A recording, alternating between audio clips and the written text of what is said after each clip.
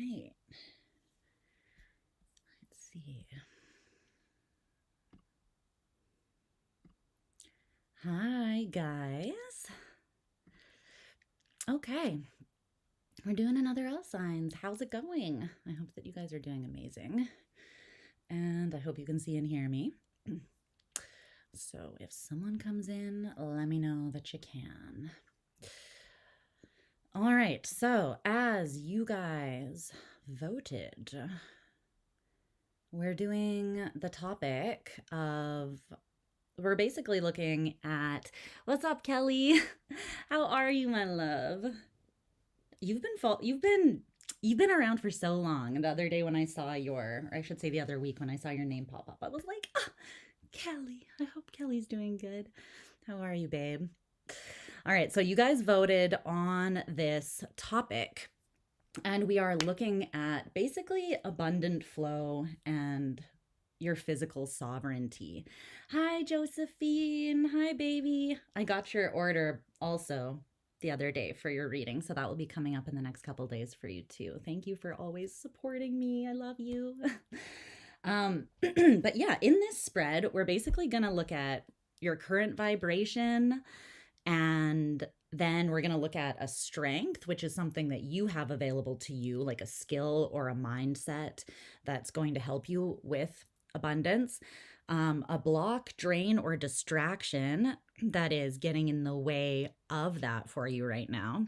And then some external available support that you have to you, or you have for you right now. So either like a resource or an ally of some sort, as well as the most prosperous action that you can kind of like point your own personal agency and free will in the direction of to get you. We're kind of just trying to get you into this natural embodiment of your most authentic expression, because that is where the most abundance kind of just naturally flows from with ease, right? So we're just kind of going to look at what your greatest supports are, both internally and externally, and what might be blocking or distracting that, and then see what comes up. So I hope you guys are ready for that. I hope that it's helpful to you. And we're going to get started with Aries as always. So if you guys are coming in during the live stream, there are always these beautiful and adorable little gifs over here in the top right hand corner that tell you what sign we're on. So if you come in the middle, you can see where we're at, okay?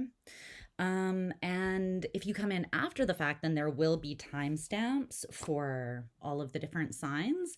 We're starting at Aries and going through to Pisces, and those timestamps will be in the pinned comment below as well as the info box for you, okay? So if you just want to skip to a particular sign or a few signs, which ones you're resonating the most with, then feel free to just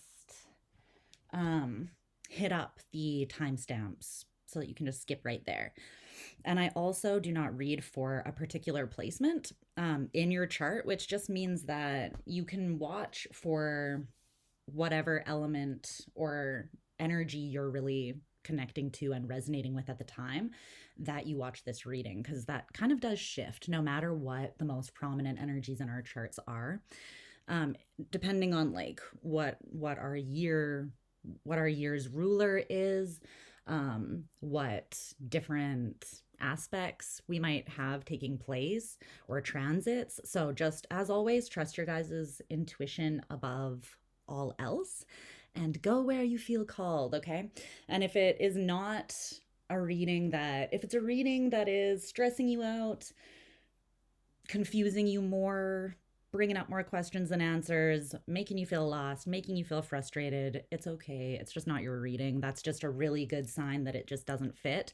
Like, think if you tried shoes on and they're pinching you or they're rubbing you the wrong way, you would never be like, ah, yes, I'm taking these shoes home, unless you are, a masochist. So, don't do that with readings either. Don't take on the energy of a story or narrative that's not yours, because it doesn't make any sense and it doesn't fit. So just let it go, okay? So all of that out of the way, let's get started with my fiery little Aries. Okay. Let's see. Okay, 5 cards. I'm gonna back up a tiny little bit so that I have more room to put the cards. Okay. And I don't know if you guys will be able to see me shuffling. You should be able to see them fall a little bit. I hope you guys are doing excellently. I can't believe it's May already. It's kind of tripping me out a little bit.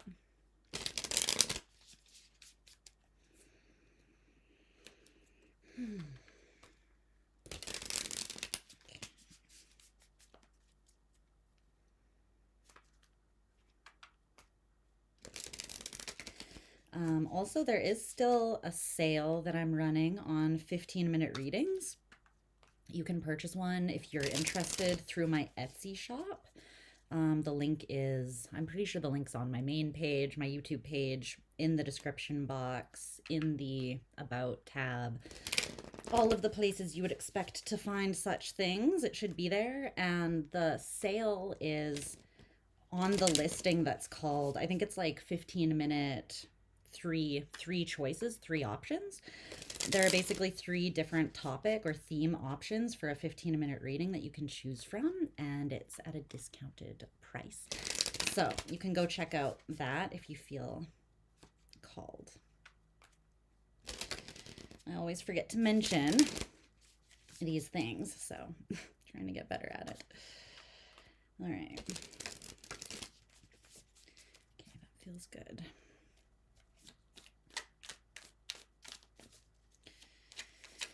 All right, show me what's up with Aries.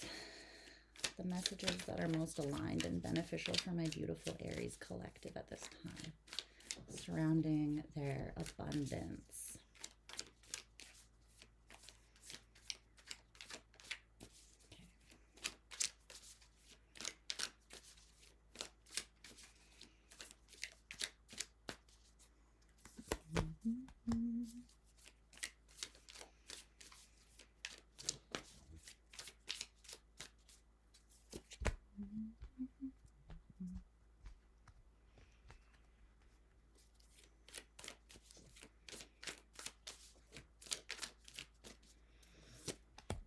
So far, you're looking very Aries-esque.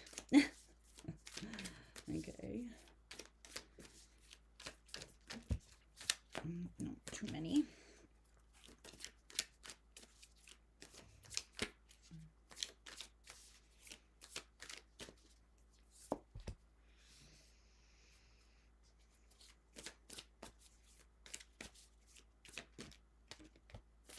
Okay.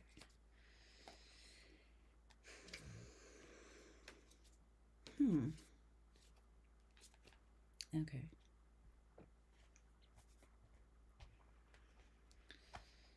Let's see. I'm going to get you a few oracle cards as well.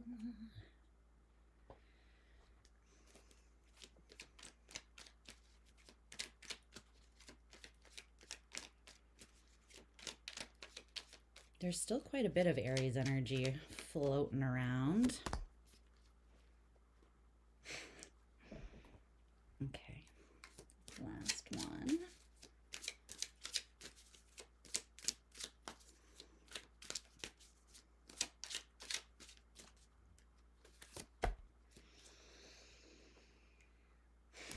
Okay. Let me turn down the brightness on my laptop as it is already sounding like it's overheating. Guys, we're soon going to need to buy a new laptop. I swear that this always happens. Okay, Aries, let's get your timestamp down here. Okay. Hello, my beautiful Martian baddies. Hi, Aries. I hope that you guys are doing wonderful. All right, my fiery friends, let's see what's going on here. So your current vibration And this could be not like your overall vibration, but this could just also be in regards to abundance right now. So take it how it resonates. But you got the Five of Wands in reverse. This card is associated with the placement Saturn in Leo. Okay. I actually really like this because it feels like you are not conflicted about what you want. I feel like whether you're actually currently like really asserting yourself to go after what you want or not, it feels like there is not internal conflict about what that is, which is positive, obviously, because that will alleviate some element, at least, of you potentially getting in your own way via like cognitive dissonance, right? Where your beliefs and your actions are not really in alignment. It feels like whether your like thinking and actions are currently in alignment or not, it kind of feels like your head and your heart and your spirit are sort of all on the same page. um Saturn and Leo, it's like you're not fighting your heart anymore. And I don't know why I want to say anymore, but the 10 of Cups is on the bottom of the deck. Mars in Pisces, I'm just getting like moving in love, moving from the heart, moving from a place of love. But the Eight of Wands in reverse behind that, maybe you would like to move from a place of love. Yeah, we got to see what that resistance or block is for you, because it does feel like there's a lot of fiery energy. And maybe even a lot of like convicted emotional energy as well. I'm getting the Chariot, but then there's like the Chariot is parked. It's like the Chariot knows where it wants to go, but it kind of feels parked. So I think that there is communication that you want, but there's some fear. It's like there's some form of communication, it seems, that would spark movement, energetic movement and action towards something, but it also feels like that communication or movement isn't happening currently. It's interesting because I'm not really seeing externally, like your external reflecting what you're showing me internally. So yeah, let's dive more into that, because I see that you yourself are not conflicted about where you want to go or what feels good to move towards. But then there is also a lack of actually moving in that direction currently, I feel. Anything else about this Five of Wands in reverse? Why is Aries so clear here in regards to their own personal energy?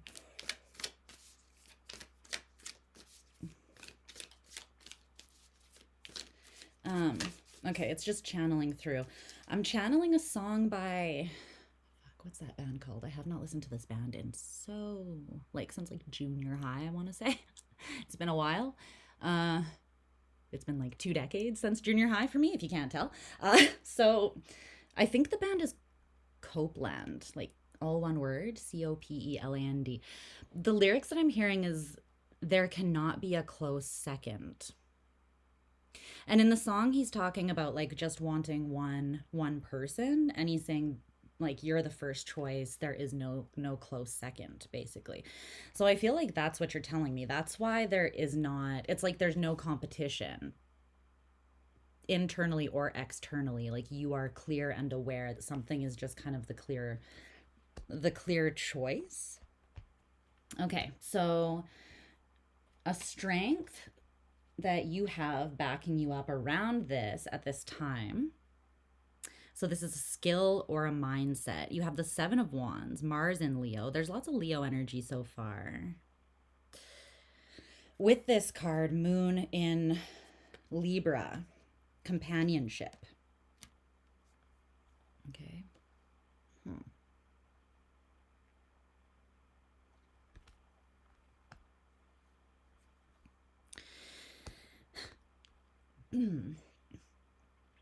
It feels like you do have this I just want to check one thing first, though, because that is your strength, but the block, drain, or distraction that's coming through is the Nine of Wands, Moon in Sagittarius. So it's kind of like, I feel like these are both you,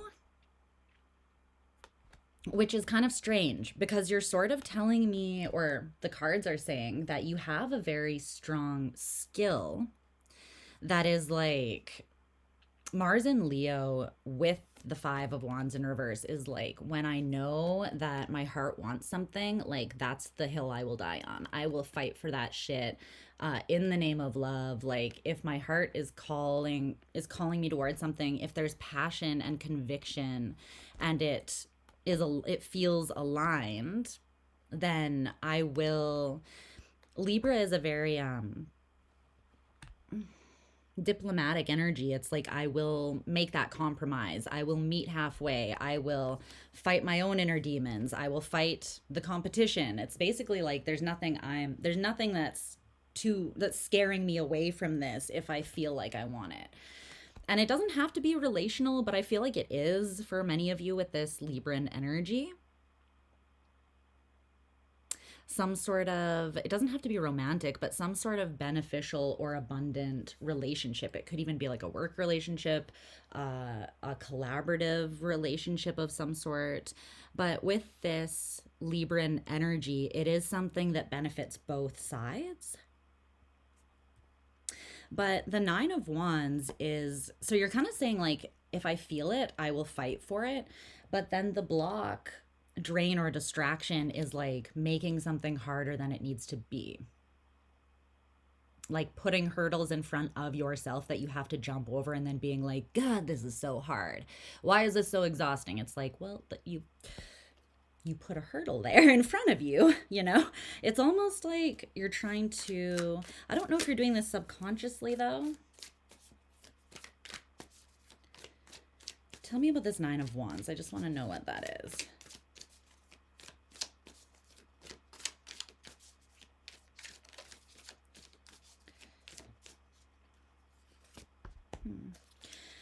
The King of Swords, the Queen of Cups. As I suspected. So here's your big old heart that knows what it wants, and then here's your big old mind that is creating difficulty for you by overcomplicating something. It's interesting. The energy is becoming more dense the energy becomes more dense the more you think about it in a masculine way. Yeah, there is a beautiful opportunity here actually. The Ace of Pentacles and the Queen of Cups. A really beautiful opportunity, and it's something that is tangible. Like it's possible to actually ground it in the 3D, in your physical existence. It's not just like I had a dream, you know? It's like, no, this is something that can really be real. But the Two of Swords, Moon in Libra here, there's it's like when you get into your head about it, it introduces a level of indecision, is what I'm seeing, that is your greatest drain and distraction from putting yourself into a space of empowered energetic sovereignty where you are aligned with getting what it is that you want here. It's almost like following your heart towards this opportunity scares you, or maybe it feels too easy, like suspiciously easy, how pulled you are towards this thing. So you're like, feels too easy. Let me create some resistance unnecessarily so that I can fight through the resistance because I'm a warrior and I'm Aries. And if there's nothing to fight through, then sometimes I get bored. I'm a Venus in Aries. Don't come for me. I know. I didn't call for you. Don't come for me. Okay? I am a Venus and Jupiter in Aries, and I understand the struggle. Sometimes it's like, just because you could do more doesn't mean you're not already doing enough. Just because something isn't more challenging doesn't mean that it won't be down the road. Doesn't mean that you have to create resistance or difficulty. Because there's this part of you that wants to kind of just, like the Seven of Wands is an energy of, I am convicted and I'm fighting for something because I am genuinely very passionate about it. It's something that lights me up. It's something that I will defend. And I know why I'm defending it. And the more that I fight for it, the clearer that even becomes. Anything else about this strength here?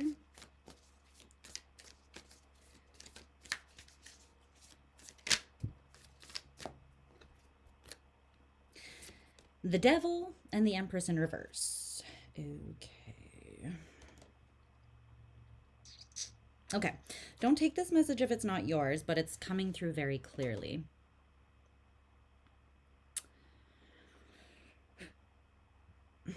This could also resonate with someone who's strongly in your field that you are like in some form of partnership with here. But they're telling me that your greatest strength is like connecting with, like there's an element of you that they're highlighting that's very relational, and that relational element of you that is able to connect, to compromise, and fight for beneficial relationships, that is the greatest strength that would move you towards the abundance and physical security and sovereignty that you seek at this time. That's what's coming through as your greatest strength.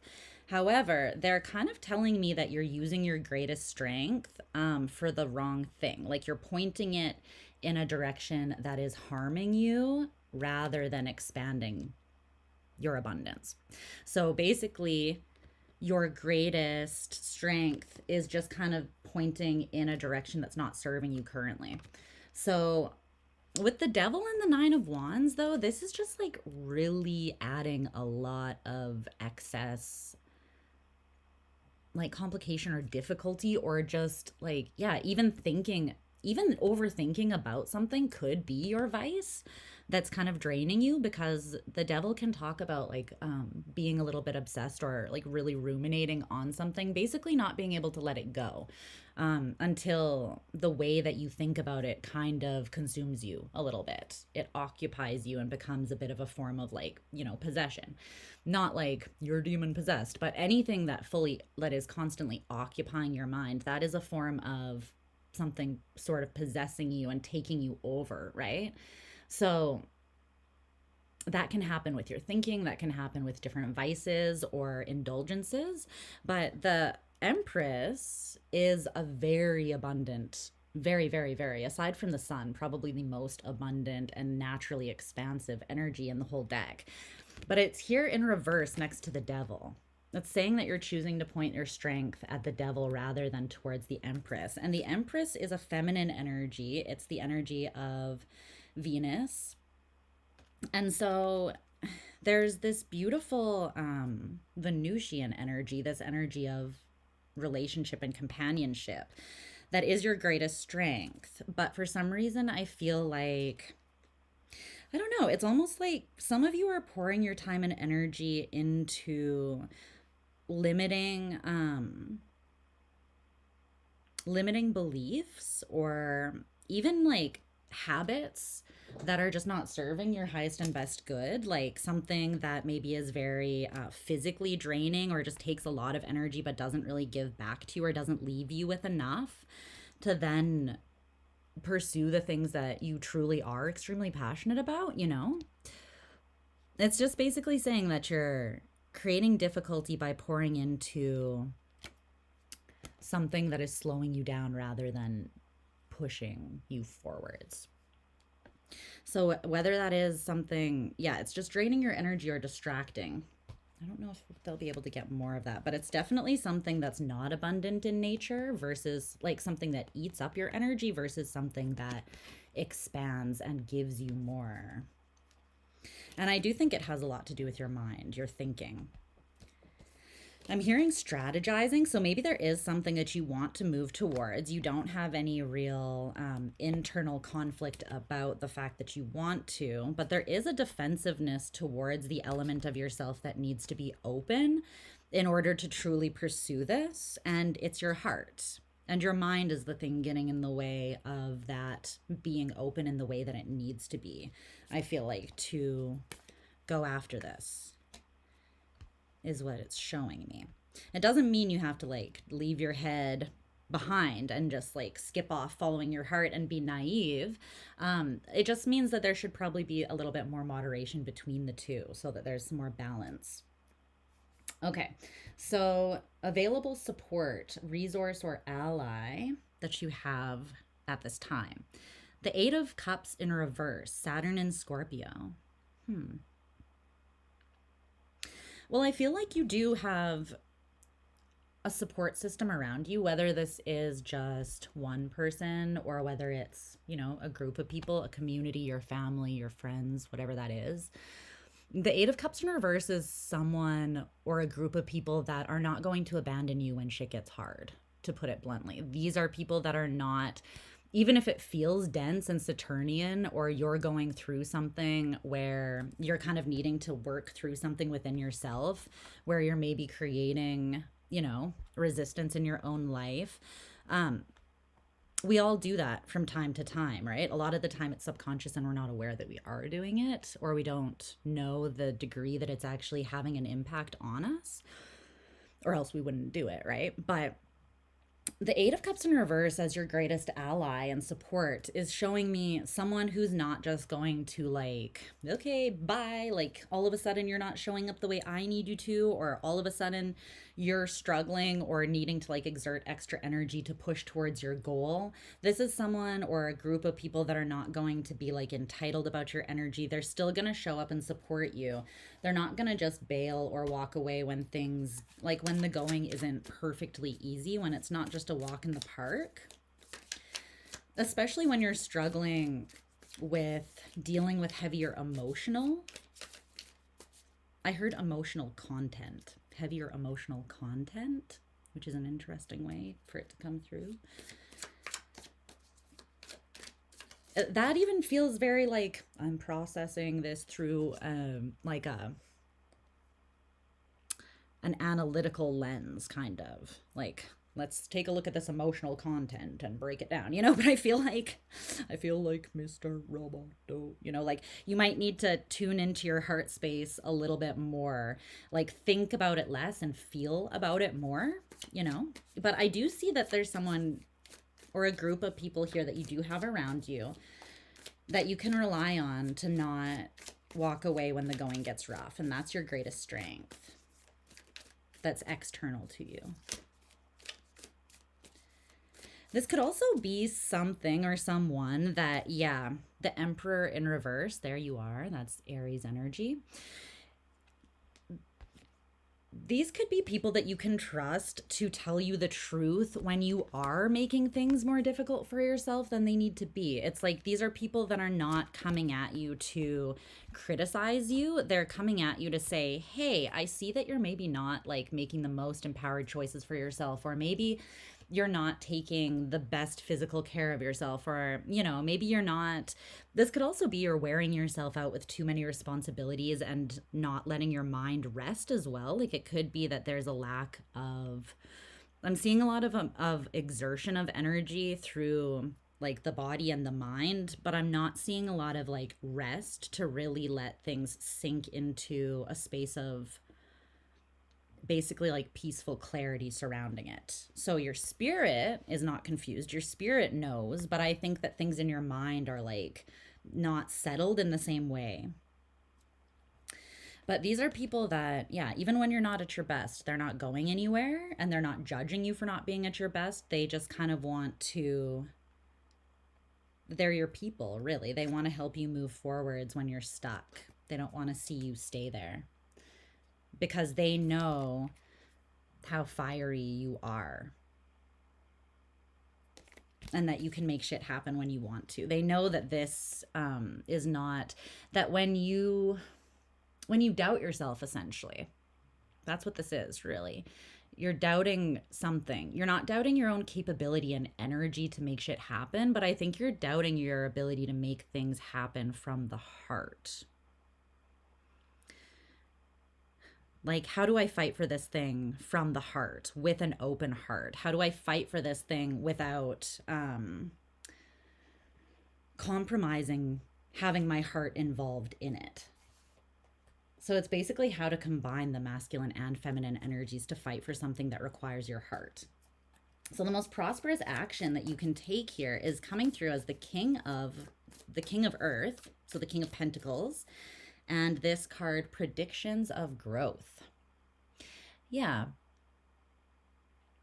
Being more in your yin energy is going to be really helpful to you at this time. And that does not mean canceling out the yang, canceling out the fire and air elements. It just means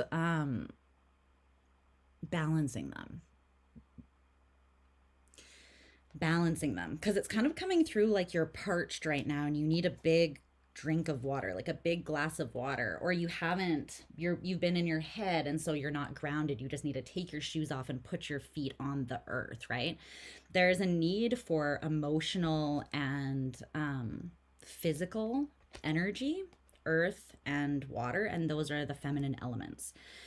But it's also the way that your thinking is going to change via taking this approach. So giving yourself physical rest, like knowing when to work and when to rest, kind of balancing out like the input output of your energy, when you're charging your energy versus when you're like asserting it.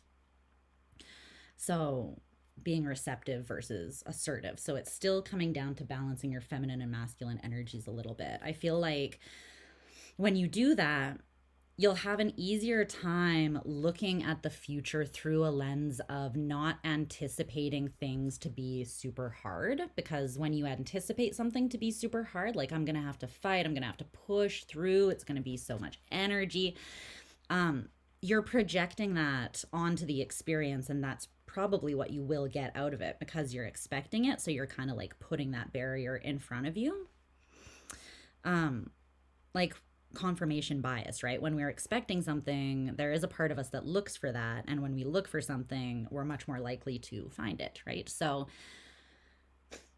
there's something here that feels good to want, and it has to do with your heart and connection to someone else, at least one other person. But it could be, again, like a community, a family, a friend group, a project that you're working on with someone. But I do see that when the more you ground and the more you kind of invest into your own worth here, your own value, so taking care of yourself and knowing that you are valuable enough to do that, it's going to become easier for you to see the future through clearer eyes, more discerning eyes. Like, this is not delusional. This is, you are just able to see more beauty as you project your vision onto the future rather than only anticipating difficulty. So that is what the greatest action that you can take at this time is. Get yourself as much into an abundance mindset as you can. And that just is basically like focus on the things that you already have an abundance of in your life. Focus on the things you already have to be grateful for. Take care of like sustaining and nurturing those things that are of value that are already in your life, because the universe looks at that and then answers that, right? So like if you have a blessing in your life that you treat like crap, then the universe is going to be like, maybe we'll hold off giving Aries more blessings or anyone more blessings until they learn how to actually like hold and honor what we've already given them, right? And then once you show that you can do that, then they're like, okay, they're ready for more now. They can handle more, they can hold more. But sometimes when we receive something and then we get defensive about it, or we have blocks or resistance to it that we need to work through, the universe will just kind of like slow down and give us time to do that so that we can actually receive the good things that want to come through to us, right? Because they want us to be able to fully receive those things. So that's what I see for you, Aries. Anything else?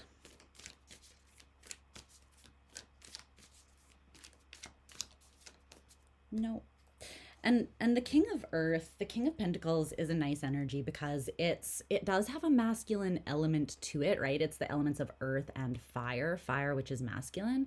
There's an element of like having your own personal will and agency and putting that energy towards something in an empowered way. So there is that masculine element of assertion, but it's also coming from a place of being very grounded and rooted in knowing who you are, what you desire, what you deserve, and that you're capable of embracing that and holding it and sustaining it and growing with it. So getting yourself into that headspace is going to be super beneficial. Try to envision like the most beautiful future possible rather than like, oh, that this is going to be super hard. This is going to, because it's like the projection of something or the anticipation of something being difficult. It's like it's draining you just the expectation of it, and you're not even applying yourself to the actual thing yet, is what I'm kind of seeing. So it's almost like putting you in a vicious cycle of never really moving towards the thing that you already know you really want, and it's disempowering. Right? Because it's like, why, when I know that I want this thing, am I not moving towards it, but just feeling more defensive and exhausted about it? And it's because of the resistance that you are kind of projecting onto it, is what I'm seeing. So when you take that anticipation of something being like more than you can handle, or it's going to need me to like really fight, or it's going to need me to drain myself for this, take that off the table and try thinking about it in another way that's more beneficial. Because it does look like this opportunity is available to you, and it does look like you have awesome people around you to remind you that you're worthy of it. So also try not to isolate at this time. Try not to get too in your own head. I always say that like a sounding board, right, bouncing things off of people external to you is a lot more beneficial than being in like an echo chamber of your own head, right? Because when we're not seeing things clearly, it's just we're bouncing off those same thoughts in our own mind. Whereas when we have someone that we trust that genuinely wants our best good for us, that we can talk to about these things, they can sometimes be like a voice of reason or bring in something that we aren't able to see ourselves. Okay, that is what I see for you, Aries. So we're gonna move on to Taurus. What's up, Taurus? Your ex-husband and son are both Aries. Aw, I love Aries too. Love me some Aries energy.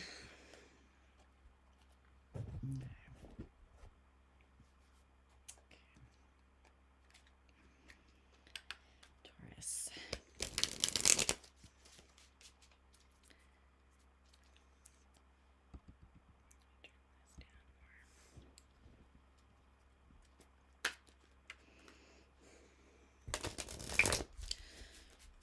Shuffle this not super close to you guys so that I don't, so it's not too loud. All right. What do my Taurians need to see here? Happy birthday, Taurus. I'll say it again after your timestamp so that none of you miss my happy birthday wishes.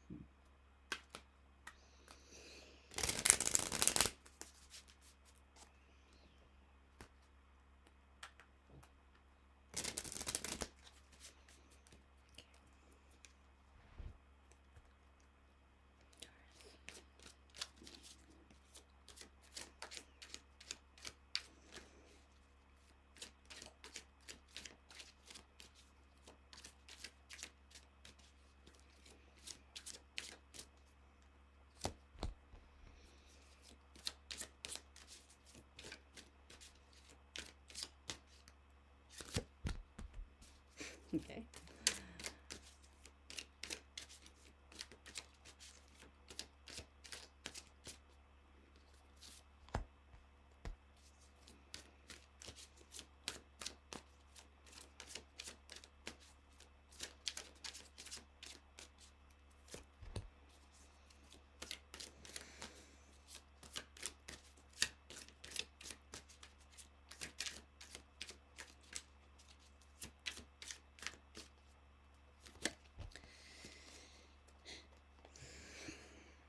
Okay.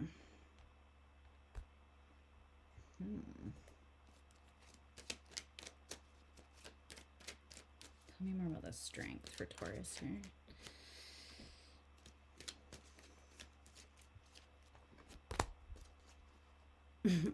Okay.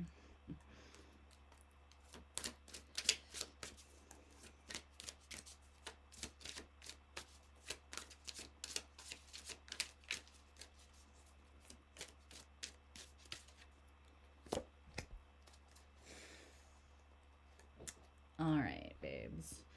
This is a very clear message as well. Okay. Here we are. Hi, Taurus.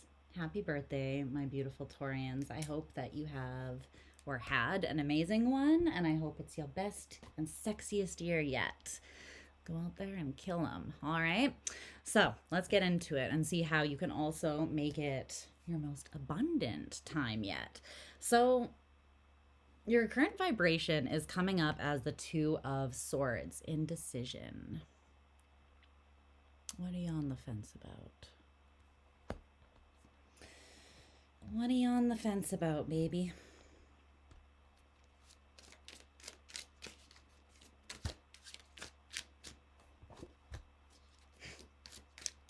Okay.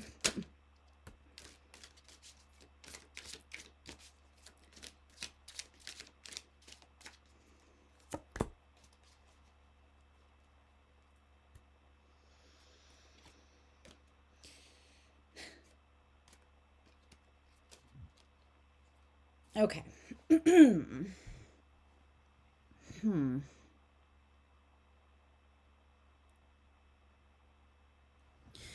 So the Nine of Swords, anxiety, and the Wheel of Fortune, cycles in reverse, came out to clarify that Two of Swords.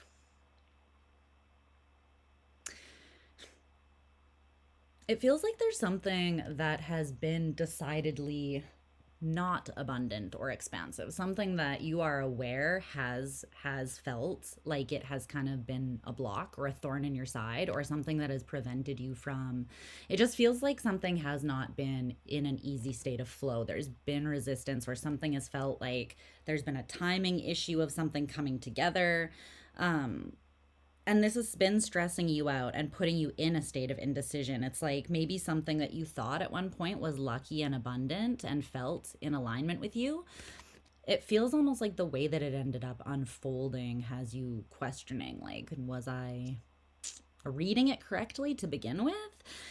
It's like something not coming together. The Three of Cups, community in reverse. So this could also have to do with a group of people, or not feeling super supported by an opportunity, whether that is your friend group, your family, just the people, the community in your immediate environment, or even like work colleagues.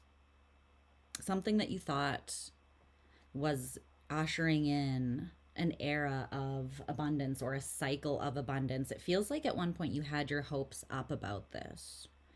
You've definitely given it a lot of thought, whatever this is.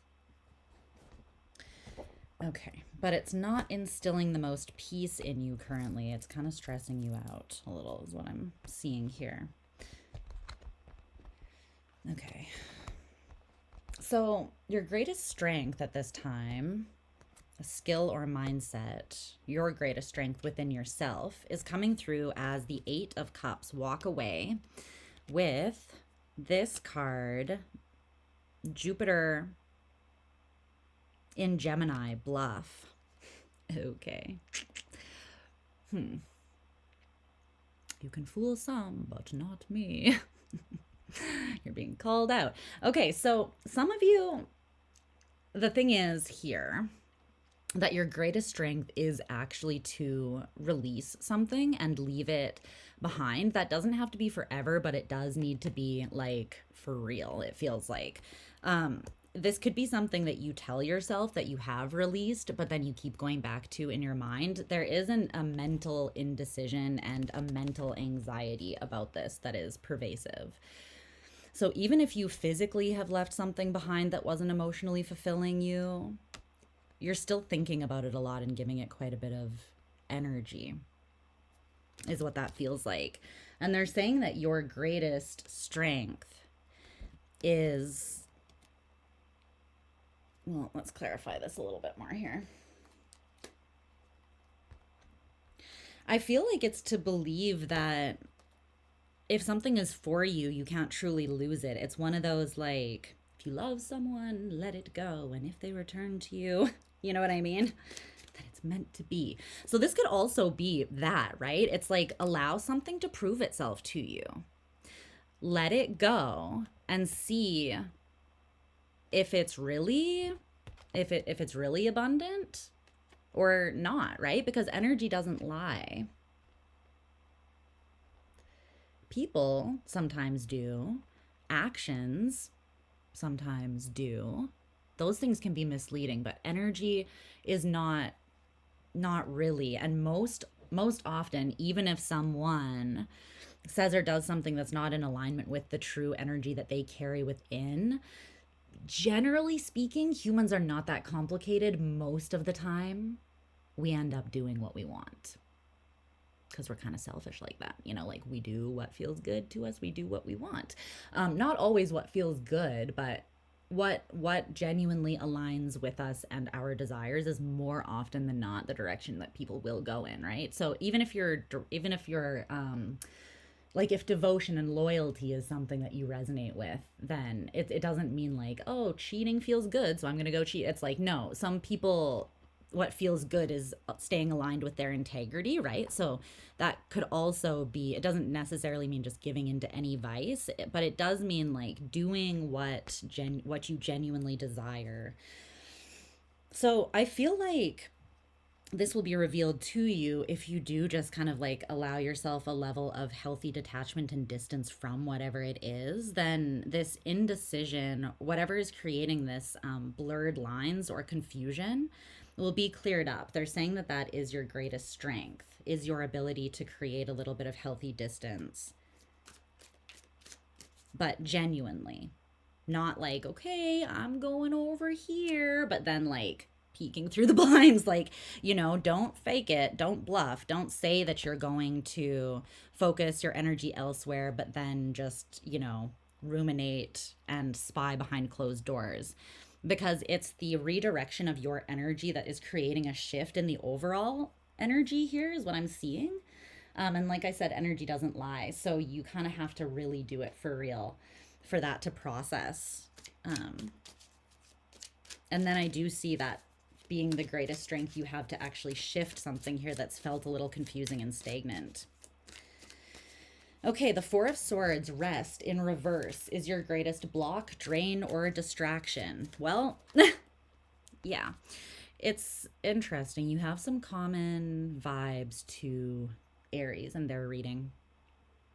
There's a lack of mental rest here that's being utilized, and there might even be things that are scattering your mental energy or draining your mental energy. I'm getting like too much caffeine for some of you could be a thing.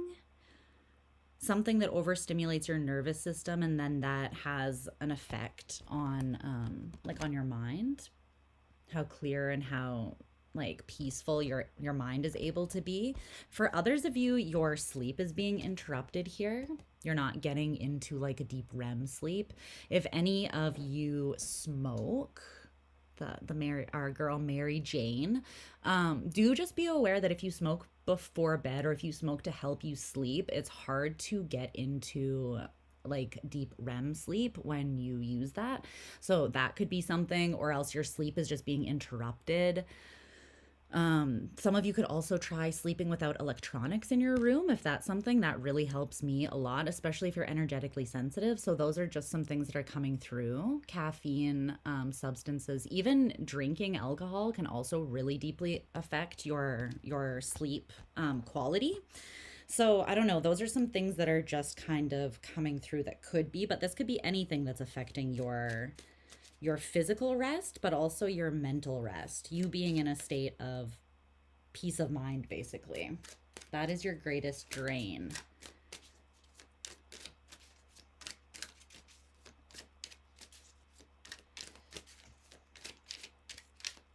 It could also be not giving you, yeah. Yeah. There's something that has not been transitioning or moving in the way that you want it to move. Both of these talk in the upright about like forward motion, a new cycle beginning, transitioning from one phase to another, right? That's not happening, and they're showing me that the main reason for this is without a doubt your mind. Your mind, darling. Look at all of the swords. Look at the swords. There's so many of them. So it's kind of showing me like a bit of a vicious cycle, because the less good rest that you're getting, the less anchored your thinking actually is. So the thinking you are doing or the time you are spending in your mind might just feel more scattered and less focused or actually helpful. Like maybe you find that you're not able to focus, or you're going over and over things that you've already gone over that is just not helping. It's confusing the situation more, for instance. Rather than taking a break mentally and then coming back at it with a fresh mind, with fresh eyes, and being able to approach it from a different headspace, a different vantage point that's more curious rather than anxious. Because this came out here. So I feel like so far you've been kind of hyper focused on something that is not going the way that you want, but you also don't really want to walk away from it. You don't want to give up. It could be something you've already invested a lot of like hope, energy, time, effort into, even feeling into. And that's okay, because again, I'm not saying you need to let go forever. I'm just seeing like genuine healthy detachment is needed to kind of like wipe the slate clean, and allow you to come back at it, like to gain a fresh perspective on the situation, to gain more context, to allow the other side of the equation to show up or not show up. And then also just to, they're kind of just saying what you're asking about, like you're asking the same questions, and there needs to be a new approach, because the questions you're asking or what you're focusing on currently is not allowing you to rest in your mind, but it's also not moving you forwards in the situation. Okay. So it's okay to focus your mental energy elsewhere, to think about other things. Like this isn't going to totally disappear because you stop thinking about it for a bit. You can always come back to it. Okay. So your greatest available support, resource, or ally, it's coming through as the novice of raindrops, play. So this is I think that's the... Is that the page? Yeah, that's the Page of Cups. Page of Cups in reverse. Play.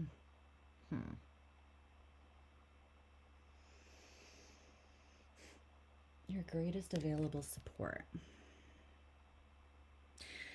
Your greatest available support is your own inner child, but you're not giving it any stage time, it feels like. It looks like there's a hyper focus on, yeah, you could even be quite isolated, like really like, let me just be by myself to really seek the truth of a certain situation. Let me like figure out how to come in from out of the cold. Let me figure out why something is not renewing or like moving forwards the way that I want. But I think that the actual, like the truth is going to come to you more when you're focused on something else that puts you in a completely different energy.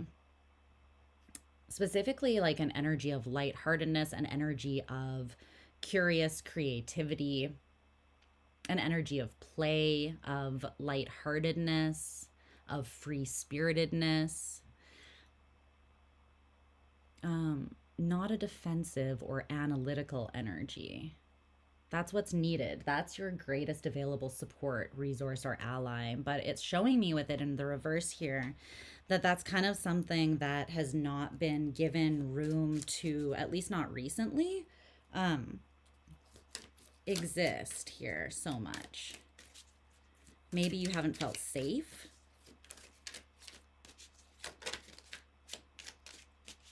Can you tell me more about this? Page of Cups.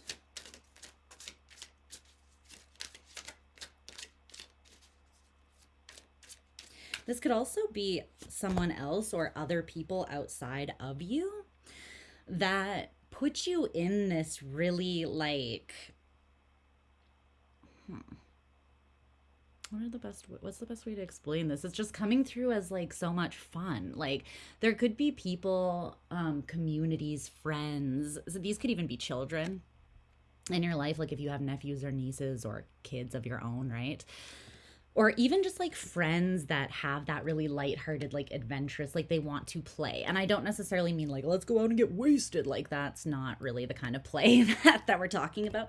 We're talking about actual like inspired play. The Ace of Wands, inspiration, creativity, going on adventures, you know, trying something new, being curious, being lighthearted, being able to say and do anything around someone that you don't need to be constantly like filtering yourself with. Someone where your inner child feels safe to come out and play and be inspired. This could also be a group of people or someone in your life that is kind of like a muse to you. Like they're always open to play or to have new experiences or explore new ideas. And so they naturally kind of help you get into that energy as well.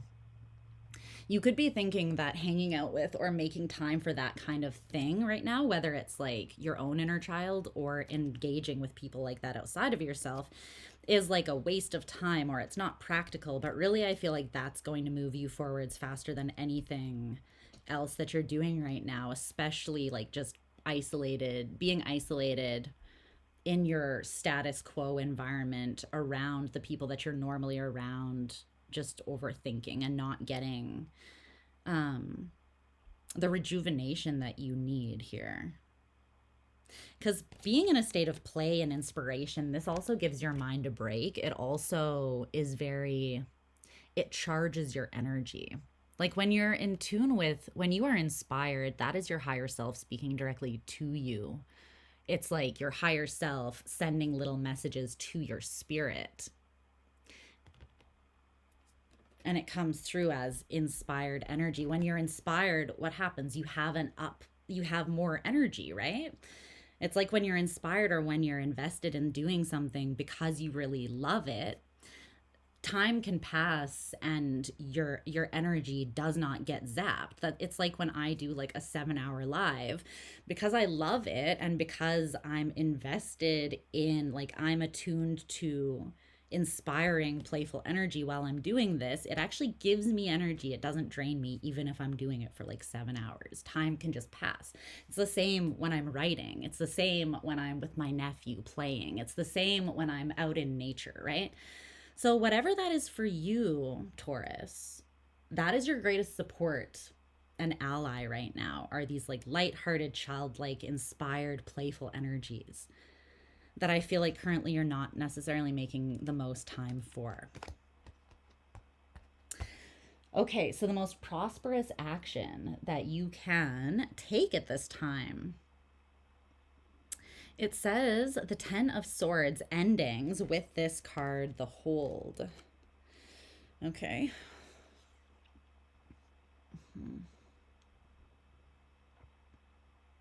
I'm getting a really interesting message for you right now.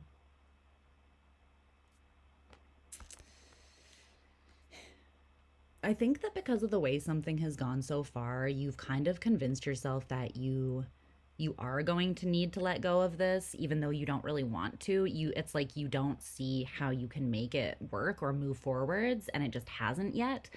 So the more that it hasn't moved forwards the way that you would prefer it to, the way that would kind of like really validate your inner knowing that something is for you or what you want, or that it's abundant in nature, the more that that like divine timing hasn't worked in alignment with your preferred timing, right?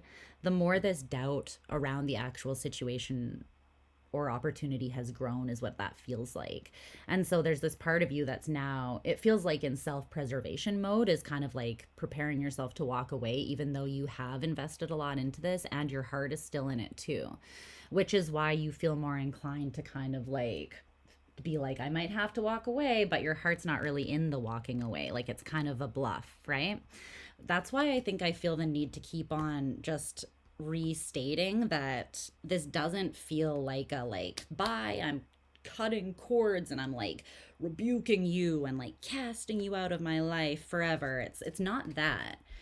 It's just bringing in a level of healthy detachment so that you're not so connected to a specific outcome, a specific timeline, like that kind of thing. You know what I mean?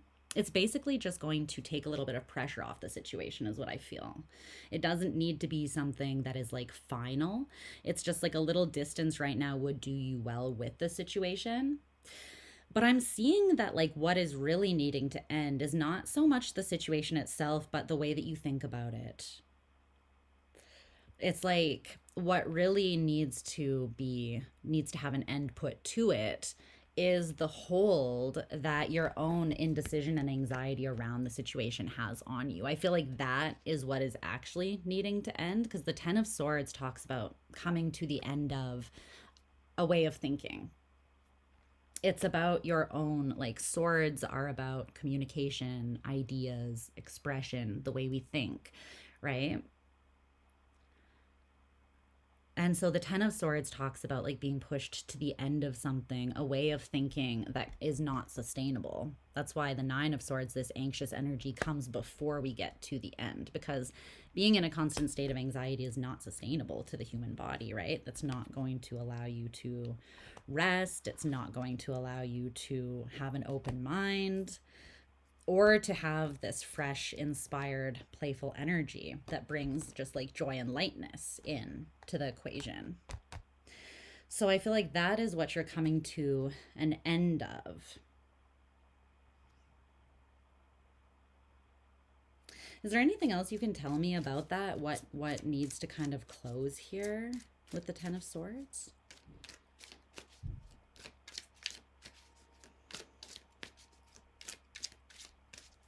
It feels very yeah, exactly.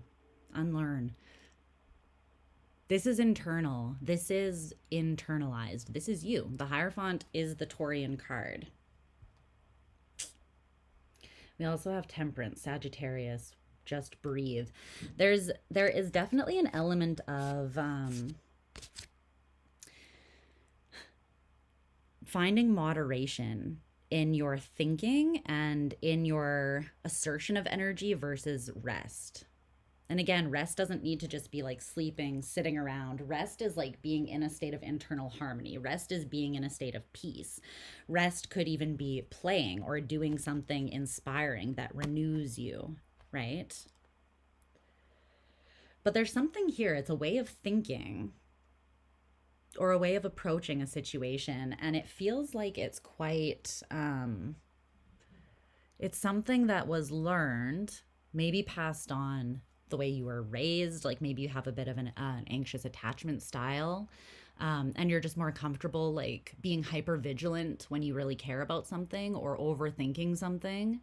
It's almost like the more I think about something, the more like illusion of control I have around it.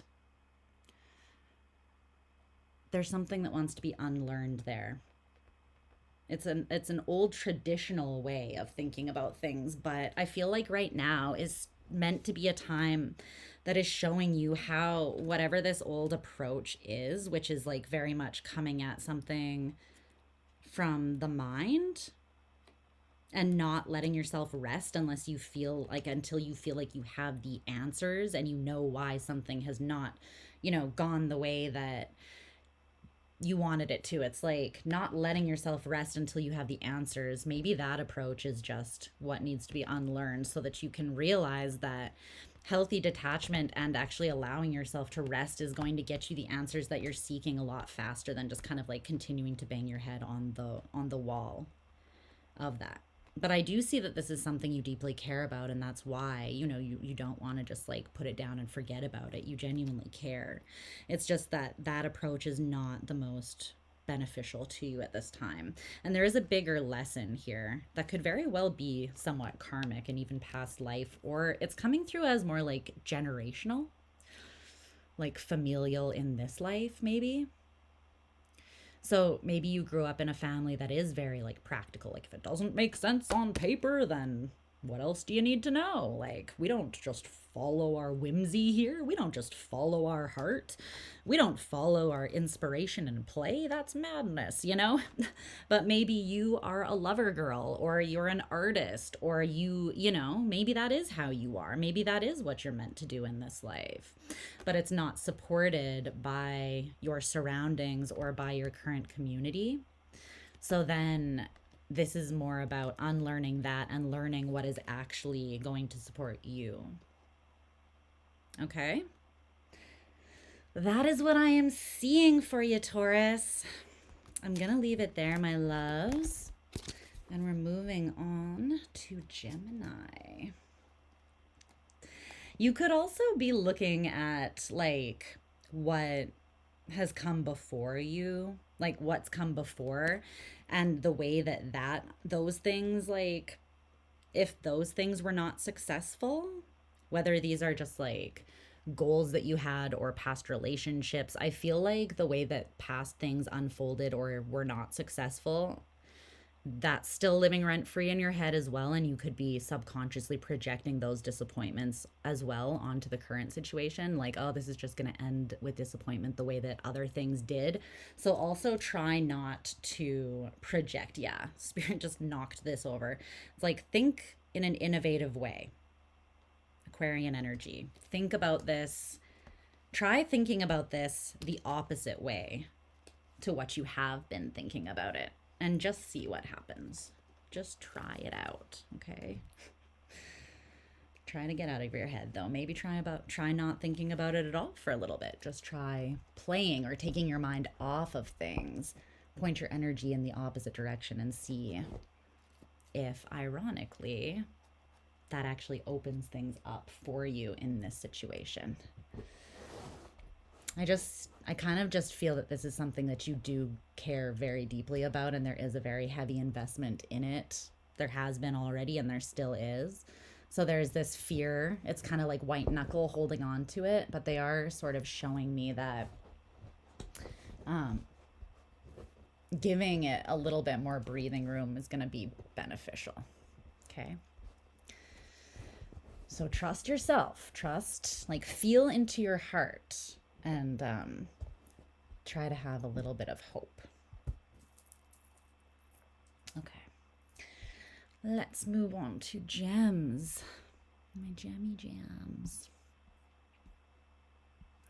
All right. How you guys doing out there? Doing okay? I hope so.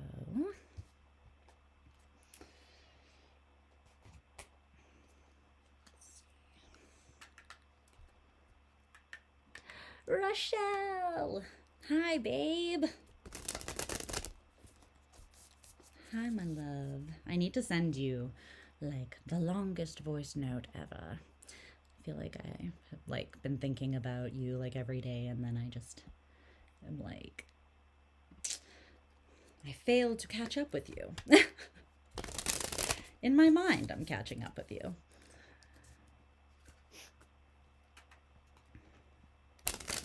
I hope you had an awesome trip home, though. That looked so beautiful. The pictures you sent me.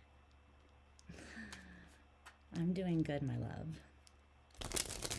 Not gonna lie, that Scorpio full moon took it the fuck out of me, as one would expect. If you know my chart, anyways, then one would expect. Ah, yes, I see that this is going to destroy you. Yes, it did, in fact. In the best way, but, you know. It definitely, oh gosh, it did what it did. It did what it did. I need more lumbar. More lumbar support here. Can that happen?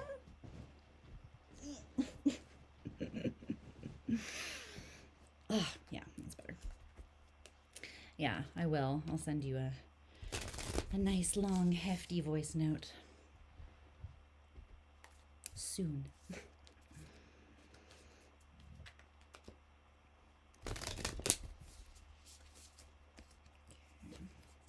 Geminis.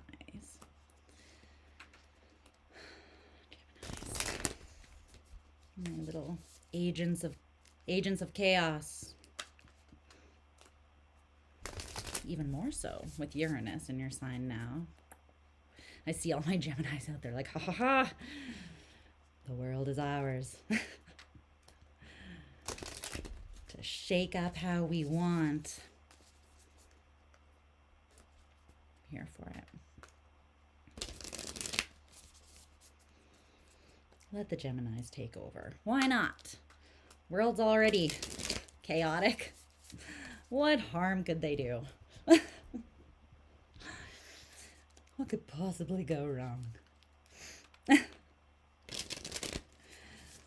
Awesome. I joke because I'm a Gemini moon, so just, you know. Cutest agents of chaos I ever seen.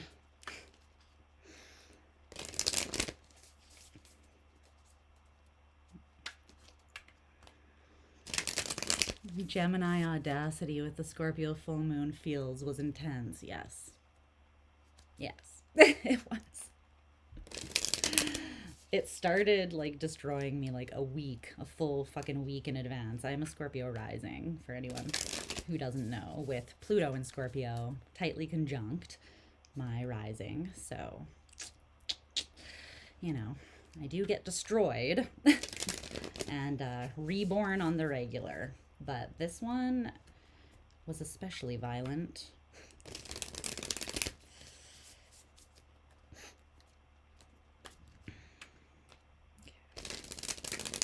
All right, there we go. That feels good.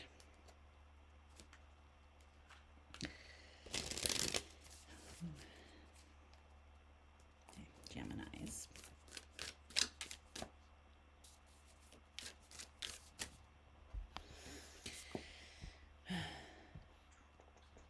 Okay, buddy, are you overheating?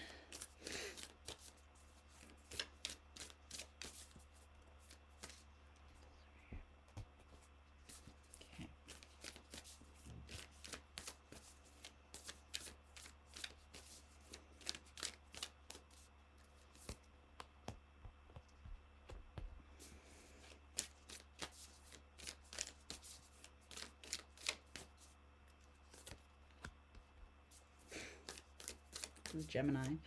Very Gemini-esque so far.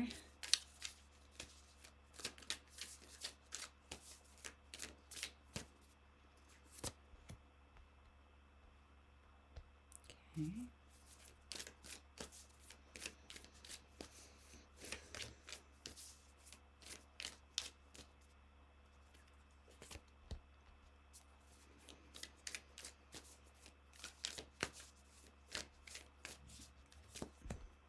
Okay.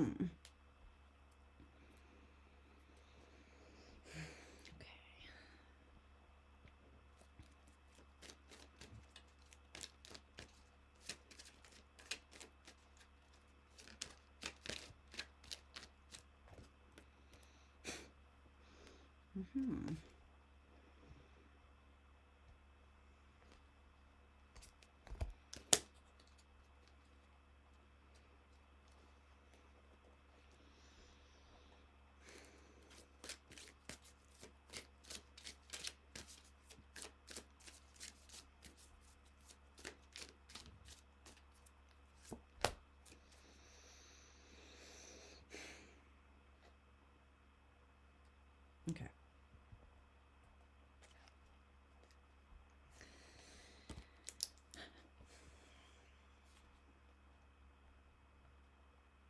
Hi, Geminis. How you doing, babies? It's almost your birthday season. Are you getting excited? Okay.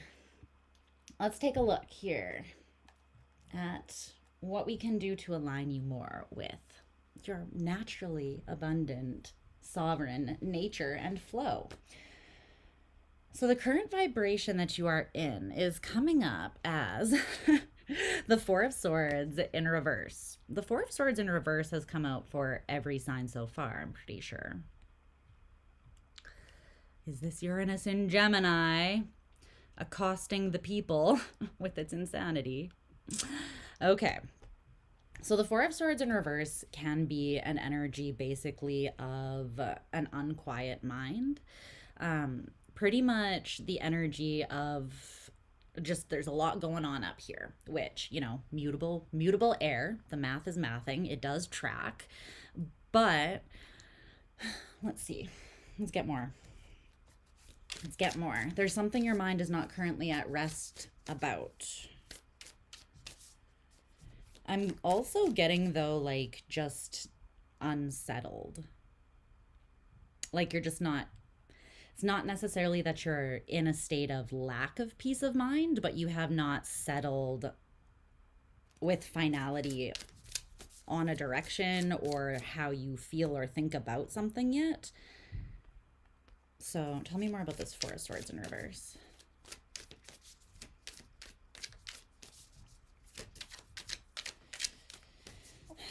Okay.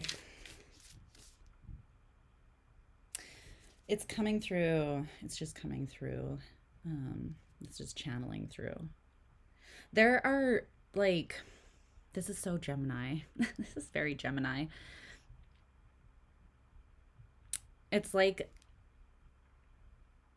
many truths can exist at once, right? Again, mutable air. You understand this better than literally any other sign in the zodiac, aside from possibly like Sagittarius. But this is kind of your realm of understanding, is that thinking can be prismatic. Like, thinking, there can be many different truths. See this Four of Swords? There's like every Ace of Swords is a truth, right? And it's like you're sitting here with these four truths, and one of them does not cancel out the validity of the others, is what I'm seeing. So it's like numerous things can exist at once, and you're aware of this. You're just kind of trying to figure out where you land in terms of, I think, like personal truth, like your own personal conviction around something. And you haven't settled on that yet. You're still kind of like looking at maybe different dualities or polarities within a specific situation, different ways of framing or perceiving something. It doesn't feel like you're really overcomplicating it, though. It just feels like you're looking at it from all angles. Okay. So, greatest strength, skill, or mindset that you have here within you at this time. The Two of Pentacles. Kind of the same vibe. And it's here also with Mercury in Aries, restlessness, and Sun in Pisces, vision. Okay. So there is something in your line of vision. Again, it's just there's this restless energy, and restless, I'm just getting, again, like unsettled. I'm not picking up I'm not picking up an anxious energy from you. It's literally just like things have been shaken up. There are different truths or things to consider about a situation, maybe about a specific vision that you feel very called towards. And then there are choices that need to be made around that, and you're aware of this, to move you towards that, more into alignment with it. But you also are aware that before you can take action to make these choices, you kind of need to figure out, you kind of need to refine where you land in your thinking about the opportunity itself, about the vision. I'm trying to think of how I can explain this. Sometimes it's not easy for me to put things into words so much, because the way that I see energy is I see the energy. I see the energy. I feel like claircognizance, clairsentience, clear feeling, and clear knowing. But it's not always easy to like explain. Okay. It's almost like, see it this way. So the vision is like the ultimate end goal, right? But then there are many choices that we make between point A and the end goal, right? Between the starting point and the end goal to get us there.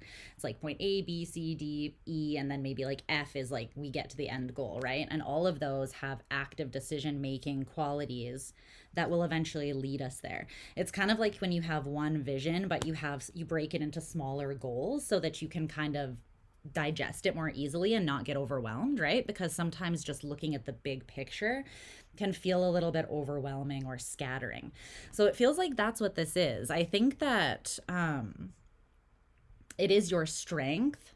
That's what they're saying. It's your strength to be able to like look at this from many different angles, because that's actually helping you to determine which courses of action, which decisions you can make that will get you there, like that will be the most effective in getting you where you want to be, basically. There are some truths and like ways of thinking and perceiving the overall vision or goal, though, that you are refining at this time. Like, where do I land on this? And I think you're actually doing that to alleviate an energy of ungroundedness, confusion, or yeah, just like this restless excess energy.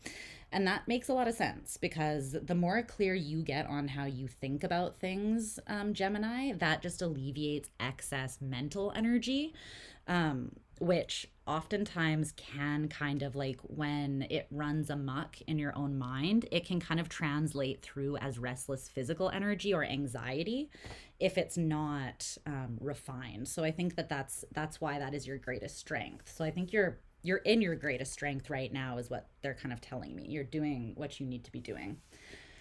Okay, the greatest block, drain, or distraction at this time is the Six of Swords.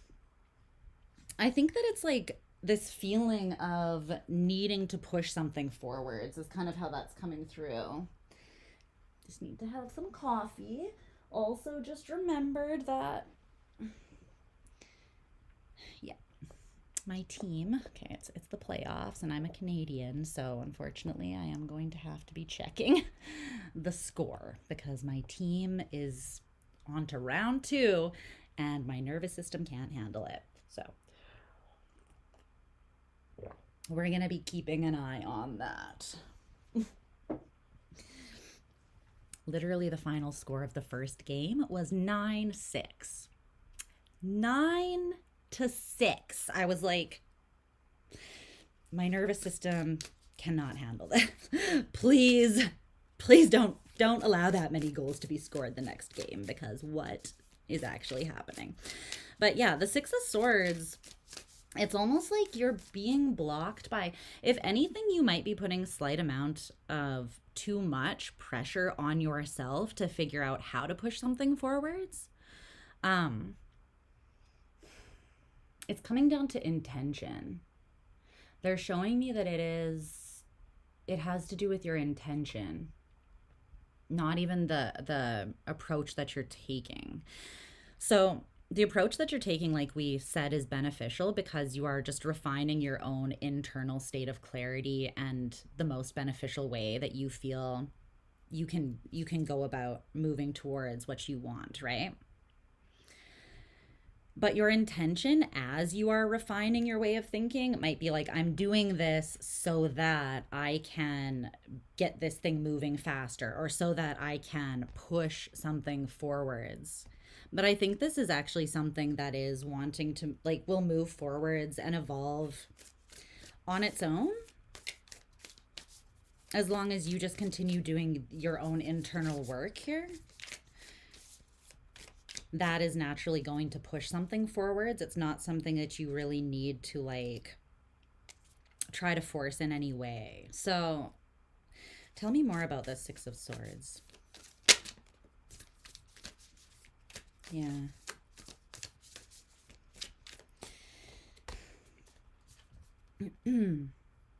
You're saying that there's something that it's like you feel like if you expand your thinking around something, there will be less emotional confusion. The Seven of Cups in reverse with the Six of Swords. You're like, if I think about this differently, or if I think about it more, or if I force myself out, like if I force my way of thinking to evolve so that I'm not thinking about it the same way as I have been thus far, it's like you're telling me that is, you're expecting to get a level of emotional clarity out of that. And that, I think, is the intention behind it, is that once you have the emotional clarity, that will push you, like that will be what pushes you forwards. What else about that though? Why is that not the case?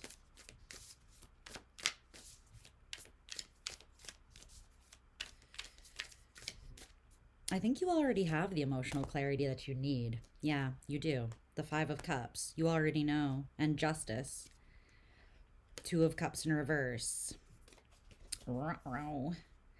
High Priestess, Five of Wands, Two of Wands. The thing is,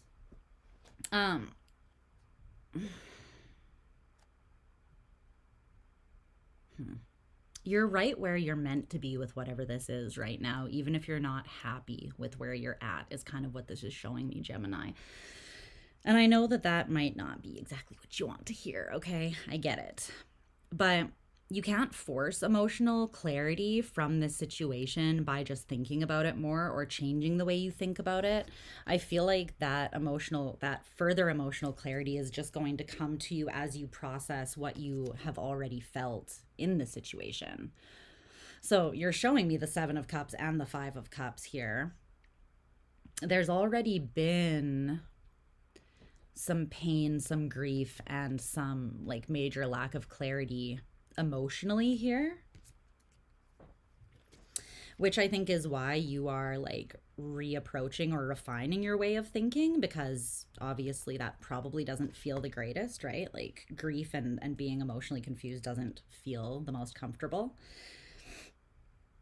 Although it's not always an indicator that you are on the wrong path either, or that a specific vision is not for you. Like this past year was my North Nodal return, and I can tell you for sure that just because something is hard does not mean that you're not on the right path. In fact, some things are difficult because it's the right path. You know, some things challenge you to step up into your greatness, to embody your most empowered form and to express yourself from that place. And that is not easy. That's fucking hard. That's hard to do. Our own power oftentimes scares us, right? And that's very human. Like, that's very valid. But there is something that you already have enough, like, emotional, what's the word I want to use here? Like you have enough emotional proof as of right now that something actually is the way that it's meant to be. Like it's aligned with justice currently. So if this is a relationship here, Two of Cups in reverse, Justice, Five of Cups, Seven of Cups, then it's like you have a vision of being with someone, but it's been quite clear that the two of you have not been calibrated or in alignment because things have just not been working, because there's been grief, because there's been just a lack of balance or reciprocity or a lack of understanding between the two of you. Maybe you're just not on the same page. This doesn't have to be about a relationship, but this is just an example. So Spirit is saying that as long as there is a lack of alignment in a certain like opportunity or a connection, then justice, the fair thing is, the right thing for right now is to not come together with that, because it needs to like align, right? So the answer isn't really about like changing the way you're thinking about something or even necessarily changing your vision, but maybe reframing it emotionally and realizing that you can want something, but if it does not feel good when you engage with it, or if it can't give to you the way that you can give to it right now, where things feel sustainable and balanced and, fair and good, then that could just be that it's just not the right time right now.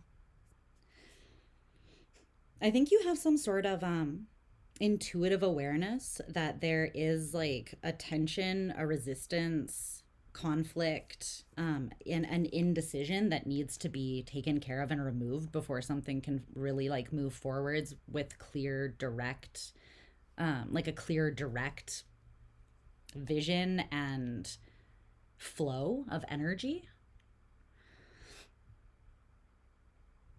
And that might be something, that might be an element that is not even in your control. Like, if there is another person involved in whatever this is, it could be them that they are undecided, or they have a level of internal conflict. In which case, like, okay, let's say your vision is having an emotionally supportive and fulfilling relationship, right? Maybe the vision doesn't have to change, but maybe you just need to kind of open it up a bit. So don't try to manifest a specific person, but try to manifest just like a partner who can love you in a way that you register as love. So like if you need consistency, if you need transparency, if you need like devotion and loyalty, these are basic things to ask for in a relationship, like the bare minimum, right? So if someone is not able to give you that, then it's not about changing the vision. It's just maybe that that person is not the one that is going to fulfill the vision, right? So it might not be about thinking about something differently, but just kind of recognizing, okay, how does it feel though? Because you could maybe turn it over in your head a billion times, but not really get anywhere different with it. And this also doesn't mean that what you have in mind for this vision is not the thing. I'm just seeing that there is some heavier emotions and grief that kind of want to be processed through. And the greatest block in reaching this right now, or the biggest drain of your energy, is trying to push through mentally without processing your emotional truth surrounding it, and without realizing that your emotions are giving you enough clarity to know where you actually stand currently around something. If it doesn't feel good, if it's caused you a lot of grief and pain, like thus far, then you do actually have that emotional clarity. It doesn't mean you can't experience something different emotionally from it moving forwards, but that is the proof, the evidence of what you've experienced so far, right? So you can take that and use that to move yourself forwards rather than needing to overthink it more or break it down more or try to understand it more. Okay, so the sun in reverse is your available support, resource, or ally. The creator, the sun in reverse. I think something is not meant to come into form at this time, physical form at this time, the creator in reverse. It's also saying, though, what you don't see right now, like what you don't know, that is a supportive thing. What you don't know, you're not meant to know right now. It will be revealed when the time is right.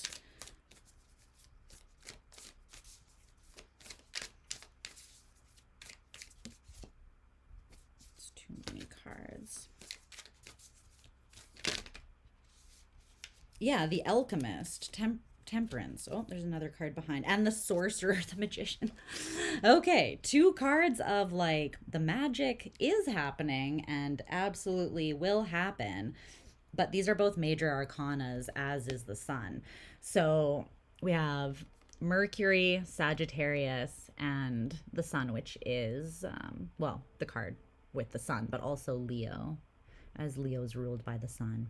The sorcerer and the alchemist, big dick magic vibes. You guys are witches, you are sorcerers, you are magis, you are alchemists, you are naturally in tune with energy, physics. You have an understanding of this and it's innate to you.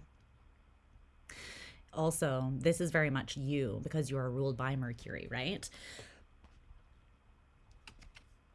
This is not being created not because you don't have the power to create it. Something isn't being seen right now though, and I feel like it's meant to be. It's meant to like reveal itself to you naturally, just as like the sun rises and falls. Something is almost being created, but it's like the universe is like, hands off. Hands off your vision, Gemini. We're trying to help you create that. And you're like, but I'm trying to figure out how I can like make it all come together. But there's something here that I feel it's already been energetically set in motion. Like alchemically, energetically, magically. This is the manifestation is already, it's already been activated, and it's in motion.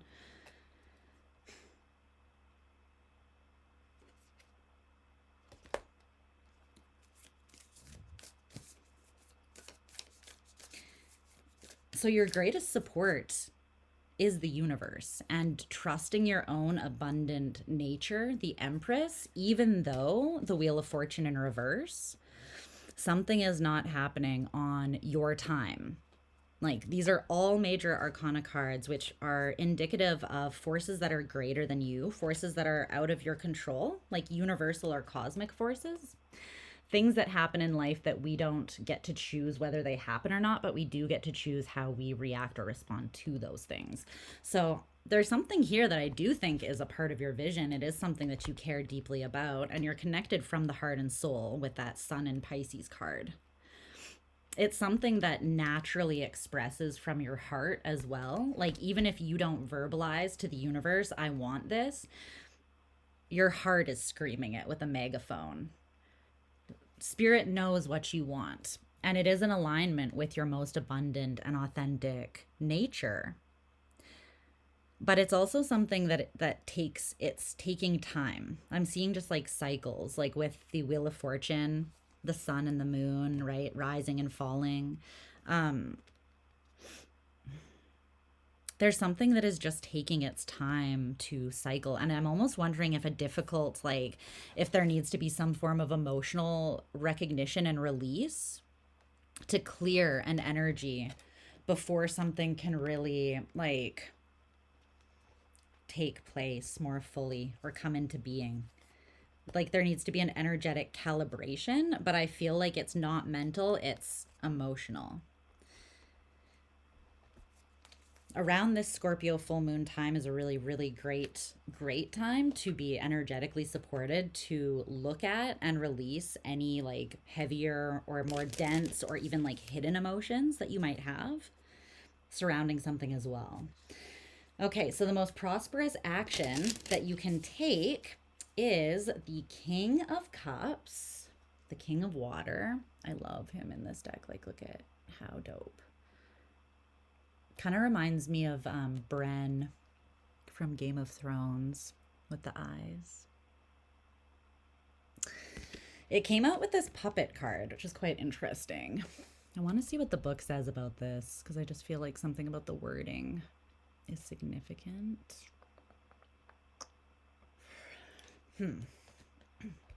But what's coming through intuitively immediately is that you feel more in control coming at things from your mind, coming at things from this mercurial place, which makes sense because that is your forte. I mean, that's your ruler. We already talked about how like you having this really mutable, prismatic, open-minded, creative, beautiful and playful kind of approach to thinking and to truth is one of your greatest strengths, right?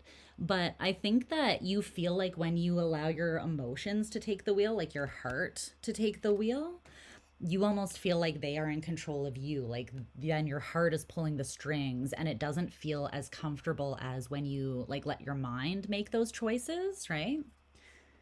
When you allow your mind to make these decisions for you, this is kind of saying, though, that the most abundant action to align you is to trust your heart to pull the strings.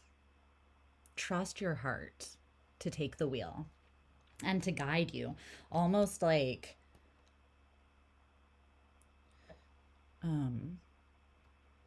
being blinded, like being guided when you cannot see.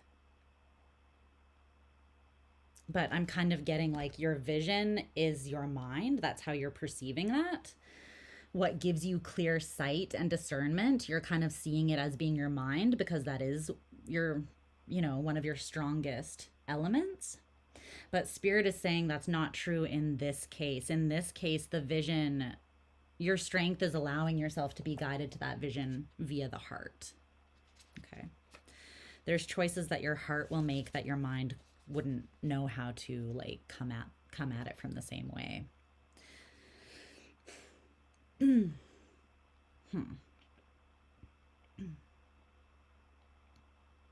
Okay.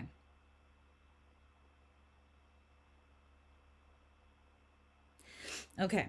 So there's also a warning in here that I do want to clarify. I feel like this is what wanted to be seen. So it says your actions can't be influenced by strings someone else has attached to you. So there could be some expectation as well that's been put on you as like, what is the right thing? But it's really coming from somebody else's expectations. It also says this card wants you to be aware that entering projects or relationships that seem like a great deal, but where there is fine print, be aware of entering projects or relationships that seem like a great deal, but where there is fine print. You can find a better deal, a better project, another friendship where you have more control of your actions and contributions. If you're going to give your time, energy, and love to something or someone, that needs to be a space where you are fully honored and not manipulated, is what it says. What's up, Yair? Hi, bestie. Good morning. Can you tell me if there's more about that wants to come through? I feel like what's going to show you if that is an element, because I don't feel like that is a prominent element to the situation for all of you. For some of you, there is a situation, though, where you have kind of seen enough of something, and it's like you've seen enough to know that it maybe isn't, like, if, again, using the relationship kind of example. You can have this vision, but become aware that the person, that you were hoping would fulfill that vision with you maybe is not actually the one. Or you can have a vision for wanting to create a specific thing, but have gotten enough evidence to know that the team that you're trying to build that collaborate on that project with or whatever maybe isn't the right team. Like they don't share your vision, or they're not able to honor and respect you the way that, whatever it is. I don't feel like that's a message for all of you, but there are some of you where Spirit is saying that if you allow your heart to lead and not your mind, you're going to be able to more clearly discern if something is just not the right fit overall as well. Okay. But if that part of the message is not for you, then I feel like it's just what I said before, where you feel a little uncomfortable, like handing the reins over to your heart, to your emotional body. It feels a little bit like going in blind or unprepared, but you can trust that element of yourself more than you know. And the more that you flex that muscle and the more that you take those like little leaps of faith following your heart, the stronger and more capable you feel in that area as well, okay? Let your heart guide you, Gemini. All right, my loves, we're going to move on to Cancer. I love you. Love, love, love you. Okay.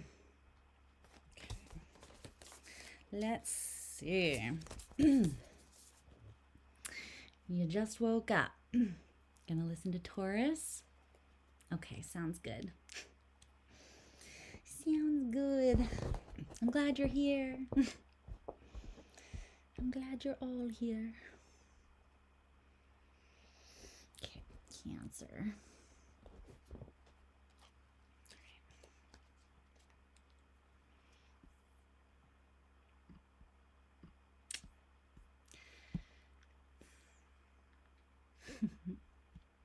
Okay. Let's see.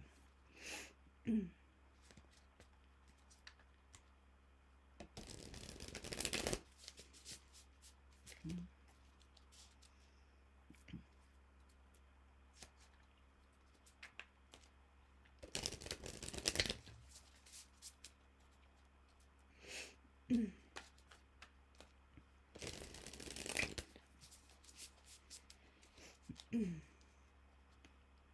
just got a new deck that I absolutely love. However, there is so much nakedness, so much nudity. I personally like love it so much because I'm not, it's nudity. It's literally the physical, it's the human body. Like, I don't know why I don't know why YouTube is so offended by human biology, but it's actually beautiful and not something to be offended by. But I don't think I can use this deck here on YouTube. It is very naked. No, you want to see me naked. Baby. But it is beautiful. And if you would like to check it out, I'm pretty sure it's called Wild Eden. Wild Eden. It's on Amazon. It is a beautiful deck. But yeah, lots of nakedness. Okay.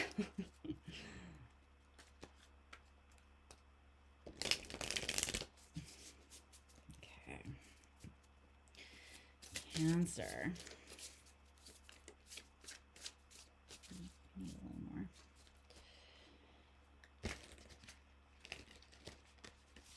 Doesn't feel right. Google succumbs to the pressure of the prudes. Yes. Like, you never seen titties before. Come on. Everyone's seen boobs, and I don't know anyone that doesn't like them, so why don't we just make everyone happy and free the titty on YouTube? Like, come on. Like, a little butt cheek action never hurt anyone. A little boob action never killed anyone. Come on, YouTube. Get with the times. Get with the times. What the? Okay. I'm glad you guys didn't see that, because that was embarrassing how horrible that shuffle was. Okay. Okay, that's better. Cancer.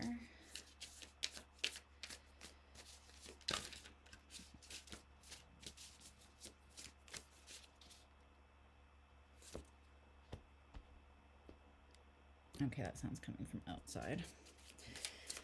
Good.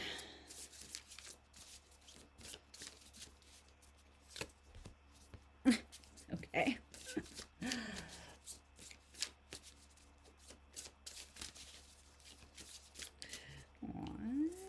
I kind of love this.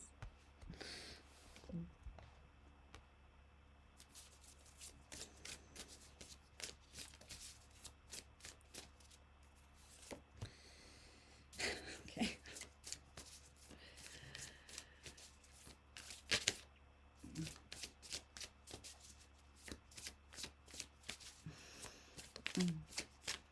Even other parts, when not aroused, aren't really sexy or sexual on their own. Yeah. You're telling me. I mean, no offense to penises, but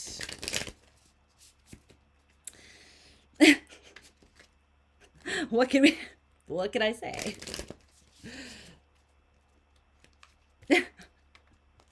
Not the most beautiful thing to just stare at all the time, right? Like, can we be real with this? But still, a beautiful part of human anatomy. Women naked, on the other hand, always just look like absolute pieces of art. So, you know, what can you do? Can only be one empress, and it is women. But men, you guys still rock. Okay, prosperous action.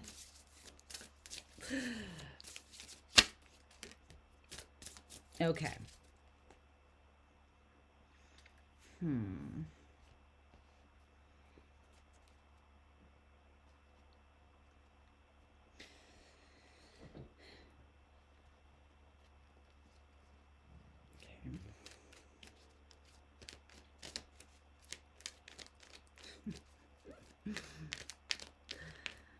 The scene with Ben Affleck and Jennifer Lopez.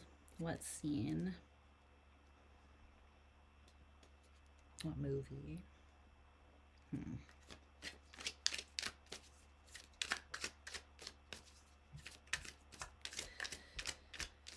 They argue about what is sexier? I don't think I've seen it. Okay. What is the song that I'm channeling? Hold on to your...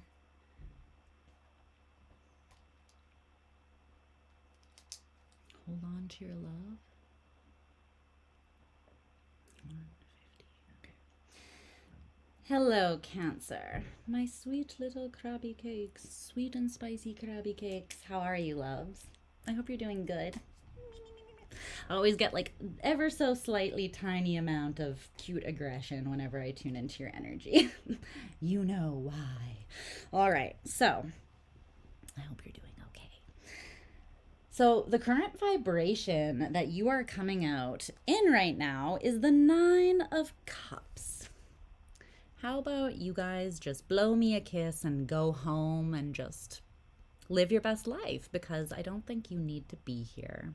You know, let's just end it with this, and you just go and be your cute little self, just loving your life. How about that? No? You still want the reading? Okay. 9 of Cups, though, is absolutely beautiful, honestly. It's individual, emotional fulfillment. It's kind of like your baseline is joy, and it's not dependent on external validation. It's not dependent on external circumstance. It just is your baseline. So I love that for you, obviously. What card is hot? Which one? Which one? Let's look at this 9 of Cups.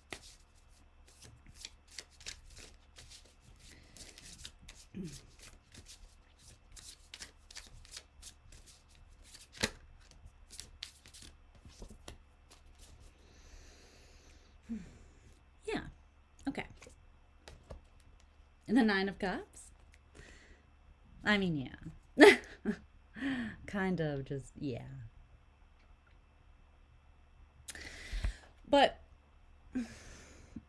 here's the thing too, right? I really like this card because if you look at these cups, they look empty. And then even what's coming out of this cup, it doesn't necessarily look like liquid. It looks like something like magical almost. I feel like this is coming from this person. And this person has the ability with that magic and with their own internal baseline of joy to fill any and every cup that is put in front of them. They don't need the cups to be filled for them. They don't need to seek an external source to fill the cup. They are the source, right? So recently, I had a really interesting conversation with someone about the difference between emotion and feeling. And I think that this is wanting to come up. So basically, the difference between emotion and feeling. Emotion is the energy, and is energy in motion, right? E in physics, E is energy, right? In motion, emotion. So it's an energy that can be created, that can shift things, that can actually move things. And emotion is created by us. It's created in the container that is us, the physical vessel that is the temple, right? Which is why all of these can be empty, because they are the source of the emotion that fills all of these cups, right? It's their own internal state, not something that is coming to them externally. And so the difference between that and a feeling is that a feeling is more fleeting. A feeling is something that is often like a reaction that we have to something external, to something either circumstantial or just something that again is fleeting, whereas an emotion is more something that we build within us with intention and radiate outwards. It's more our baseline vibration, right? Our own energetic kind of like frequency or vibration that we are radiating. You could kind of look at it as. Sorry, my browser almost just tried to kind of like close on its own, so that was a little bit weird. Okay, don't close on me, buddy. But the Two of Wands and the Seven of Pentacles in reverse came out to clarify that Nine of Cups. So the reason that I think that it has to do with that, the difference between emotion and feeling, is that the Two of Wands is about active decision making, and then the Seven of Pentacles is about what you choose to invest your time, energy, effort, emotion into. Attention, focus, anything. And it's these decisions that either make or that either sustain or deteriorate your baseline emotion, right? So if the Nine of Cups is your energy, then you are actively making choices to sustain the emotion of joy, of being fulfilled within yourself, right? So I really like that this is your energy. And it doesn't happen just by mistake. That happens because you are invested into keeping that as your baseline, protecting your peace, giving to things, people, habits, taking care of yourself in ways that allow that baseline to be sustained and regulated, which makes it more stable and consistent than feelings, right? Okay, so your strength, the greatest strength, skill, or mindset supporting your abundance right now is coming through as the Ten of Pentacles in reverse with Sun in Gemini, versatility.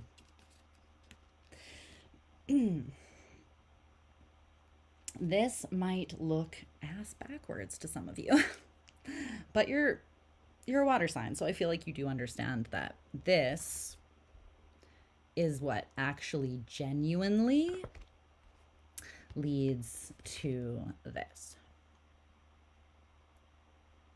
The Ten of Pentacles, which is that abundance. And having like wealth take form in the physical, in tangible ways.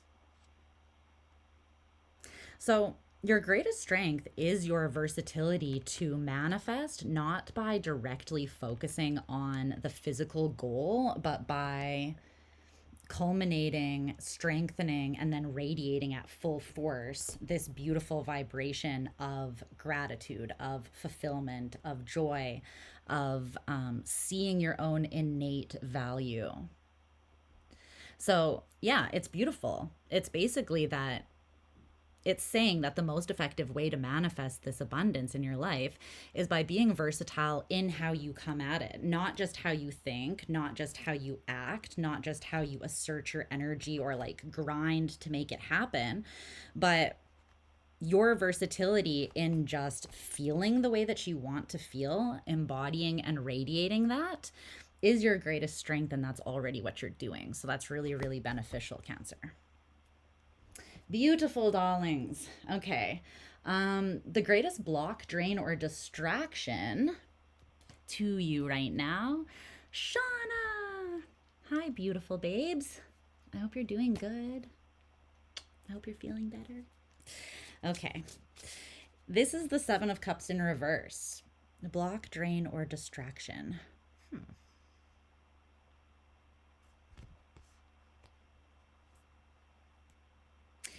I feel like it's not limiting yourself to things that do make you happy and bring in that emotional fulfillment.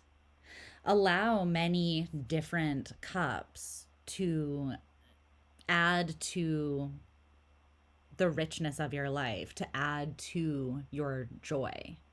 Have many sources of that, not all of your eggs in one basket kind of thing is what I'm getting from this.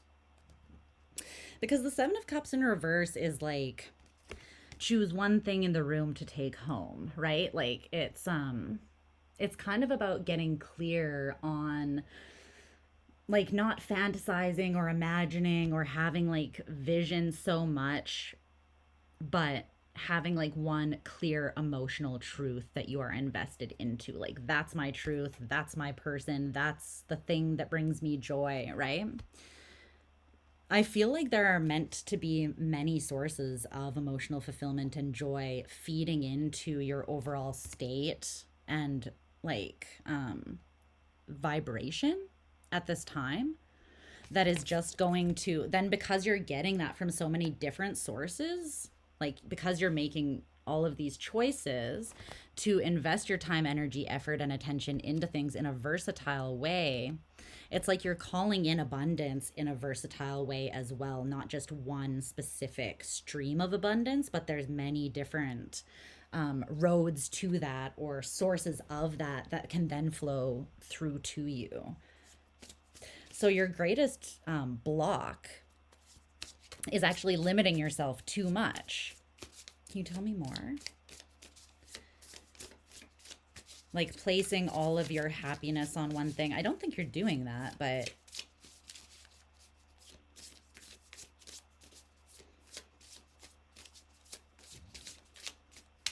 can you tell me more about the Seven of Cups in reverse? Aww. Well, I appreciate you stopping in. The King of Wands. And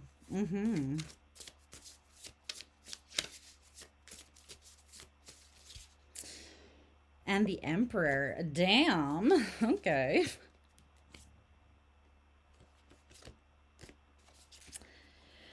Some of you straight up have a lot of people that are interested in you, a lot of options that you may or may not even be aware of, because you are honestly just having a great time on your own, just being fulfilled within yourself. And that makes a lot of sense. It tracks, because that is the most attractive energy that you could possibly be in, which is why Spirit's saying like, bish, you already doing it. You're already on track to super abundant times, right? But the Emperor and the King of Wands, damn.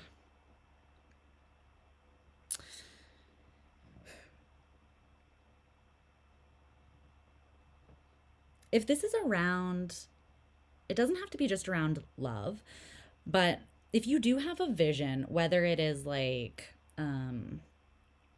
solid romantic partnership or union, or whether it is like this job that is really fulfilling and inspiring to you, I'm just seeing your greatest block or drain being too limited in your idea of what is possible. So maybe there's this one really sexy, daddy type figure in your life that you're like, okay, but that's the one. That's the one I want handcuffing me to my bed frame tonight. Let me just stop, but also not, because I'm a Scorpio rising. But, or else this is like the ultimate boss, like a boss that genuinely just inspires the shit out of you, that makes you excited to go into work every day. Maybe you have a feeling that you really know like what that is, what job that is for you, what partner that is for you. And I'm not saying that what you have in mind or in your view is not that, but they are saying that the greatest block or drain is like thinking too small or limiting yourself. You're a Scorpio rising too? Woo! Yeah, the Scorpio rising Aries Venus combination. I'm basically thinking dirty things in my head 110% of the time. I know, right? I look like an angel, but in here, I am not an angel. No, just kidding. I'm not kidding, but just be glad that I say like 0% of the things that go through my head, because you would be shocked. No. But yeah, it's like, because this, right, if the Emperor and the King of Wands is put in front of you, it's going to be very tempting to not just be like, well, that is the thing, right?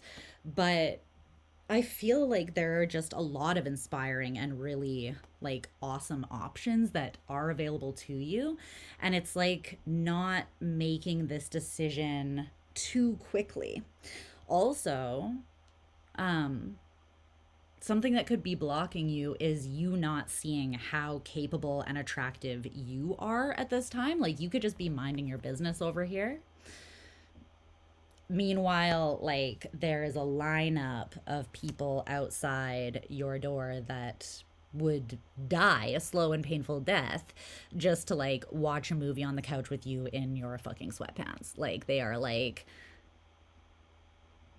you know, break my heart cancer and then kill me violently after. I just want to spend one night with you. But it's like you are in a very attractive energy.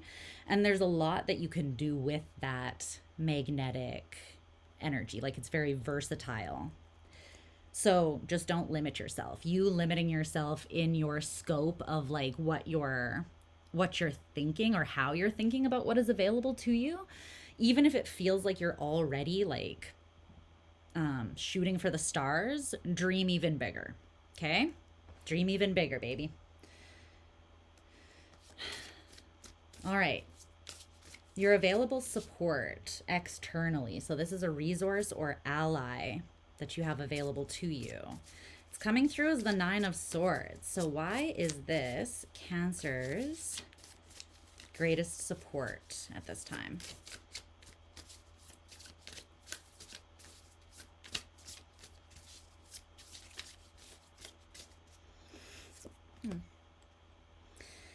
Eight of Cups in reverse.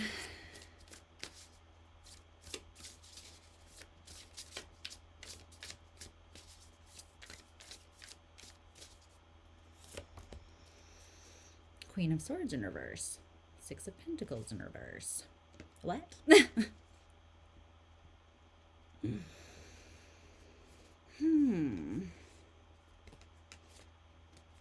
Okay. There's something shifting very drastically under the surface external to you that you do not see currently. This could be someone else, or this could just be the opportunity or situation shifting in terms of like alchemically speaking. But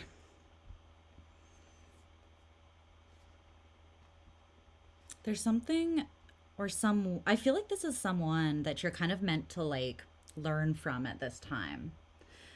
Whether you're engaging with them directly, I don't feel like most of you are engaging with this person necessarily directly, because the Six of Pentacles in reverse is kind of showing me there is not a reciprocated like give and take of energy, and you feel like you're in the Nine of Cups just kind of chilling like a villain over here, and this is not that energy, right? These are kind of opposite energies a little bit. So this is something outside of you, but it's like you can learn from someone else's, I heard despair.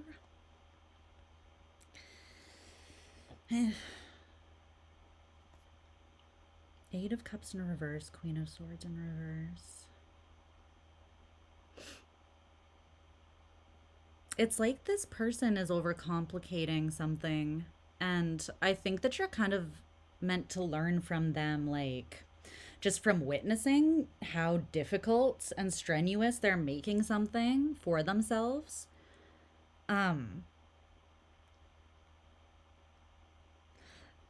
It's almost like learn from me so that you do not have to make the same mistake. Like learn from witnessing something so that you don't have to waste your energy giving to something and then experiencing the same sort of painful setback as something outside of you is currently like learning the hard way. And that doesn't mean like celebrate this person's struggle or misfortune. It just means you can gain something from observing and then not doing things this way. And there's something that you can observe from looking at it from the outside rather than like being in the same experience, that it's like if you were in the experience, then the anxiety of that experience or the confusion, like the emotional confusion, wouldn't allow you to just glean the same information, wisdom, or lesson from it as you can from just kind of like witnessing someone else going through it. It feels like this person is they cut themselves off at the knees. They self-sabotage, and it has to do with their mind, not their capacity to be successful. It feels like this person gets in their own head about something that they want emotionally, or about things that they feel drawn to emotionally. Those things are not emotionally fulfilling, or they don't ever reach emotional satisfaction with those things before just cutting themselves off from them. But the notable thing is that this person, they cut themselves off from things almost anticipating like that they won't be satisfied or that they won't get what they want. But really, they're cutting themselves off without ever knowing for sure. Like, of course, if you cut yourself off, then yeah, that's the one way to absolutely make sure that you won't get the thing, right? Because you're giving up before you even find out if you could have the thing. But the thing is, this person, it's like their mind and fear and anxiety around things that they're afraid of not coming into fruition takes over. And I feel like they may be avoidant, or they may just kind of like, it's coming through as like a like pulling the trigger too fast. Like they get spooked and then they disconnect themselves from something, assuming that that thing was going to be a failure or would not fulfill them. But then because they never actually allowed themselves to follow through and therefore truly know how that thing would have turned out, they're not actually able to like release themselves emotionally. So they cut off opportunities, but then remain like emotionally tied to them and anxious about them, which is far worse than just like I would choose pain over regret any day. I would choose like trying and then not getting the thing over like being stuck in this for forever, because this is a billion times worse. I can promise you that. So yeah, I feel like you're just kind of meant to look at the way someone else is handling something and be like, that doesn't look like a fun time. And again, it's not that you're wanting more of that for this person, but they are showing you kind of how, yeah, a lot of energy is going into like fear, or not pouring into themselves like emotionally. They're not validating and holding space for their own feelings. They're just like kind of jumping the gun because of their mind, but then their feelings are not ever being resolved. So it's like this open loop that's unresolved, that doesn't really allow them to create closure and fully disconnect emotionally. So they kind of become like a prisoner to the thing that they cut off but are still very much attached to. And they continue to kind of get sucked into this anxious loop where then it feels like they become actually ironically even more bound to the thing that they cut off out of fear. Like it gains power over them in their own mind because they never fucked around and found out, essentially. So there's someone around you that you are meant to learn from. Like, watch how they do something, but do not do what they do, you know? Just note that doesn't seem to be working out for this person. I'm going to stick with my approach, because you, on the other hand, you're not overthinking something. You are just kind of like, if I take care of myself, if I feed my own energetic baseline, then what aligns with that will naturally fall into calibration without any extra effort, without a bunch of like fear and worry being projected onto it. So you're taking a very, very different approach to emotional fulfillment than what this person is. And if you can see, you're in the 9 of Cups, and this person can't get past the 8 of Cups. So they can't really reach where you are taking their current approach to something. Okay. So the most prosperous action for you to take at this time is coming through as the 4 of Pentacles with cornucopia. Woo! Okay.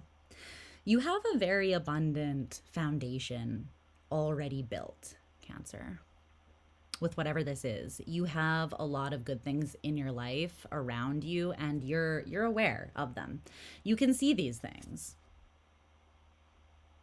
whether they are emotionally fulfilling, but I also feel like you have a pretty solid like physical foundation around you, and that could be represented by community, family, habits, and routines that you have put into place and been disciplined with that really like serve you and bring you that abundance, or just help you to feel consistently stable and solid and capable so that you can regulate your own internal experience and again like call more things into you as a result of that.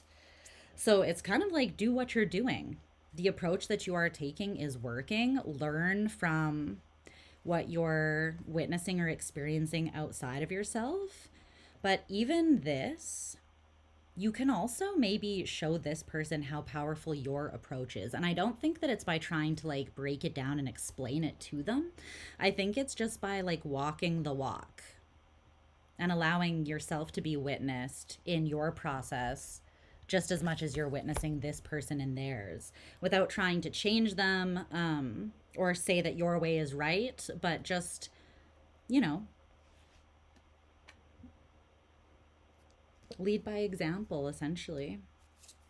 Anything else for Cancer about the most prosperous action they can take at this time?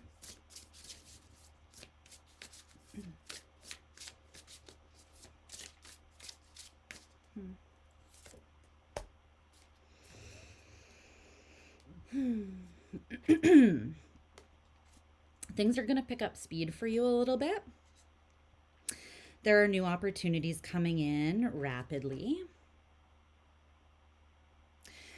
which is why it is important to just be in your vibe, to stay in this vibe, because you are perfectly poised just as you are right now to be in the energy to accept these things that are coming in. You're already standing on your solid foundation, and you're already in the energy to accept, to fill all these cups up.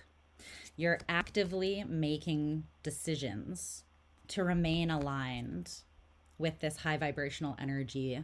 And it's basically allowing you to work smarter, not harder. Like you're putting in less energetic effort because it is your natural essence, right? That you're meant to be embodying and expressing, that is calling these things in. So the only extra card in this tarot deck came out to clarify that. And it's this card that shows the artist of the deck. This is the Libanco Tarot. And so it's interesting because this is the image on it, which I think is from an oracle deck that she also created. But then on the back it says, Libanco is an artist, designer, and tarot enthusiast specializing in creating art on the surreal, strange, sensual, nature, and metaphor. She started reading tarot over 20 years ago and has been hooked on the process and mythos of it ever since. So it's creating from that unique place where you are tuned into your strangeness, like what makes you unique, your own natural energy and approach to things is what you are meant to be creating out of, and you are. So I think that the advice here, Cancer, is to just keep on building on this beautiful foundation and don't compromise your essence and your spirit. Okay? Because I do feel like you can inspire others around you that are not having as easy of a time as well. And I also want to say the last message coming through about this person is, or this external thing that's going on here is not to take their actions personally as well. Like if this is someone who, again, is kind of avoidant or has kind of like cut you out or is acting like this is something that someone that's pulled in different directions, right? Again, it's not to do with you though. It's a reflection of their own internal state. And so just be aware of that as well. Don't take it personally. But yeah, you look like you're set up to do some winning here. So I love to see that for you, Cancer. All right, we are moving on to Leo. Moving on. I hope you guys are doing well. Okay. Leo. My Leos. Check the hockey game score real fast here. Okay, 3-1 for my team. We're halfway through the second period. All right, boys. So far, so good. Okay. Of course, my best friend is texting me because he knows that I'm watching, even though I'm not watching. It's like, the abs are looking good. I'm like, thanks. Playoff hockey Lisa is like another brand of Lisa, you guys. It's the Canadian really comes out of me. One time I was shit talking so hard that a fully grown man tried to fight me at a hockey game. I was like, wow, small dick energy. But yeah, anyways, I really do get a little bit, a little chippy here. Well, yeah, I like to get in there. So don't mind me. Oh my goodness. Is anyone from Colorado? That's my team.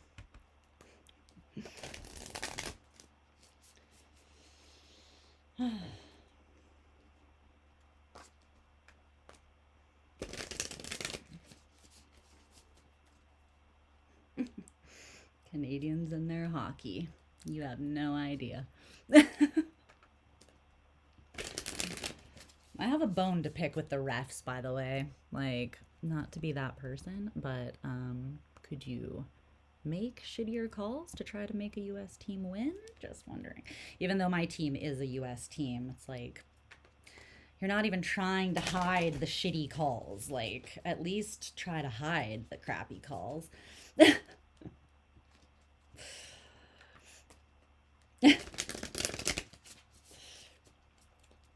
And don't even talk back to me until you go watch, because there is much evidence. I'm not just talking out my ass here, people.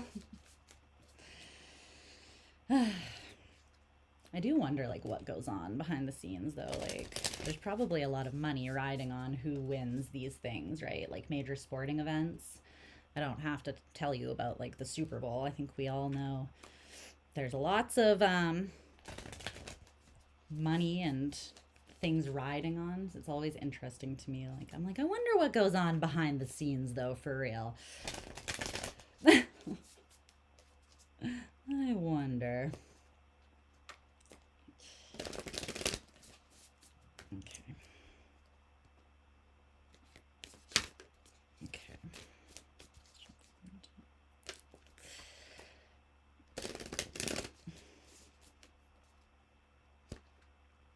Not to start any conspiracy theories, but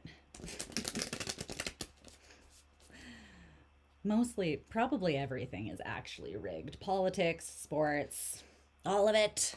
Okay,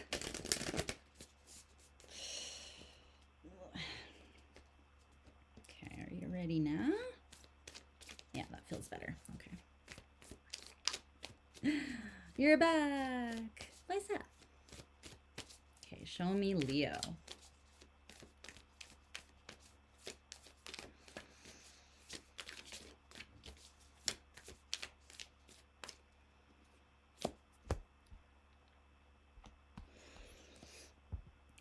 Revelations.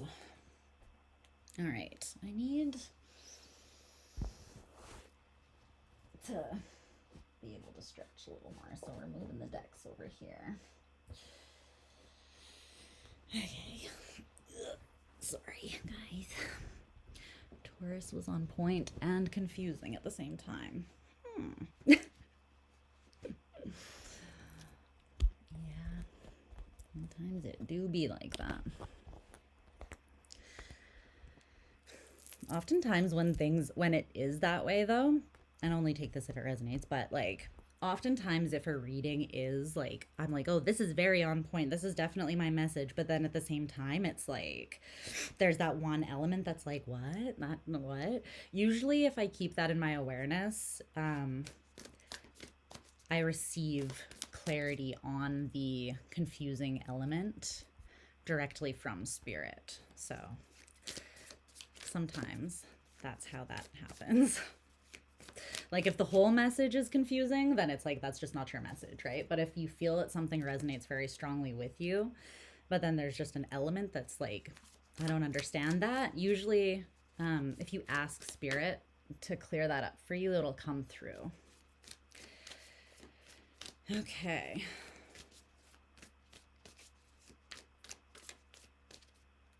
Ooh.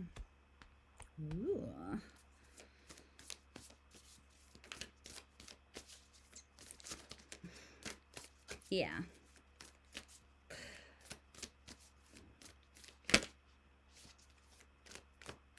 What's the block? Drain or distraction for Leo? I am getting a distraction energy coming through strongly for Leo, but I don't know exactly where it's coming from yet.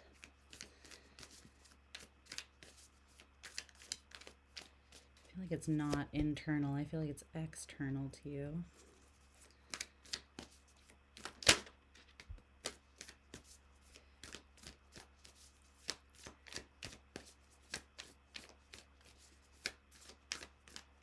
Okay.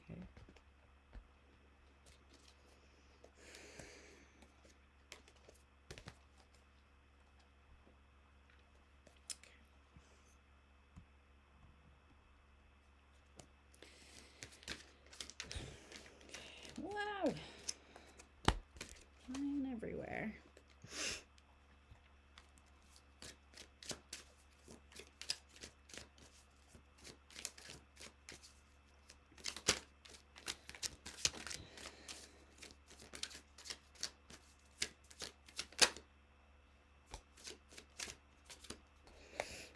Okay.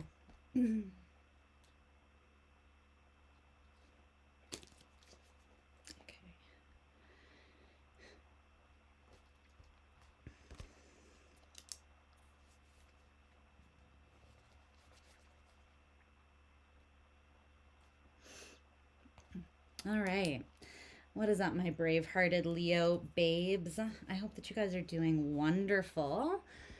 It's going to be your season before we even know it. The summer is coming. Time this year has been even less of a thing than it normally is. So feels like the summer is going to be here before we even know it. All right. Your current vibration, babes, is coming through as the moon in reverse. It could be that the Scorpio full moon that just happened like 2-3 days ago, depending on where you live, has been very, very revealing to you. You could feel that you have an extreme amount of clarity right now. Specifically, something may have come up from your subconscious. Something may have come up that was, I'm kind of getting like out of left field, and that doesn't mean it has to be bad. It's just some sort of clarity maybe that you weren't expecting, or that hit you with a force that you weren't expecting. Or the revelation itself could have come from a place that you weren't expecting, but I'm not feeling it necessarily as being negative. So tell me more about the moon in reverse. Why is this Leo's energy? I also feel like you now are in an energy of revealing how you think and feel about things, because you have gained more clarity around that. So it's basically like you gained clarity and now you can move and express with more clarity as well as an extension of that. So it could have been that you were waiting for some sort of clarity or information to come through before signing up for something, committing to something, or sharing your feelings around something. And I do feel like you got that in the recent past. And so now you have the confidence to kind of like reveal, excuse me, reveal yourself or express your truth. You may not have done that yet. You may have the clarity, but you may not have actually like spoken or acted on it yet, because my throat was doing a weird thing there for a second. It's almost like something is ready. Something wants out now. It's ready to be expressed, but you may not have actually done that yet.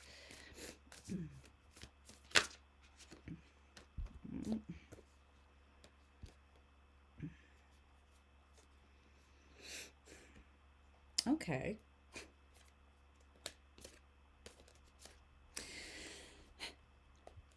I feel like for you guys, the thing that you, there's something that you feel like so far has not really been just or fair the way that it has unfolded. I think that this thing that you have seen as a very abundant opportunity has just not really like gone as, it hasn't really gone smoothly. There have been hiccups, there's been resistance, things just haven't really felt fair. But I'm seeing that you're not stressed about it necessarily. Like you're not really anxious about it. You're kind of just being very real with yourself right now. And I think that what has been clarified to you is that something maybe isn't working. Like you are not the reason something is not successful. So you're kind of in this unbothered approach. You may have had some fears or insecurities previously to gaining this clarity, Leo, that you, I almost said Libra as well. So this could have to do with relationship for some of you. It doesn't even have to be romantic. I feel like the clarity came through from someone outside of you, though, surrounding a situation, and it almost put a fear to rest for you. Like you maybe were overthinking or feeling like insecure about the way that you've approached or handled something, but I think that something that became, I'm hearing like painfully obvious, but very, very clear and obvious to you recently, has kind of shown you that it's almost that feeling of like no matter what you did, without having the cooperation of like the other parties involved, or without, it's like you alone cannot create success in this situation, and you are not the cause for it not reaching that success, is what's become clear to you, I feel. Because you also have the Six of Wands in reverse, the Devil in reverse, and Temperance in reverse. So you're just saying that like what has become clear to you is that something hasn't been a success and is not projected to succeed anytime soon, until some sort of pattern or behavior that is throwing things out of a state of harmony is dealt with. And you're showing me that this isn't you that's indulging in this behavior. It's something outside of you. The Devil in reverse with Temperance in reverse. That's coming through as just like a huge lack of moderation. So that it could be someone who's either not in an internal state of harmony with themselves, or someone who is indulging in kind of reckless or extreme behavior. It could even be someone who struggles with like substance abuse or like sex addiction, or something that is like not in a state of moderation, and they are not accurate, like they're not regulating it.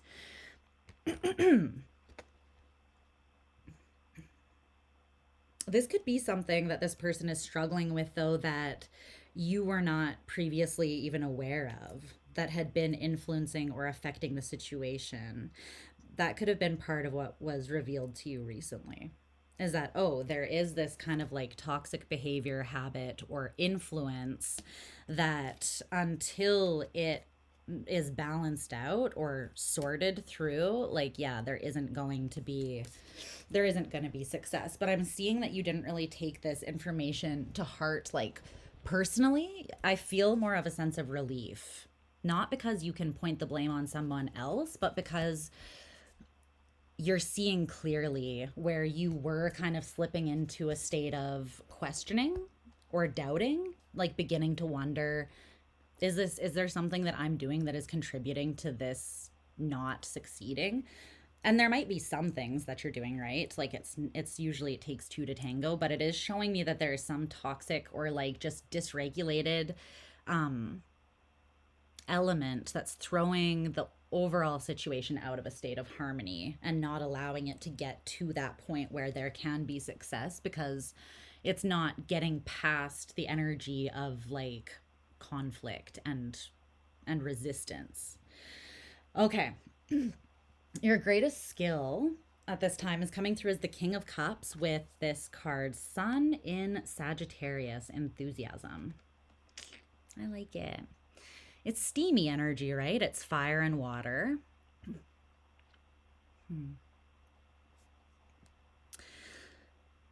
Lean into your natural strength. You're ruled by the heart, right? The King of Cups is scorpionic energy. And then this enthusiasm, right? It's like very evolved emotional intelligence, trusting your heart, having faith in your heart, holding a safe and radically accepting space for your own emotions.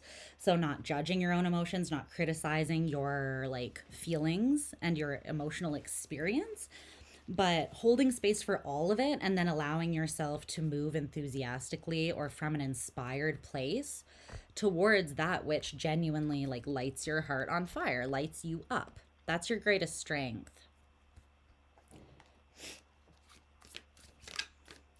Just waiting for the sun to go down enough so that I can open my window and get more of a breeze because it's hot in this bish. You know who it is, Kelly? Anything else about this King of Cups? I think that part's pretty self-explanatory. It's like your heart is your forte. Look forwards through the eyes of your heart. Allow your heart, not your fear, to be the frame that you, or like the lens that you look out onto the horizon through. In other words, hold on to the like childlike innocence and optimism of your heart. Not blind optimism, not delulu illusion, but just the acknowledgement and belief that like good things can happen. There are things in this life to be excited about, and your heart is beautiful. So focus on those things, okay? They're just as real as all the other bullshit happening in the world, I promise. But you just have to choose to focus on it. Or else it does, in fact, get drowned out by the other bullshit, okay? So, but you know this. You know the strength of your own heart.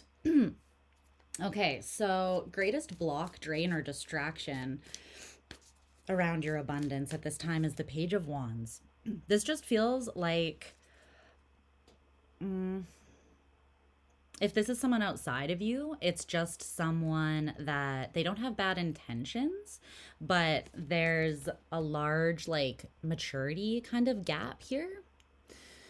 This person might have a lot of enthusiasm, a lot of passion, a lot of inspiration, even a lot of hope. They might be very adventurous, even like creative, but they may not have a lot of like emotional intelligence, maybe, right? It doesn't mean that they don't have anything to offer. They have a lot to offer, actually. But there's a big difference between the Page of Wands and the King of Cups. They're just totally different archetypes, right? So your greatest strength is this. And I feel like, although this is not, like I said, there's nothing wrong with this energy, the reason that it is the greatest block or distraction from you is because it is kind of distracted, right? Like the Page of Wands is something or someone who they're passionate about a billion things. They have a million hobbies. They want to try everything. They want to taste everything. They want to go everywhere, see everything, right? They have a lust for life that makes their life exciting and rich, and it opens them up to lots of new possibilities, but it doesn't have direction, right? It's kind of like that very open to experience kind of energy, but it hasn't picked like the path that it wants to commit to yet. So it has all of this energy, but it's kind of scattering it. So if this isn't someone outside of you, then this is just a different element of you, an element that is not as clear or focused, or that is not as intentional and present with your goals, basically. With like remembering, okay, this is what I'm actually pursuing, and this is why I'm pursuing it. This is why it matters to me, kind of thing, right? The Page of Wands can kind of get lost in the sauce because they just want to do everything, right?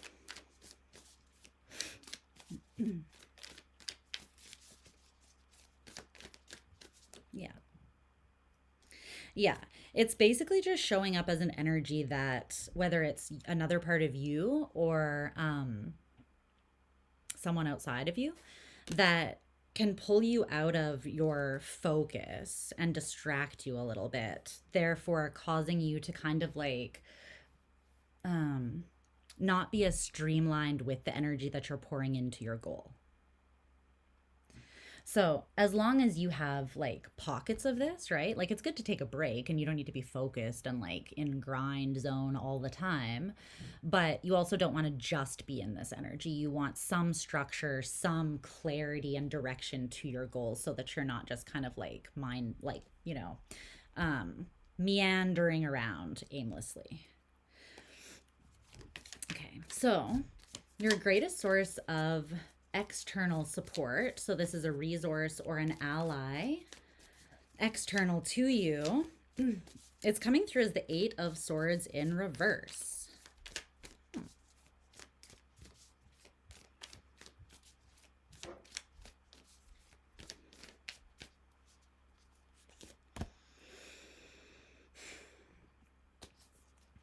There's someone here that is very bold and honest. This person could have Cancerian energy strongly in their chart. They don't have to. They could also have Sagittarius or Aries. This is someone brave and bold that you can be inspired by. This is someone who is very courageous. They are the fuck around and find out type, you know. The Four of Pentacles and the Eight of Swords, both in reverse with the Chariot. Oh yeah, they're gonna push through anything. Like this is the kind of person that they'll recognize the fear, and they might even give themselves like 10 seconds to just feel the fear.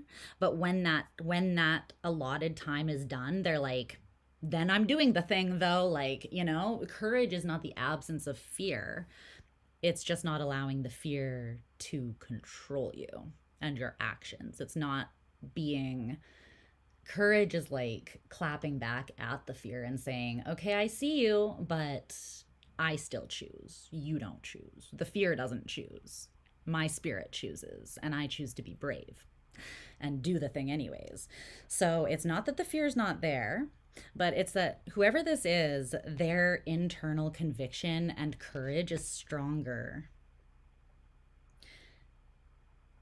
than the doubts and hesitations that they face. And I feel like because recently you were kind of struggling a little bit with maybe getting sucked into some doubts and fears or insecurities, that's why this person is a great ally to you, or someone that you can really like be inspired by their energy, essentially. This is also someone who is not afraid to make changes, like to let things come and go. Right? If it wants to come, let it come. If it wants to go, let it go. C'est la vie, right? It is what it is. This person is very go with the flow. They might be mutable in nature. They don't even have to have a lot of mutable energy in their chart, but they're very like, this person is just very at peace in the present moment and allowing things to be what they are. And that actually gives them a huge driving force forwards, because they're not wasting energy on trying to make things something that they're not. They're just literally letting things be what they are and accepting them as such, and then choosing based on their own internal conviction and spirit and heart what aligns with them. So they make it very easy for themselves, because they don't try to make anything something that it's not or what they want it to be. They just allow things, people, situations, relationships, energies, timing to be exactly as it is. And if they need to make changes and release certain things to make room for stuff that, or opportunities or engagements that feel aligned with them, then they do that. And if they need to just let go of certain situations that don't feel supportive or aligned, or feel as though they've reached their expiry date, then they also allow those things to fall apart or fall away, so that something else can fall together. Basically, this person understands that everything is a season, everything is a cycle, and that the only constant in life is change. So they just roll with it rather than trying to resist that. Because what good is resisting, like, the very nature of things, right? I mean, humans do it all the time, myself included. We be like, change is the only constant, but let me try to control things, you know? Yeah. The struggle is real. Okay. So your most prosperous action to take at this time is coming through as the Five of Pentacles with this other card. Fives might be significant for you, just because this card is also a 5.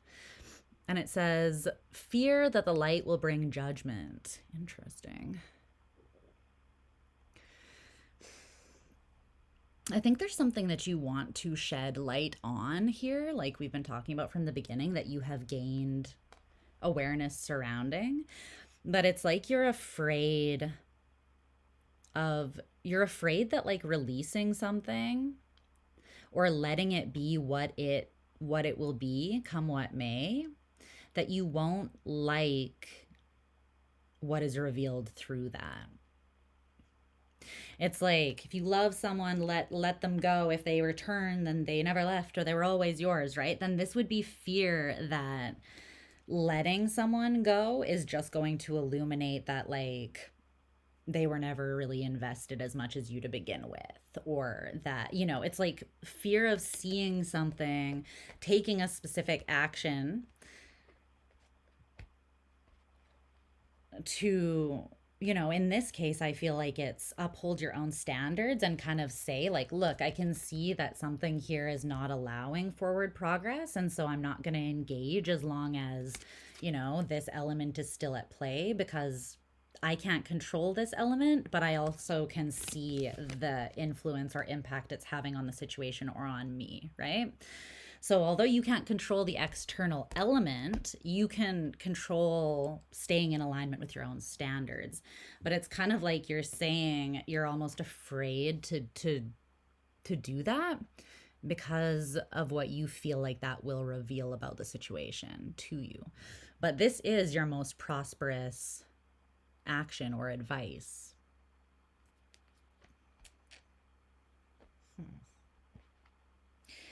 There's also something here about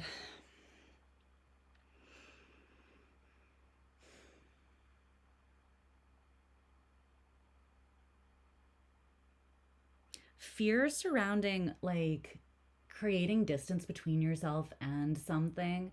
It's almost like you're afraid that it's like, it's out of sight, out of mind.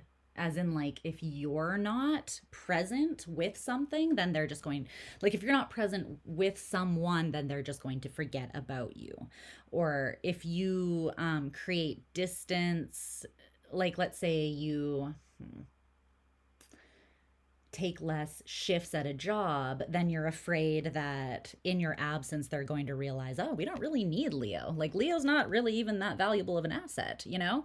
That they will realize in your absence. It's like you're afraid of what's going to be realized, but I don't feel like that's I feel like the reason that you taking this action is the most prosperous action for you is because that fear is going to be proven wrong when you do take that action. And I think that there's something energetically rooted into that fear that needs to be faced courageously and proven wrong so that it can heal.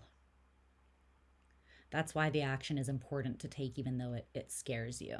Because I think that what you're afraid of being revealed is not actually, it's more based on your fear than the reality of the situation. And it's kind of coming through as a projection. And so when you take that action courageously, it's like you're going to realize that you were giving too much weight to that fear, to that worry, is kind of what I'm seeing, okay? It's like it's going to rejuvenate once you kind of wipe that fear is washed out. You take the action, you realize, oh, that what I was afraid of isn't actually going to happen. Then this new fresh energy is able to come in, and it's healing and rejuvenating. Like the star is also a card of rejuvenation, and then something can actually, yeah, then you've got the 3 of Pentacles and the 3 of Cups. It feels like there could then be cooperation, collaboration that actually gets you somewhere where you have something to celebrate, like you're actually breaking ground. Okay?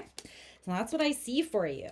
And you're going to see things more clearly as well, because less of your fear is going to be muddying the waters here. And I think some of this fear is subconscious. I feel like it's slipping in without you even really totally realizing.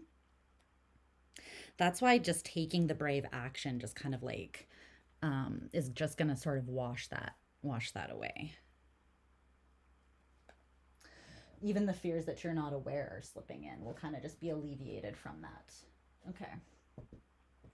All right, I love you, Leo. We're moving on to Virgo. Virgo. I think I can open that window now. I think that the sun has gone down enough that it's not going to shine through and murder me with its warmth. So let me do that.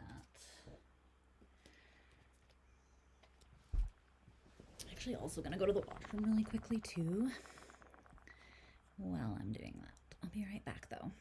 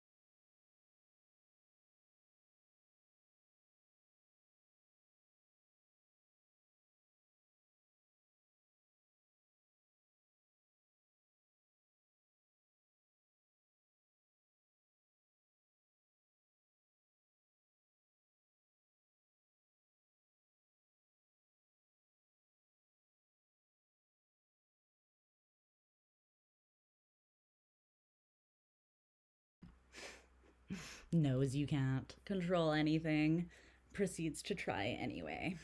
I know, right? How dare the universe be the universe and get in the way of my control freak mannerisms.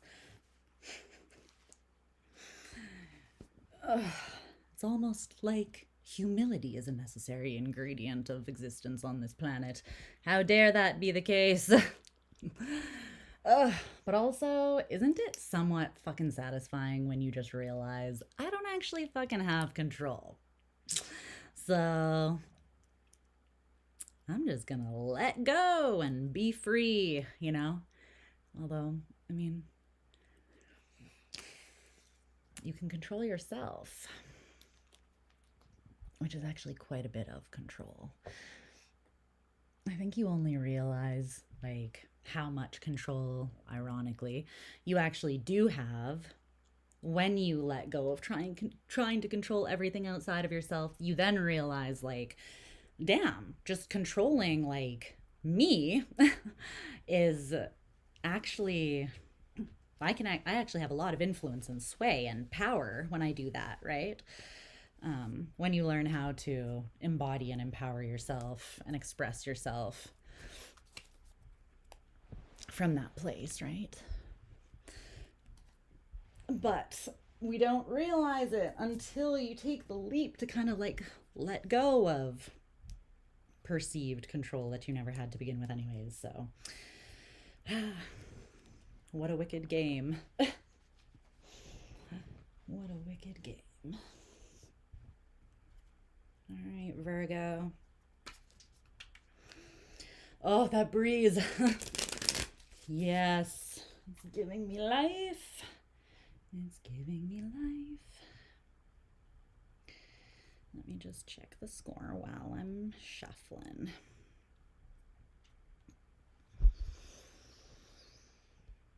Okay, still 3-1. End of the second. We're good.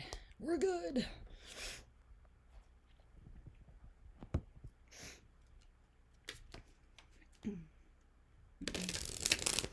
It's usually a cycle alternating between trying to control and remembering to let go. Yeah. Because I think, like, the cycle is in sync with our own natural seasons of growth and evolution, right? Like, nobody, no matter how well you know yourself, feels like empowered 100% of the time, because you gain levels of empowerment, like new levels, new devils, right? You reach new levels of empowerment, and then there are new things to overcome. There are new things to learn and integrate about yourself. And that doesn't mean that you've then lost control. It's just that you're gaining a deeper mastery of yourself. So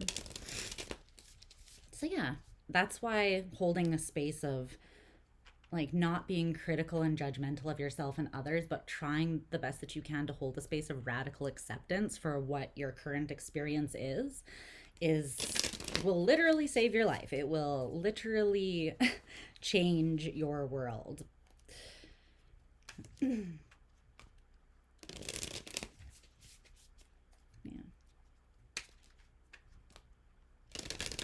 But it's an ongoing thing, because the ego likes to convince us that the only way that we're safe is if we're in control, right? But the best things in life are not safe. Love isn't safe. Like, adventure isn't safe. New experiences aren't safe. Basically, the things that the ego deems as safe is like what is known and understood, right? And that's bullshit. So to not lose the ability to critically think and be humble and therefore challenge your own ego is really important as well. But to challenge it from, like, a place of grace and gentleness, not critical judgment and, like, pressure and, you know, crippling, crushing expectations of self and others and all of these things. Easier said than done. But, yeah.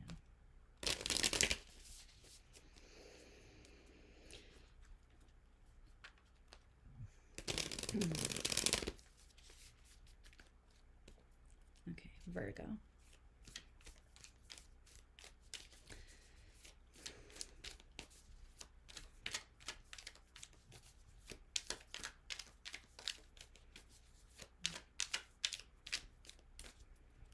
I feel you, Kelly.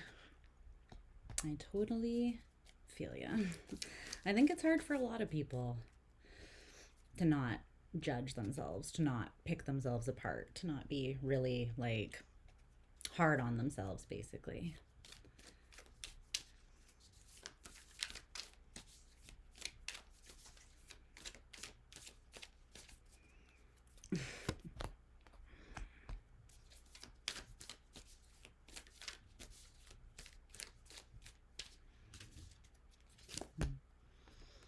What is with this freaking Four of Swords in reverse? Okay.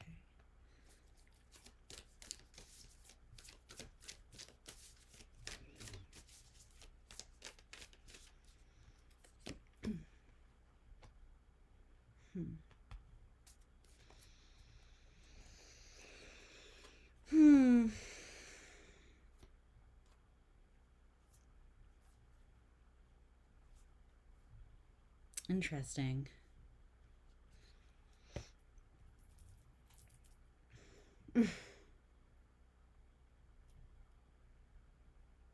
Okay. Virgo. I love you, but sometimes you make my life hard as a reader. Because you're too fucking smart for your own good, and sometimes you like weaponize that intelligence and use it to make life harder for yourself, and then you try to like justify through the cards like, but this is why I'm doing that. And I'm like, I see that it makes sense on paper, however, no. It's still not the right, it's still not helping. I think that also I'm a Virgo South Node, so, and midheaven, so, you know.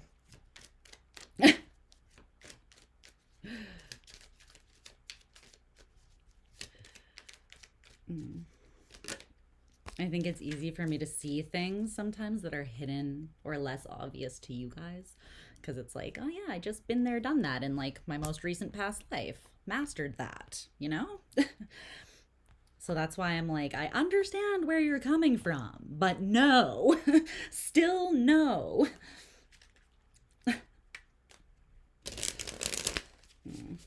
But I'm a Pisces, and a Pisces North Node in this life, so I can't explain it to you in a way that makes logical sense. You're just gonna have to trust me on this one, guys. You see the struggle?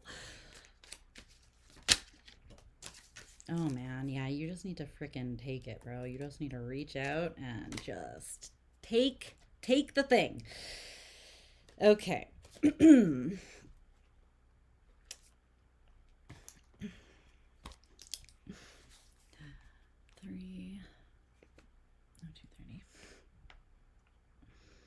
Some of my favorite people in the world, some of them best friends in the world, some of my favorite lovers in the world. They've been Virgos, but it's like, bruh. Sometimes you make things very, very hard for yourself, and then you justify the making it hard for yourself. And I'm like, but why though are you using your power in that way? Okay, let's get into this here, my loves. So the current vibration that you're coming out in is the Queen of Wands in reverse. Okay. This deck is interesting because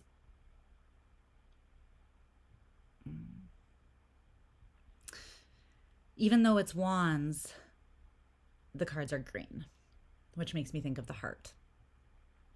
And the Queen of Wands particularly is the embodiment of confidence that comes from being connected to her authentic spirit and to her authentic connection to spirit, to source, to things beyond herself, to sources of inspiration and cosmic cycles, and just basically like the way things work and move naturally, energetically.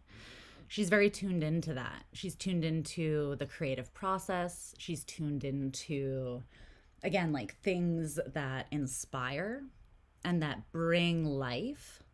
She's also not afraid to dig into the shadow. She's not afraid of the shadow. She doesn't see the shadow as like bad, scary, or a less valid or valuable part of herself. And that's one of her greatest strengths. But with this in the reverse, I feel like currently you are not feeling confident in regards to your heart. And possibly you're not feeling confident in regards to your own intuitive knowing either.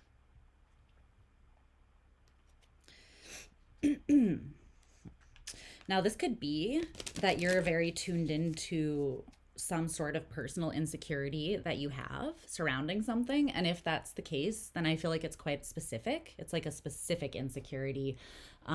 So it could be an insecurity that you have around being misunderstood, seen maybe as only attractive but not intelligent, or an insecurity around, it's just something specific like that, like your body image, body dysmorphia, or I'm getting though it's more something that's constantly projected at you. It's something that has happened somewhat consistently over time through different situations.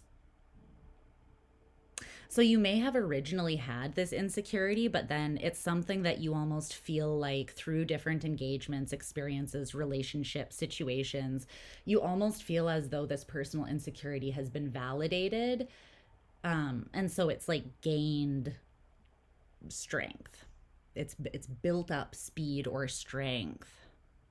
And something about right now is highlighting this particular insecurity.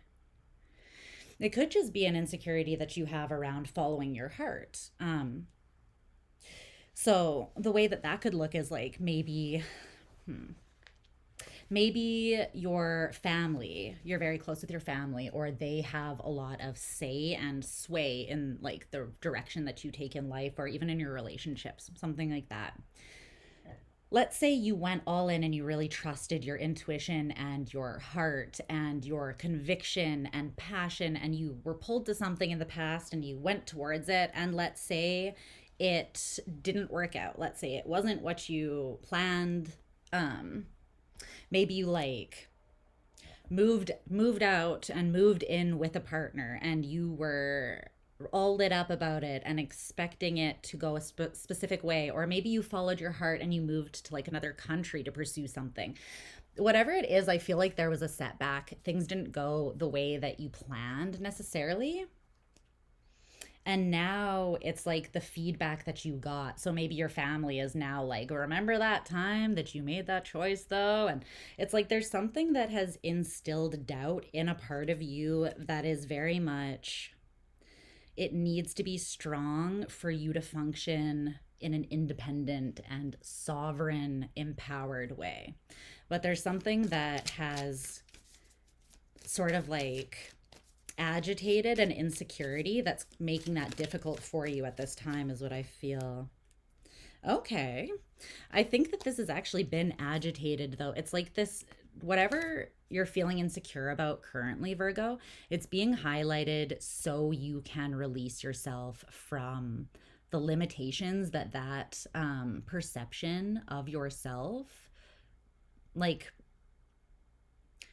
choosing to relate to a particular insecurity or claim that insecurity, or to keep speaking that insecurity, or even to allow people to project that insecurity onto you. That's something that's happened pervasively, and it's held you back from success long enough. It's almost like it's being, this might seem kind of backwards to you. It's like something like my insecurity is being poked and prodded and highlighted because they want me to be less insecure about that thing. And it's spirit's like, yes, that is the truth. Yes, that is exactly what's happening. The thing is, you're going to regain some level of hope. It's almost like through not allowing yourself to be controlled by this insecurity or fear anymore, you're going to surprise yourself. I think that you're going to take action in the face of this fear that's courageous, or you're going to choose to act on out of hope rather than insecurity. And I think that you're going to be pleasantly surprised here. But it seems like you're currently grappling with the truth of that insecurity and the fact that that cycle is not fully closed. There's still a lesson that's being integrated, and it can feel kind of heavy. It can feel a little harsh because this is Saturnian energy. And when Saturn shows you the truth of something, it's like that's the cold hard truth, baby, you know? And it's tough love. It's like that truth is still there, not to tear you apart or weaken you or make you feel deflated.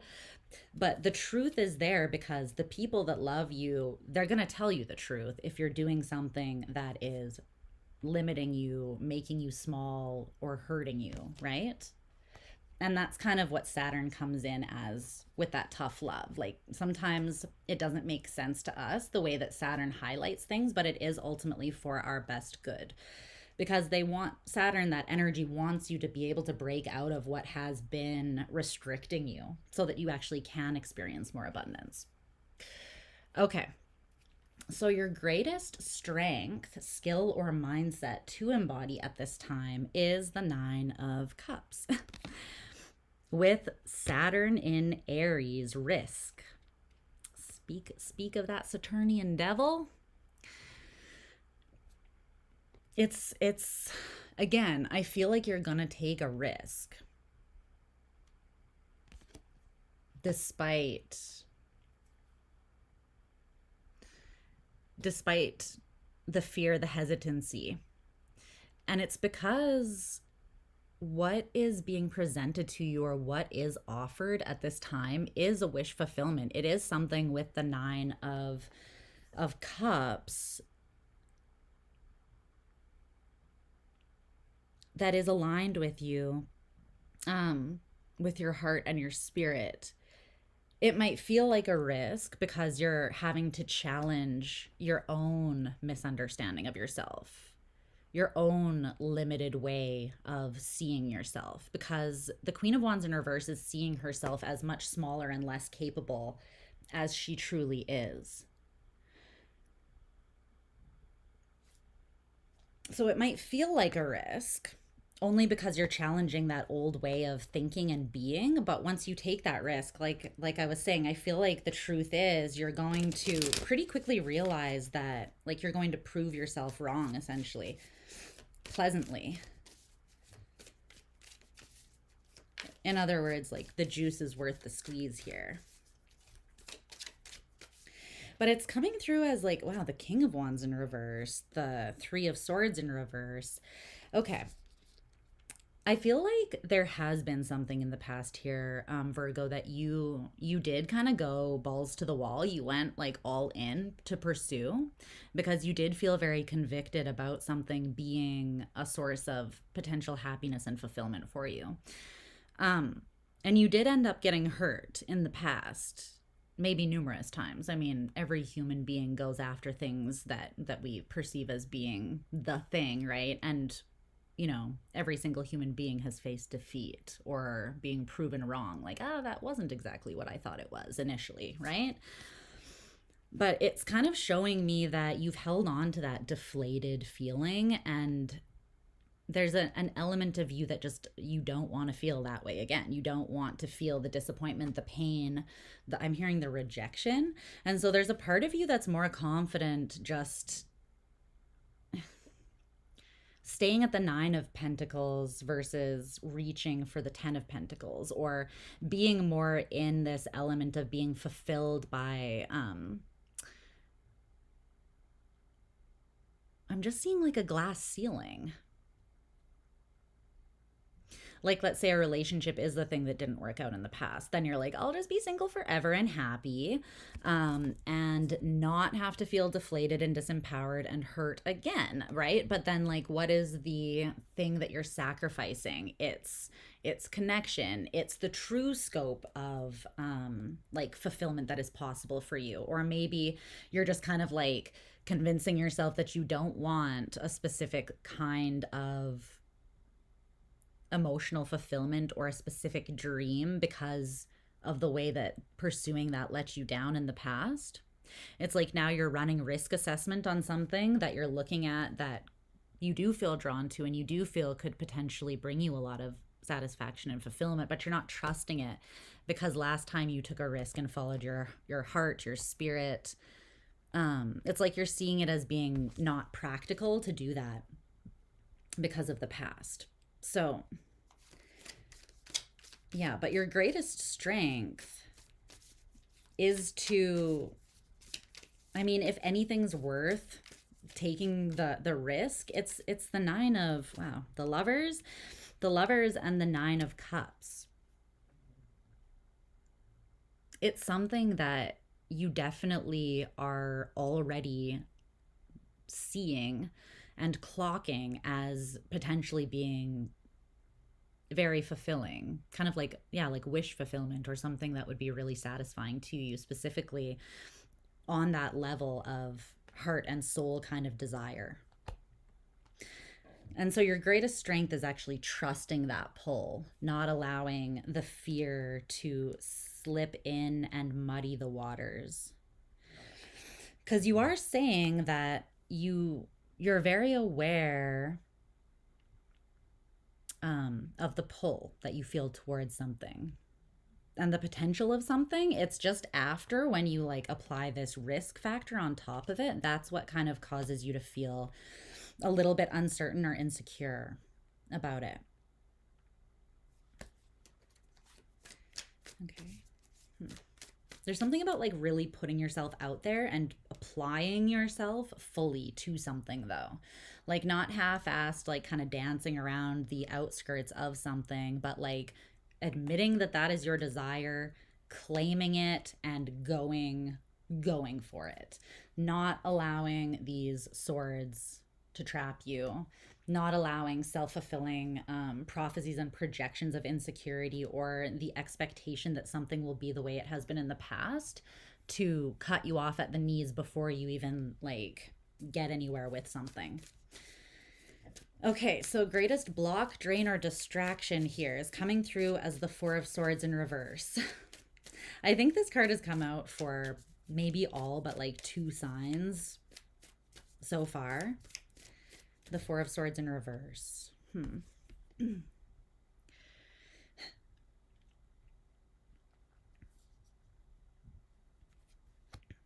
It's an unquiet mind. Okay, what is that that's trying to come through?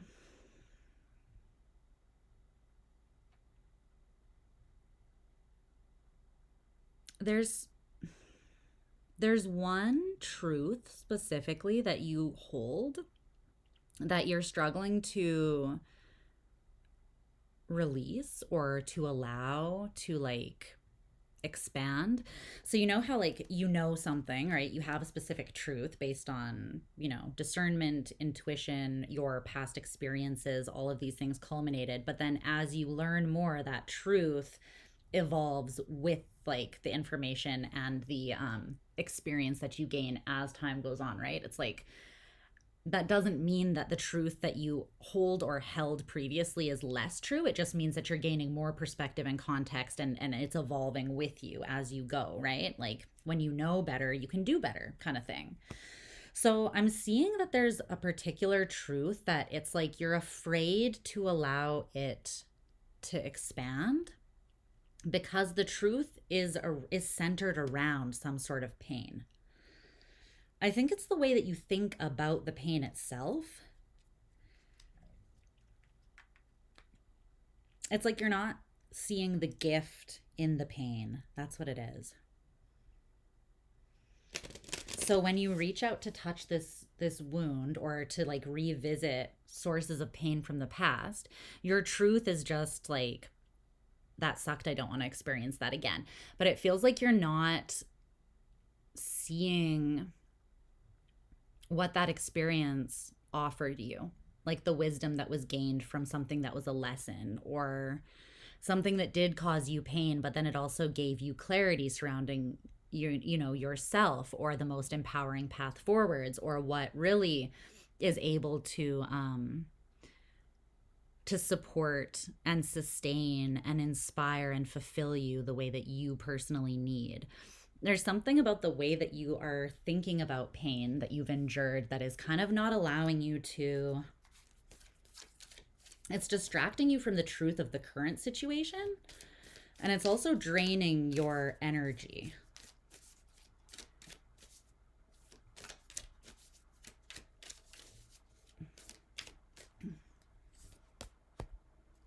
Yeah.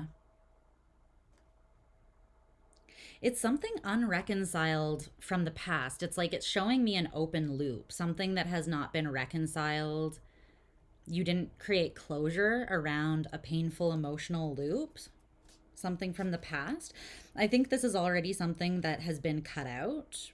It's not actively in your life anymore, but it's something that you did invest a lot of time, energy, and effort into that caused you a lot of grief in the past. This thing's not present in your life anymore, but it is very much still influencing you because of the way that you're continuing to think about it. But it's showing me like a wound, right? And a wound can't heal if you keep on touching it. You have to like clean it, bandage it up, and then leave it the fuck alone so it can actually heal, right? But it's like there's something that you're still not at peace with around the past, around some form of past pain. And so you keep circling back to it and touching the wound. And then the touching of the wound, it both drains you and it also brings back this insecurity. So whatever this was in the past, it either instilled this insecurity or it really validated a fear or an insecurity that you already held. And you never really you haven't gotten over that or released that yet. You haven't really reconciled and worked through that yet.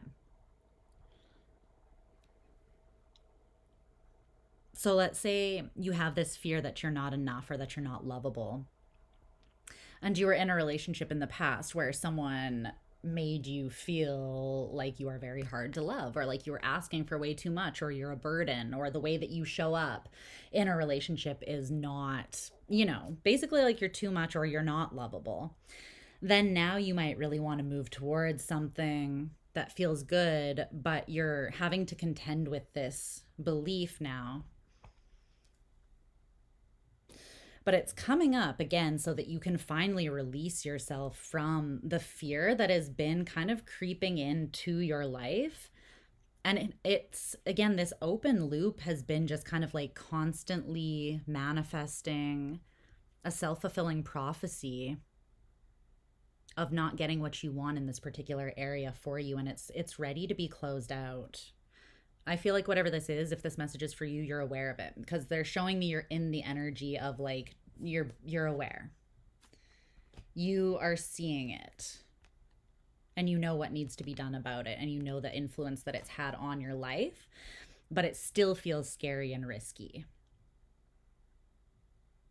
Maybe even more so because it is so highlighted right now. It's like you could feel like you're kind of under a microscope.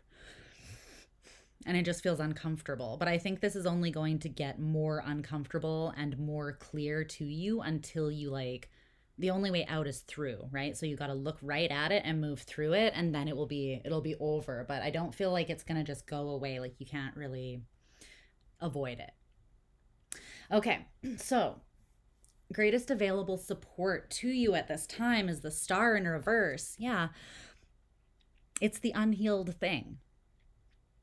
I know that seems very backwards, but trust me on this one. The unhealed thing that is being brought up, that is triggering this insecurity, or it's like the spotlight that's being shone on the wound that's not healed, that is your greatest ally. It's not coming in to make you feel like shit about yourself or to give you a reason to tear yourself apart. It's not coming in to validate your worst fears about yourself. It's coming in to show you where that's weakening you and where you're ready to stop touching the wound so that you can have hope again and you can move towards things and be fulfilled instead of just like looking towards things that you want and then talking yourself out of them because there's this unresolved loop that causes you to kind of question or think about pain in a specific way that kind of like allows you to talk yourself out of pursuing something that does feel very aligned with you.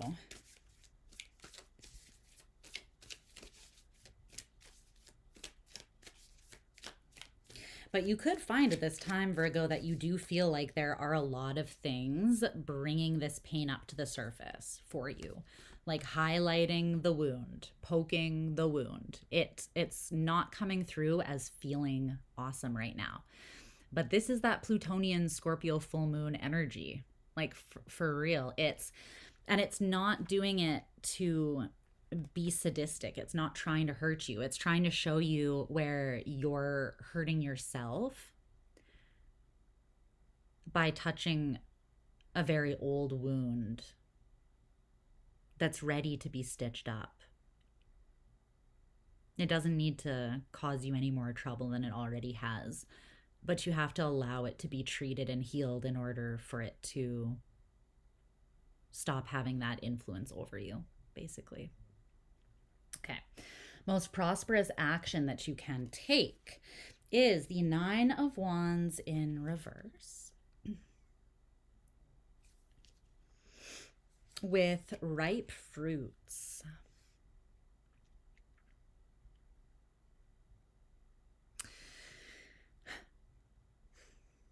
Some other cards came out as well.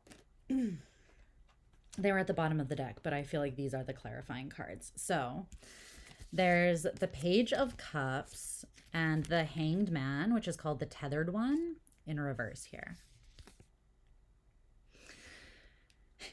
And then after that was Temperance in reverse. There's something that, again, it's not lack of awareness. In fact, you might have such clear awareness right now that that is part of what is making it so uncomfortable, because like when you know something, you know it, right? It becomes very difficult to delude yourself, to avoid or to hide from what you know once something clicks a specific way for you, right? It kind of becomes like you can't deny specific truths. And I think that you're seeing here that you've been kind of tethered or chained to something that it pulls you out of a lack of, or it pulls you out of a state of internal harmony and balance and like regulation and peace. And you know that it keeps you stuck, and it's something that you need to break away from. Like they're showing me that you knowing is not the issue. You acting on what you know is more the challenge, because intuitively you have a very strong awareness that there's something that you touch, like an old disappointment, an old wound, or even like a habit or a hobby or something that brings you back into that old energy. It keeps that old energy alive, and it keeps you small, or it keeps you numb or ambivalent.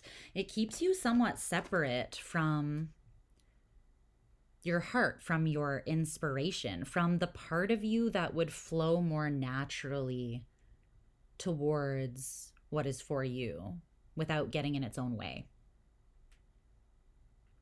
So there is something here about connecting to your desire in a healthy way, not super indulgent, but like playful, creative, even with your heart. And it doesn't have to be through dating or direct engagement with others, but things that just bring you into that energy of love. You could hang out with, I don't know, just people that you genuinely care about, pets, animals, nature, just doing things that light you up or make you feel connected and inspired.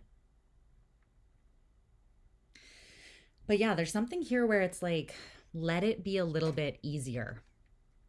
Sometimes things feel good because they are meant for us, not because the universe is like setting some trap to play some cruel joke on us and then be like, oh, I fooled you, Virgo, and now you're destroyed and distraught. It's like, no, the universe, you can trust what you feel in this case. And you've learned a lot. I think it's worth saying you've learned a lot since this past experience, and you know more now, so you aren't going to make the same choices. I don't even want to call them mistakes. You're not going to make the same choices that you did in the past because you're different and because you know so much more. The only thing that's going to pull you back into that energy of the past and cause you to act in the same ways and get the same results is continually tuning back into that energy and projecting it into the present. That's why the most important thing is breaking away from that, like removing the resistance. Okay, but it's showing me you're pretty aware of all of this. So I think this is just extra validation for you that you can trust what you're feeling. Okay. All right, my loves, that's what I see. I'm going to move on to Libra. It's actually getting kind of nippy in here now. I'm gonna just close the window a slight amount, or maybe put a sweater on.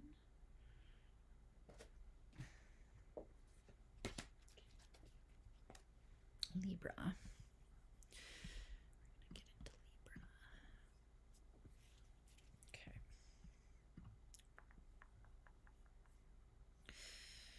All right.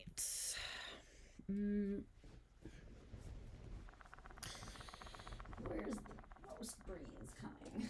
From over here, I think. Okay. Ooh. That is a little chilly. Ooh.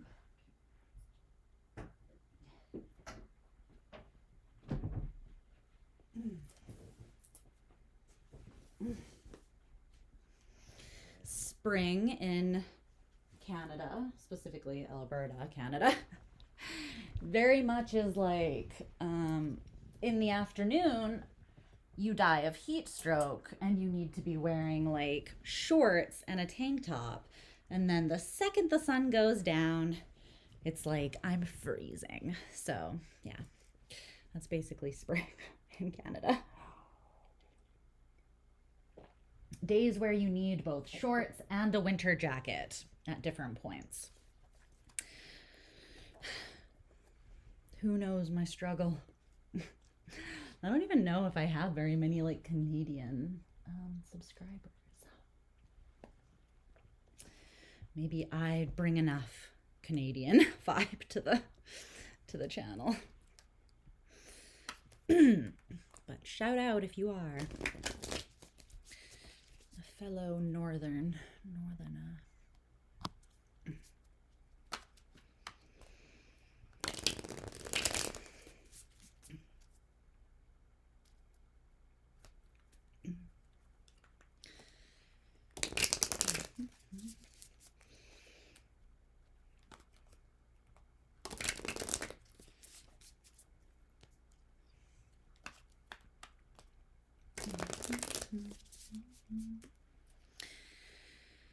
My Mercury.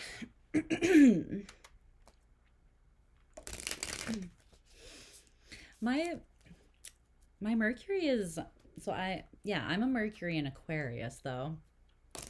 And you would think that would, like, I think it's a strong mercurial placement to have, but also not always, because, well, I mean, it is a strong one, but not always if like you're looking to be understood, because it is a very like revolutionary thinker kind of like way, right? It's like a innovative thinking, so not necessarily always how other people think. It is a strength overall, but I don't know if it's always a strength in terms of being like understood by all. You were born in Rochester, so you were close enough to Canada, yeah. Yeah, it's still an air sign. It's true.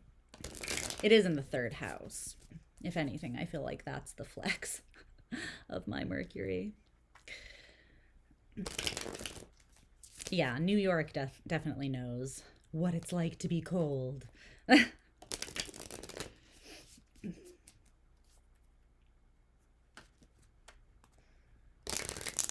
You share that struggle.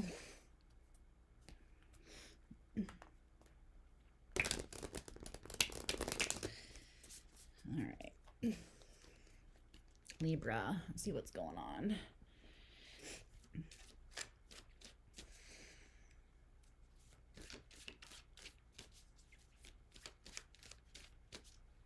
need to turn the light on.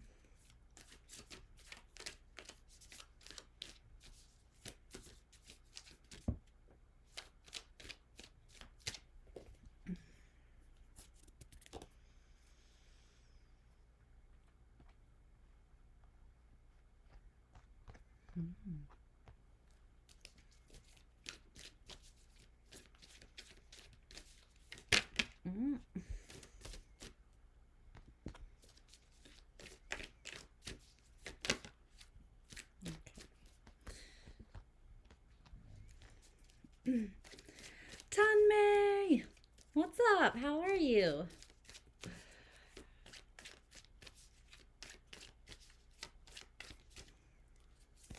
Oh.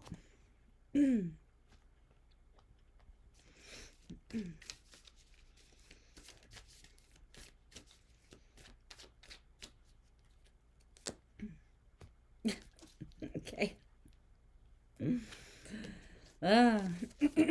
Oh my, I am channeling a very like Albertan-esque song. I'm channeling Shania Twain. Okay. Yeehaw, giddy up cowboys. That's country. That's Alberta. That's the first concert I ever went to. I'm not kidding. Okay. I'll wait until we get into your reading before I let you know what song it is, though. Definitely channeling Shania Twain. My goodness. Wow. Okay, that's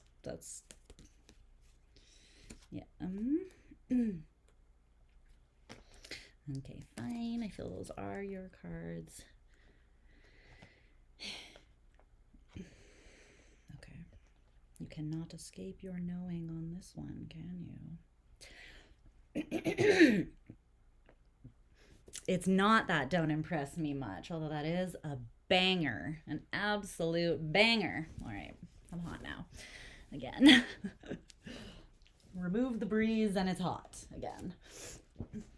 Okay. I do actually need to look up the lyrics to that song, though. Where did I put my phone?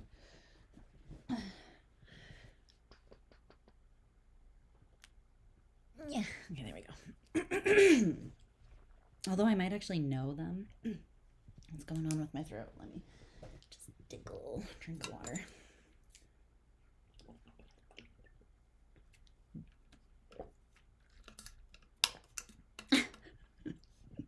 I'm Brad Pitt. What? Okay.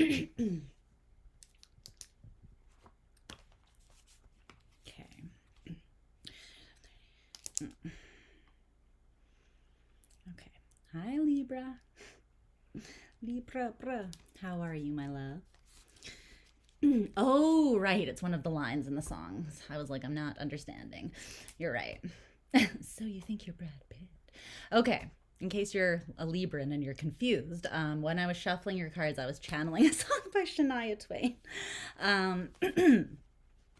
The song that I was channeling, though, is, I think it's called If You're Not In It For Love or something.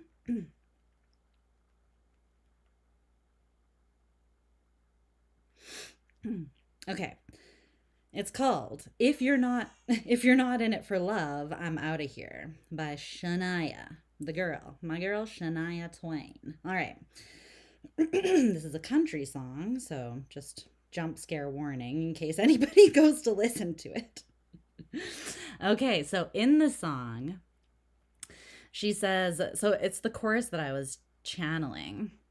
Let me make it clear to you, my dear, if you're not in it for love, if you're not willing to give it all you got, if you're not in it for life, if you're not in it for love, let me make it clear to you, my dear. Bum, bum, bum, bum, bum, bum. You're not in it for love. I'm out of here. Okay. Yeah, if you're not in it for love, I'm out of here.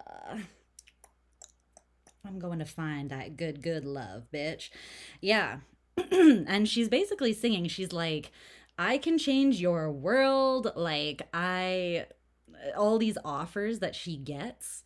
Can I sit down? Can I buy you around? Haven't seen your face before. Are you new in town? It's the same old line every time.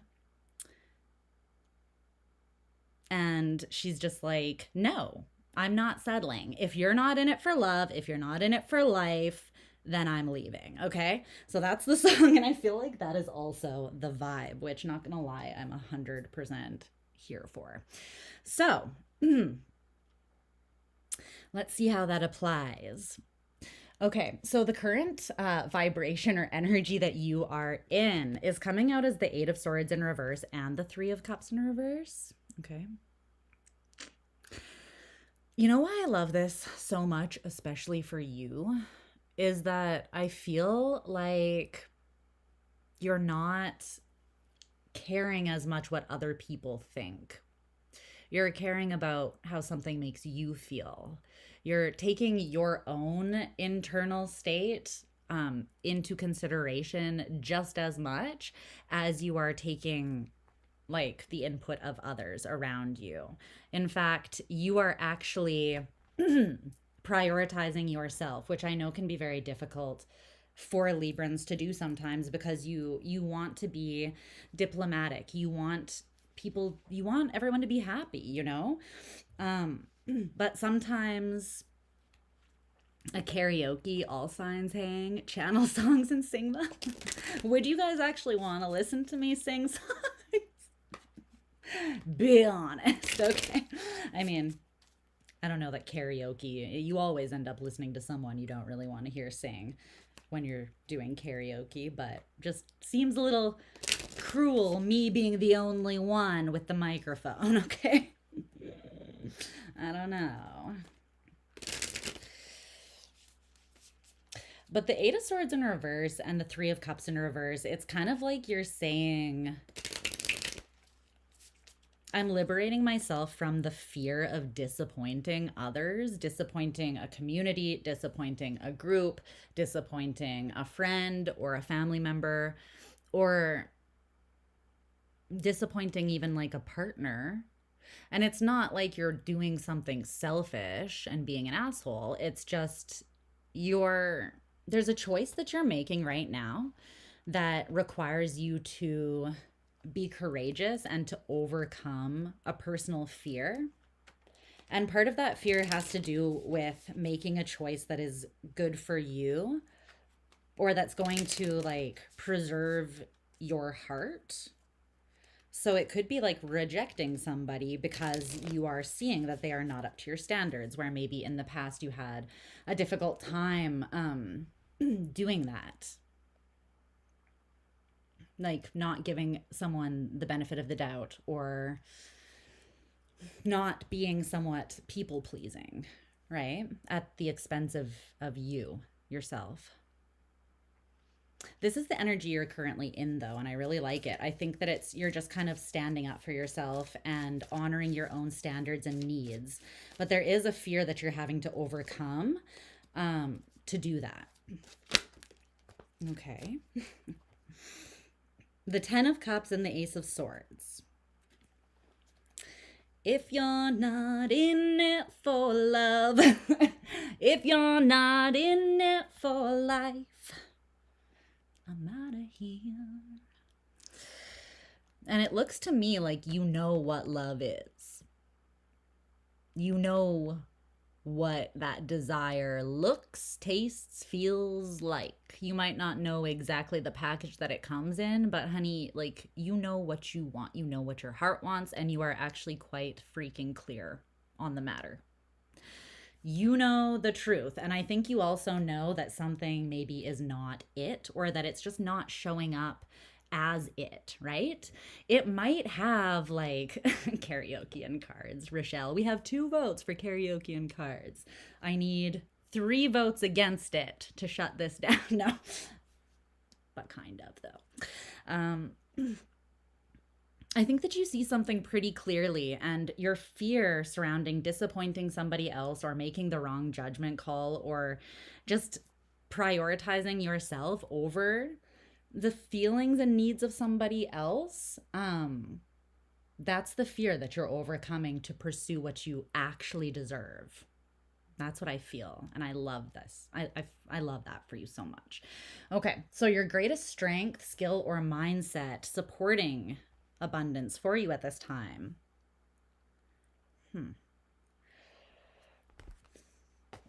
Okay. Yeah, you're still, so this kind of came out sideways. I feel like you're moving into this energy, like you're still in the midst of empowering yourself through breaking out of this fear. There's also some kind of like, what is that that I'm feeling?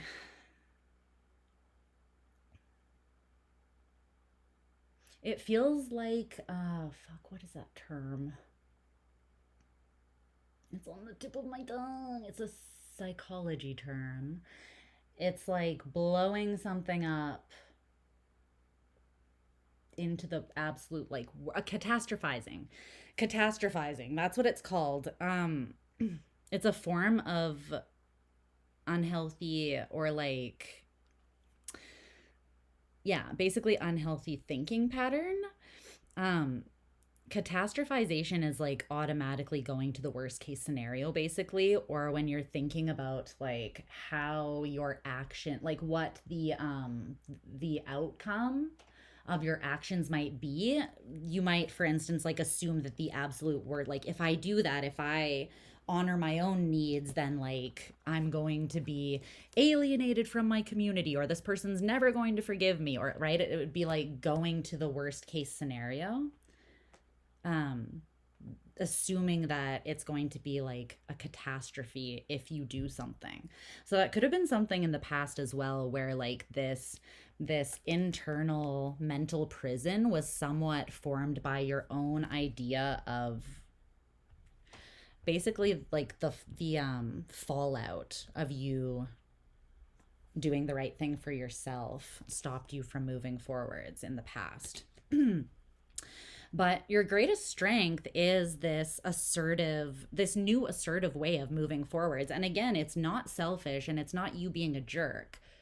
That's not what I'm seeing. It's just you being sure of yourself, you being embodied in yourself, you not compromising these core parts of your spirit and these very valid dreams and desires that your heart has.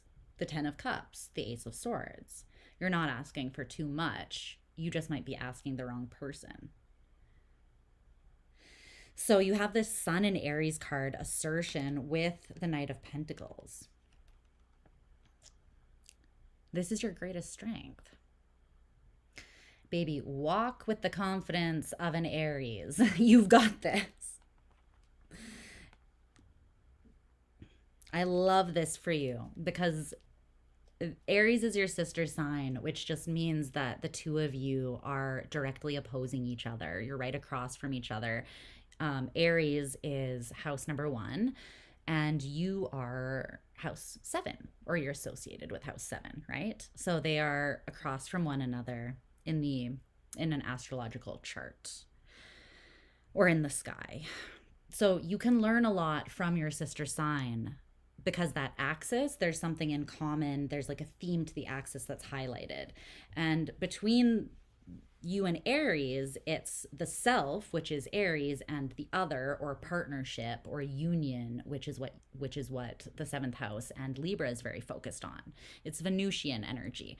It's relational energy. And Aries is very much masculine, yang energy, assertion from the individual standpoint, from a place of sovereign authority and independence, right? But I feel like you are just balancing out the two. Essentially, it's showing me that you're learning something from that Aries energy. You're learning how to stick up for yourself so that your needs don't get lost in your engagements and relationships with other people, which happens when you place more weight and importance on the desires, expectations, needs, etc., of other people or within relationships, and you don't honor your own the same way.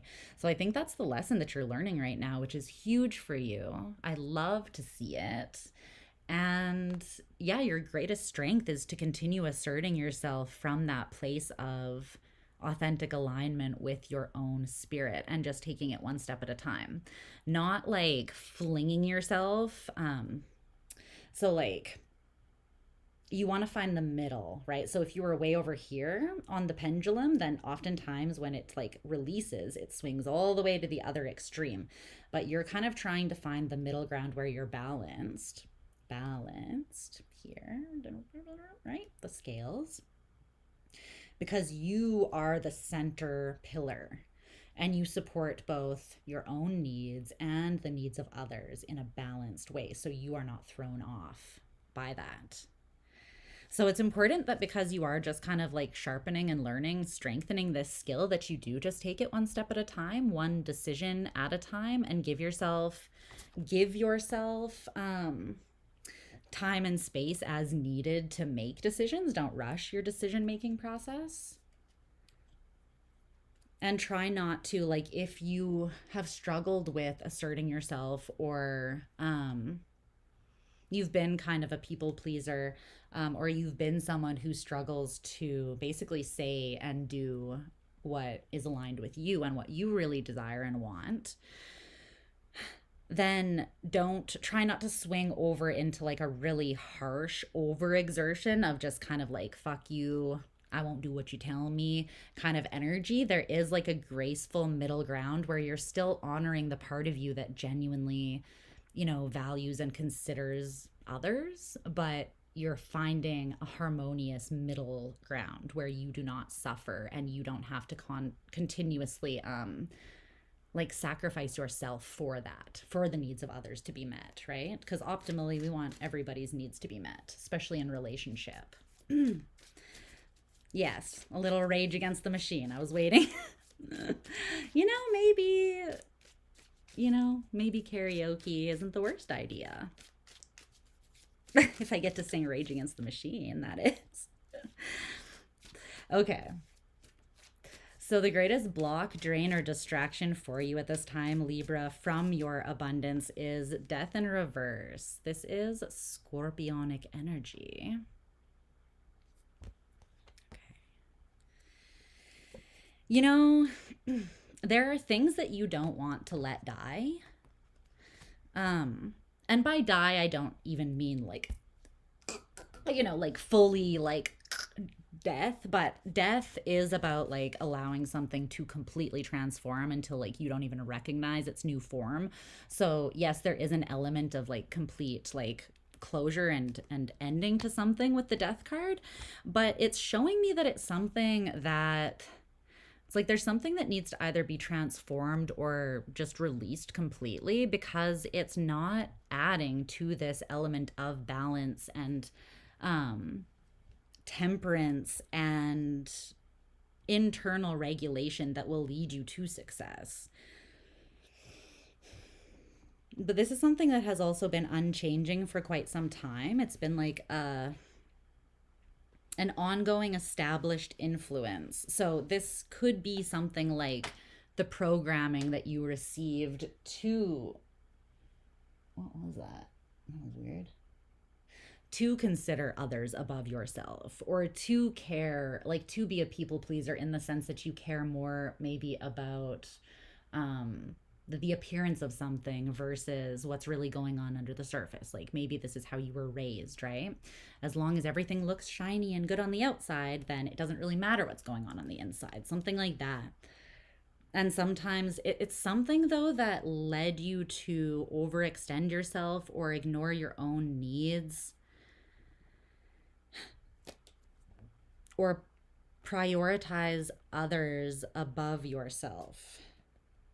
Or just get really in your own head about prioritizing yourself. Like to make that feel like more of a burden or more unnatural than it's meant to feel. Okay, Kelly, you're making me look bad, okay? Your Rage Against the Machine was my first concert right after I'm over here telling you that Shania Twain was my first concert. Okay, we get it. You're cooler than me. I'm just kidding. But that is a dope first concert. I mean, Rage Against the Machine? Hello? Bad bitches say what? I love that for you. I never saw Rage Against the Machine live, and I would have loved to. All right. So, strongest source of available support, resource or ally for you. It came out as the High Priestess and the Queen of Swords in reverse.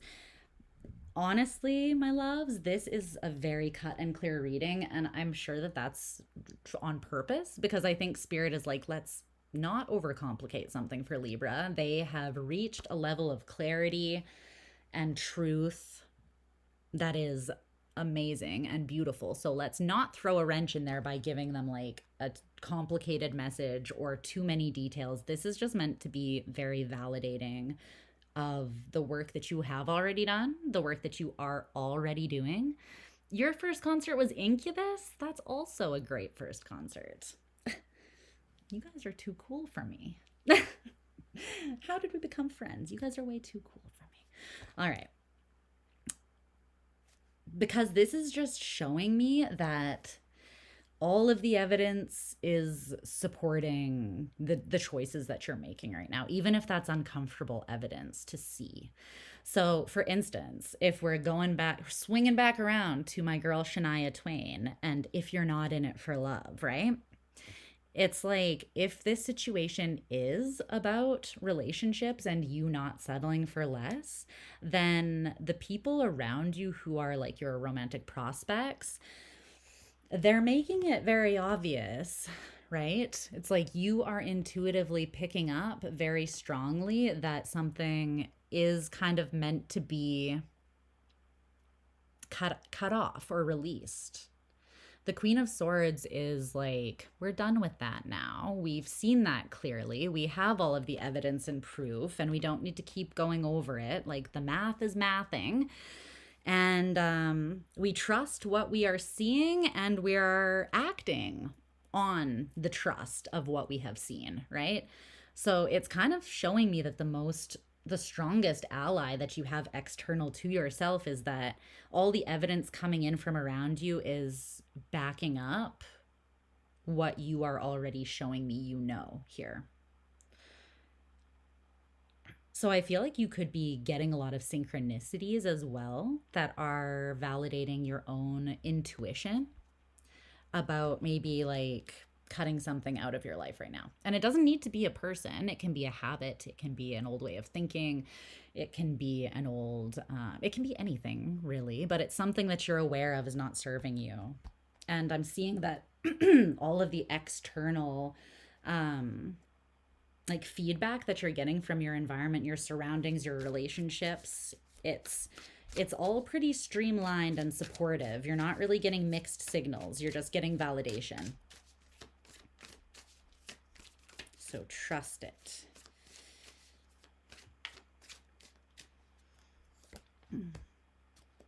Yeah. The Four of Cups in reverse.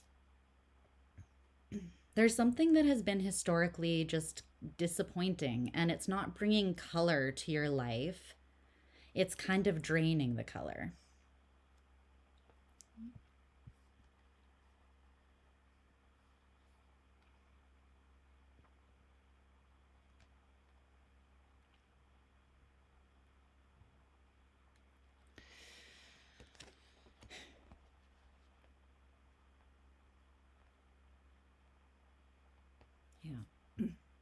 You feel intuitively that the more you release your emotional expectation or investment to something, the more at peace you feel within your own heart. The more stable and solid you feel, the more distance that you kind of create between yourself and something. And that's currently too. That's not to say that things can't change, but I do feel like you choosing yourself right now and having that distance where you are just holding and honoring yourself and really considering yourself over everything else, that is giving you very important perspective and context right now. That's helping you grow in a very positive direction. So, the most prosperous action that you can take right now is the Fool in reverse.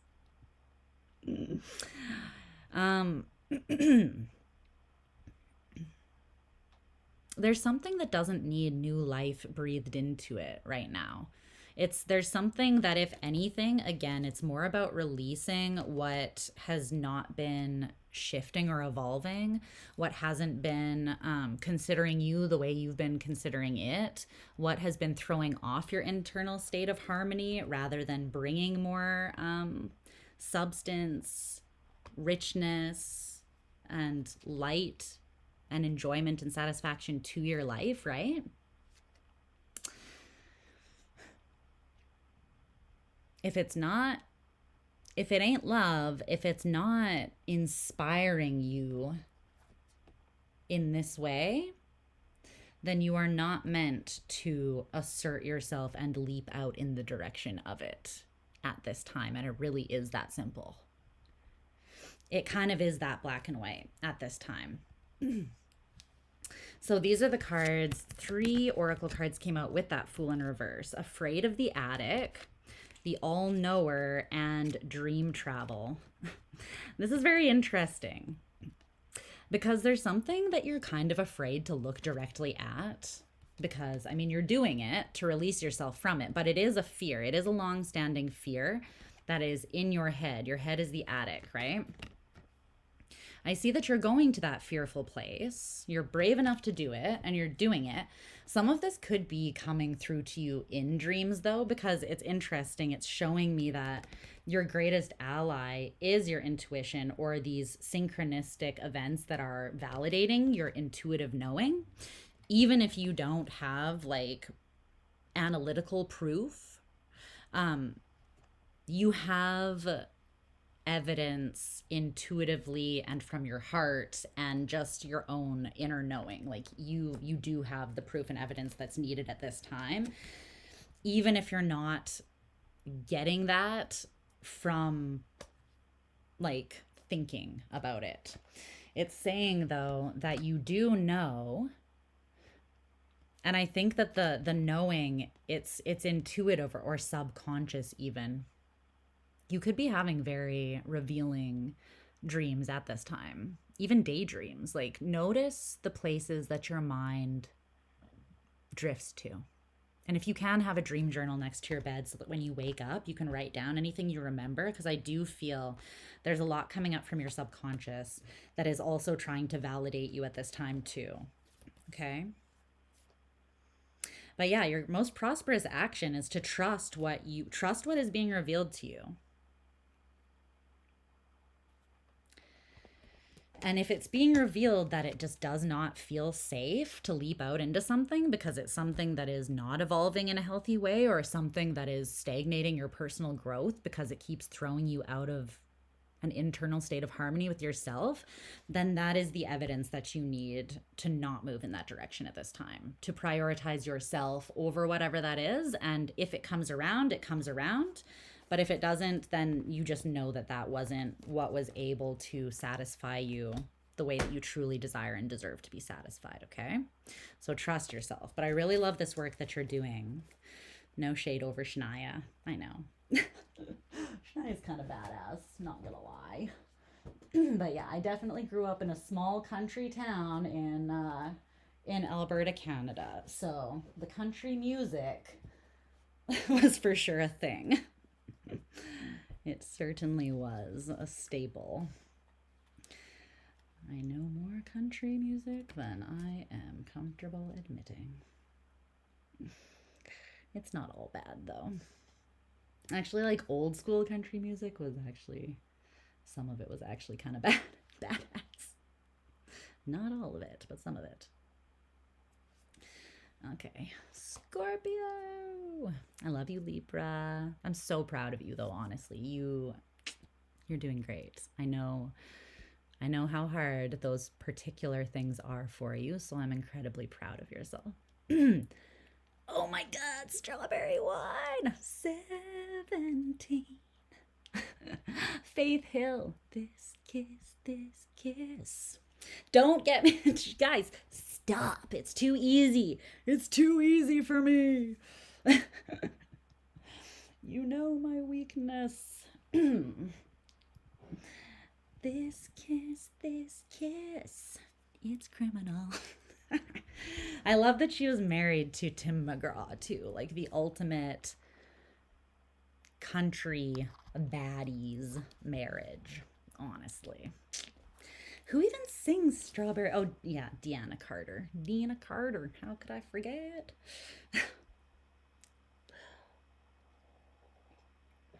How could I forget? All right. That's the thing. Do I have to channel the songs, or do people just get to like make requests? Maybe you can make super chat requests. Remember that time I basically fully sang Nelly, Hot in Here? That was a thing that happened once. Luckily for you, I don't remember which video it was on, so you cannot go back and find it. Okay. It's getting hot in here.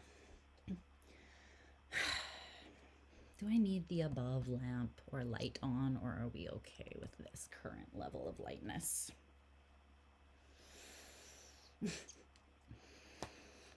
I haven't heard that strawberry wine song in a really long time.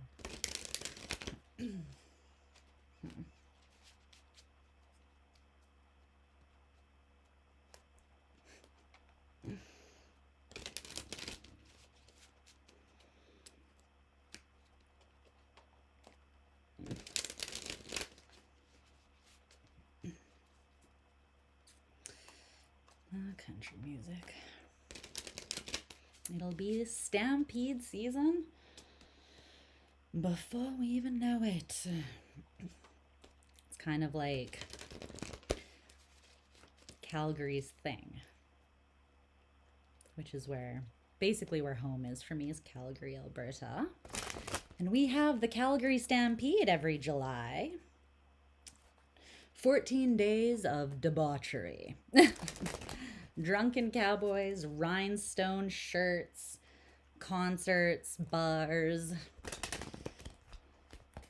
an actual rodeo, and a huge, like, carnival theme park thing that gets set up in Calgary. And it is dangerous. Questionable decisions are made. And it's fun, though. Old school country is the best country that was ever made. Yes, you are absolutely true about that. You are right. Come to Bangkok if you want to escape. Yeah. You know I'm thinking about it. You know that you don't need to twist my rubber arm on that, right? Like, chances of me meeting you in Thailand, quite high. So, legitimately. And then just never returning.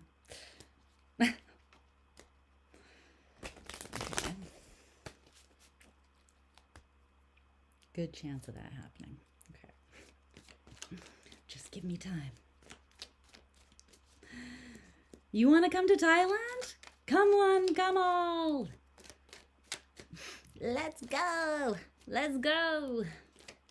But genuinely, you should come and meet us in Thailand, like for real. Because I'm actually thinking of moving there and meeting Yair there.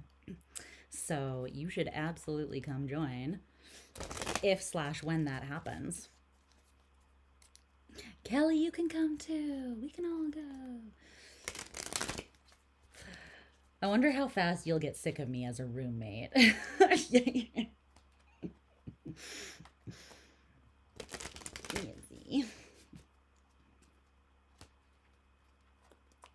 Where have you been in Thailand, Rochelle?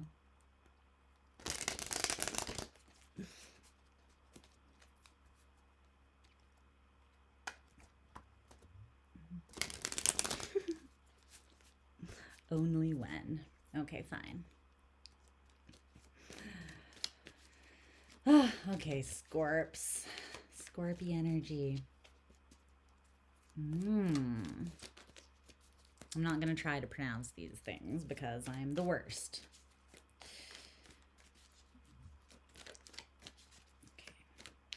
Okay, Scorpio.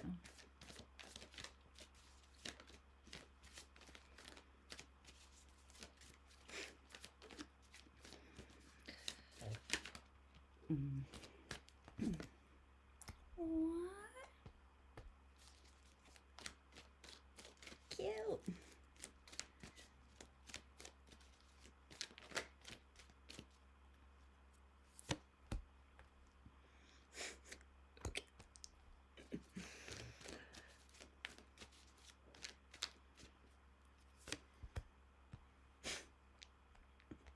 Okay.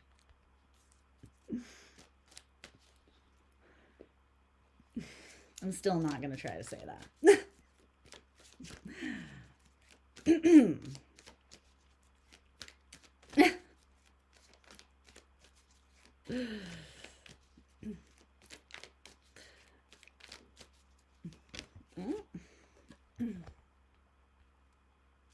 Okay.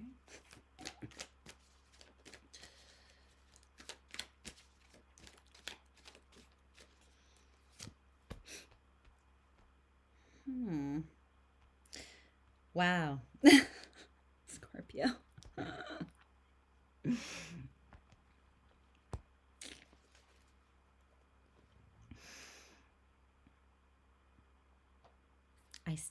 I'm still not going to try to say that. I don't know how to make you understand. There's nothing you can say that's going to make me attempt to speak these words, because I will still do it wrong. I need to hear it though, like literally I need to hear things.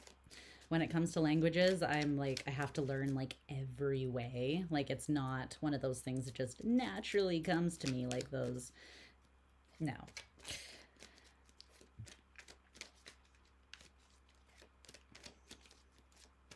I can do it, but it's a struggle. Like when I lived in Greece, well, to be honest though, Greek is probably not the language you want to start with when learning a new language, but I got there, but it took me a very long time. I also took Spanish and French in school, and I passed the classes, but once again, not easy. Definitely, I would love to learn other languages. I've tried so hard, but it's just not my forte. Great effort. We eventually get there, but great amounts of effort are required. Okay. Spanish was the easiest, yeah. The sounds of French are not easy for me, like the back of your throat thing. No. But the like I can roll my R's, I can do the Spanish sounds. Korean and Thai. Yeah, I know. You're doing great. Okay. Last card for Scorpio. Let's go.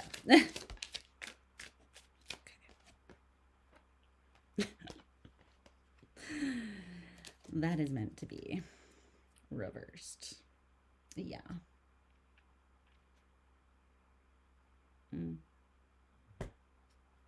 Okay.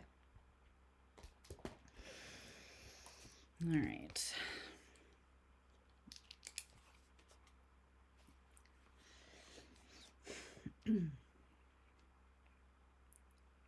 Okay. Hi, Scorps. I hope you are doing fantastic, my loves. Okay. The back of the throat. You see, anytime I'm like, why are we best friends? I'm like, oh, right. It's comments like those. Love ya. Love you so much. it's these moments where I'm like, that's why I fucking love you. Well, that's one of a billion reasons why I absolutely love you. As Scorpios, I feel like you can fuck with us. He said the back of the throat is his forte. We were talking about sounds that you need to have to speak French, but you know, I'm just gonna leave that gem there. Okay. Scorpio. I'm not even going to redo your timestamp. You need that gem in your life. So, the energy that's coming out as your current vibration is the Ace of Cups. I love it so much. Oh, makes my heart so happy. So, at the time that I am actually doing this reading, we just had the full moon in Scorpio, like not long ago, less than a week ago. So it's still very large and in charge in the energy, and it's looking like it did what it needed to do for you. The Ace of Cups. I love this. To me, I feel like this is coming through as like a fresh wave of something. I don't know why I want to say fresh, so maybe this is something that is being revitalized, renewed. I don't know, but I'm liking it. It's looking like a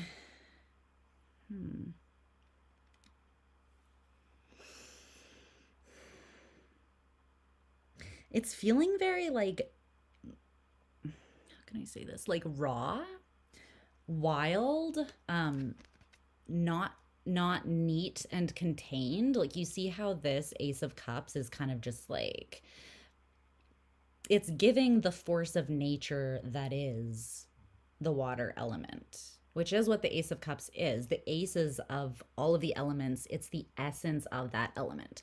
So the Ace of Cups is the essence of the element of water, which is the essence of, you know, your underlying feelings and trends, your understanding of the more subtle elements of yourself, your emotional, your connection to your heart, to your intuition. So let's see, on the Queen of Cups is at the bottom of the deck. Let's see what's got y'all in your big ol' heart here, Scorpio. Let's see. Here for it, though. So very here for it.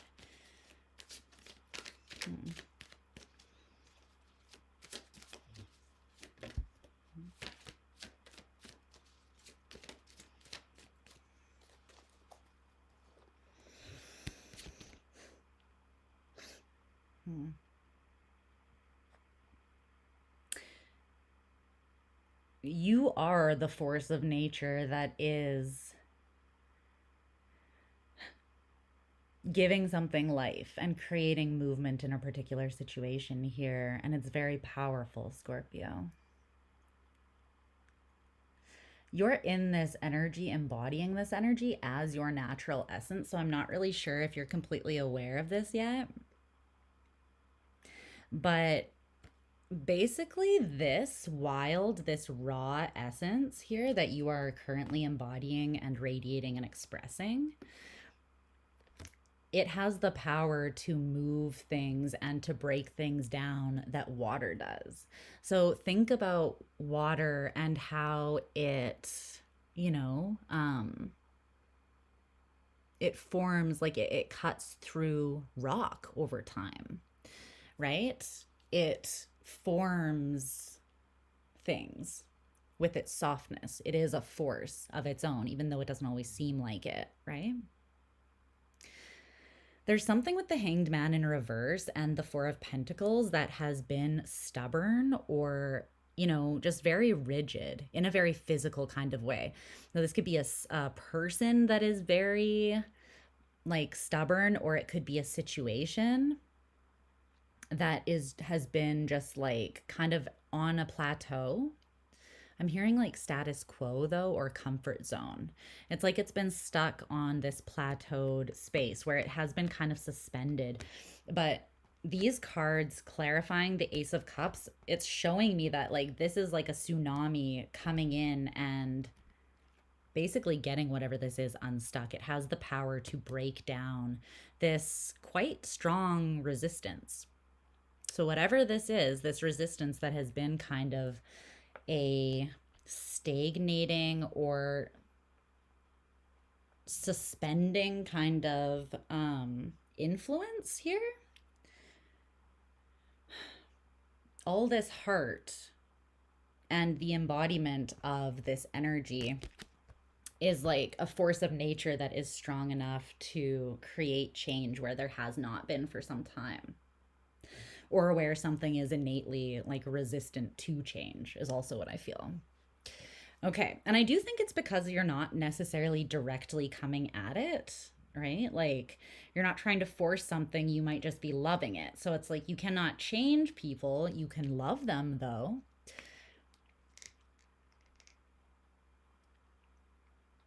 And the difference there is the intention. That's what makes one thing powerful and one not. Trying to change someone, well, that's trying to control or dictate or make someone match like your expectation of what they should be, right? Whereas just loving someone, well, that's a whole other intention altogether. That is accepting someone for who and what they are and wanting the best for them, wanting to build them up, right? So there's something there about that too. Love is the strongest force to creating change and movement here. And you are embodying it. So your greatest strength, skill, or mindset here. Now, this is just so funny how Spirit like drives the point home through the rest of the reading. The King of Swords in reverse, and then you have this Mercury in Scorpio card, extremism.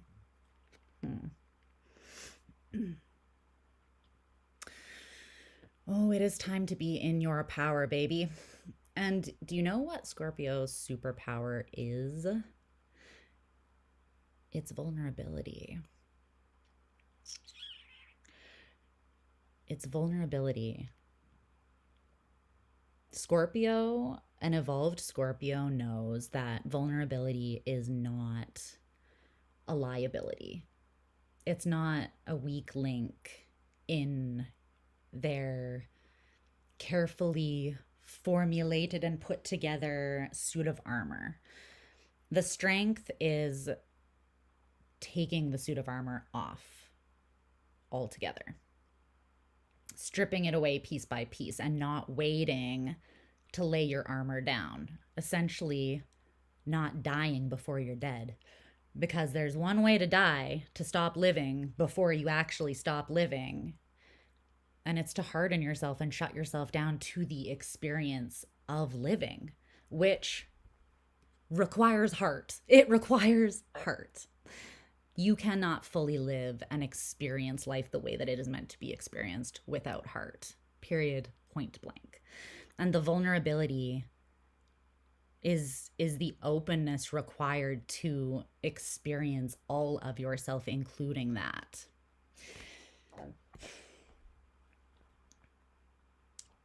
But yeah, an evolved Scorpio knows that vulnerability is not a weakness. Vulnerability is, people who are okay with being vulnerable are not afraid of, they're not afraid of what might be seen or found, you know? They understand that knowledge is power, you know, and that doing the shadow work or looking at the unseen parts or even exposing yourself in ways that might seem very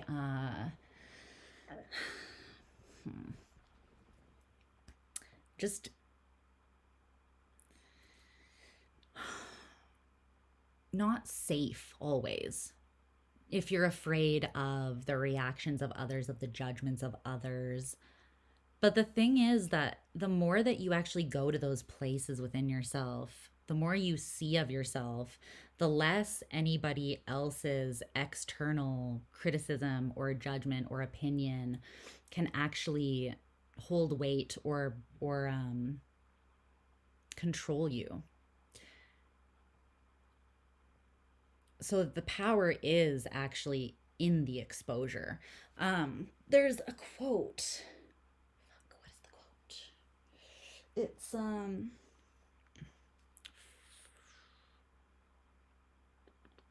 will it come to me? Will it come to me? It's on the tip. But your greatest strength essentially is leaning into your superpower, which is this vulnerability. And the vulnerability comes from your emotional intelligence, your connection to those profound depths within yourself, and not fearing them, and not fearing expressing them and embodying them.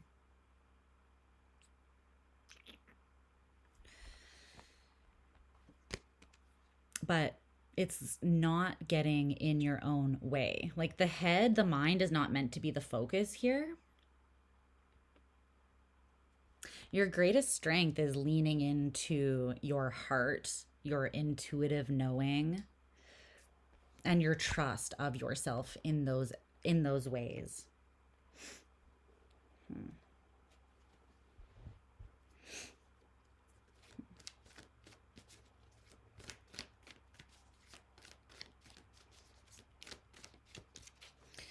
It's not overthinking, but being at peace with what you know. But what you know didn't come from you compiling physical evidence or strategy or analyzing or intellectualizing your emotions, even like having to make it make sense. That's not where the power comes from. Your intuitive knowing comes from directly connecting to the truth of your heart and your deep, profound intuitive knowing, and then trusting it enough to lean into it and act on it in ways that others would maybe deem as a little bit insane. Or be like, I can't believe that Scorpio is exposing themselves in that way, like making themselves vulnerable, being so open about their heart, or whatever the case may be. But other people seeing that as like other people being uncomfortable with that exposure does not make it a weakness. Only if you feel that it is a weakness, and if you allow that fear to control you, that is when it becomes something that's not helpful. I just want to see if I can find that quote, because it's very, I know that I have it in here somewhere. It's just give me 1 second, because I'm going to not get it right, but I do know that I have it in here. Okay.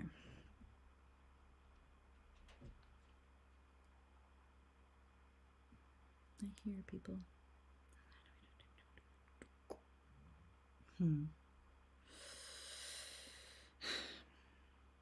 Yes, Scorpio. Okay.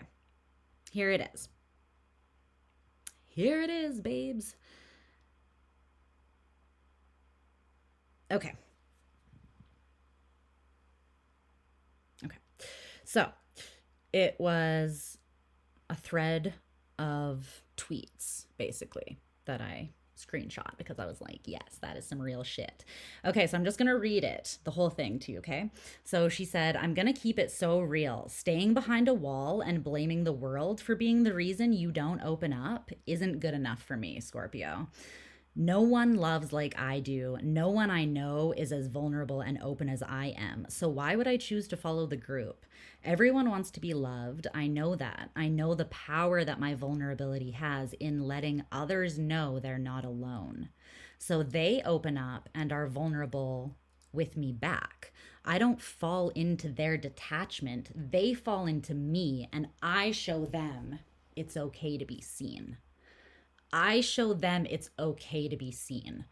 Once Scorpio placements realize their vulnerability is their power and strength to transform the world and others, Then they can release their dark side. They can release the fear, resentment, possession, search for value, sadness, insecurities, and walls that they put up. Vulnerability is your fucking power.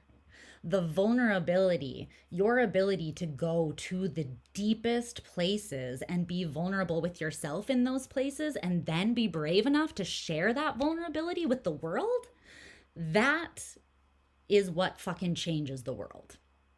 Because not many people are brave enough to do that. Not many people even have the capacity to see that deeply into themselves, Scorpio. And that's why it's a power. That's why it's a strength. I feel like I want to cry because I feel like this is something that it's so misunderstood by the world. And so then it becomes misunderstood in you, or you see it as a liability rather than the strength that it is. But once you really start tapping into that within yourself, you do start to see the ability that you have to change yourself and to transform the world around you, and to basically inspire others to open up and accept and embrace themselves in really deep and transformative ways. But you have to, it's like you can't follow the sheep, you can't follow the herd, you can't follow the status quo. You are the one that is here to break the status quo. You are the one that is here to face the fear and, boldly walk into the darkness and then come back with what you've learned and show people that it's not that scary, or it doesn't have to be. That what you find in the dark is still just you, and you don't need to be afraid of it. It only has control over you if you resist looking at it. And that's why the vulnerability is actually the biggest power move. So the Page of Swords is your greatest block, drain, or distraction. It's, the King of Swords in reverse is your greatest strength, and the greatest distraction is the Page of Swords. So see the swords action that's kind of coming through here. There doesn't need to be more evidence compiled. There doesn't need to be like, oh, let's look at this from a different angle. Let's be more curious about this from, like, it's not that you need to shut down your mind, but you can be at peace with what you know already. There's something here also that, like, what's this Page of Swords?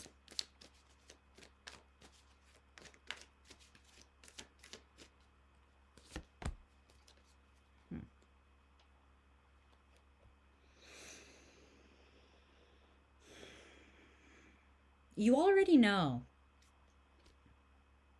Yeah, there you are. That is the Death card in this deck with the star, healing component, and the Queen of Cups. Literally your heart. You and your heart healing the situation through this. Like, Spirit is just co-signing this message so hard. It's looking closer into the details from an analytical or intellectualizing perspective is not helping, is not what is going to be most healing. Even like trying to explain something from that, like coming at it from that angle for some, like to explain to somebody else. Okay, trying to make something make sense from the lens of strictly intellectualizing it, basically, is not the most beneficial or most powerful approach, and you know that. You maybe have already taken that approach and it just did not get you where you wanted to go. Because I'm getting this kind of idea of like, okay, bro. Okay, that's because someone's coming home and they're barking at the vehicle. So still, that was getting extremely annoying. So let's just wait until they stop barking. But there's something that you've already learned and you're able to peep it now. Like, you're able to see what does not work and what works. You've already taken a specific approach.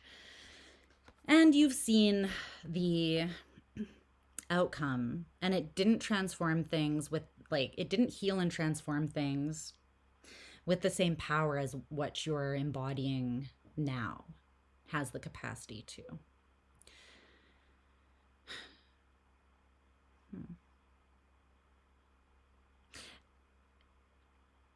And you taking this approach is meant to really like solidify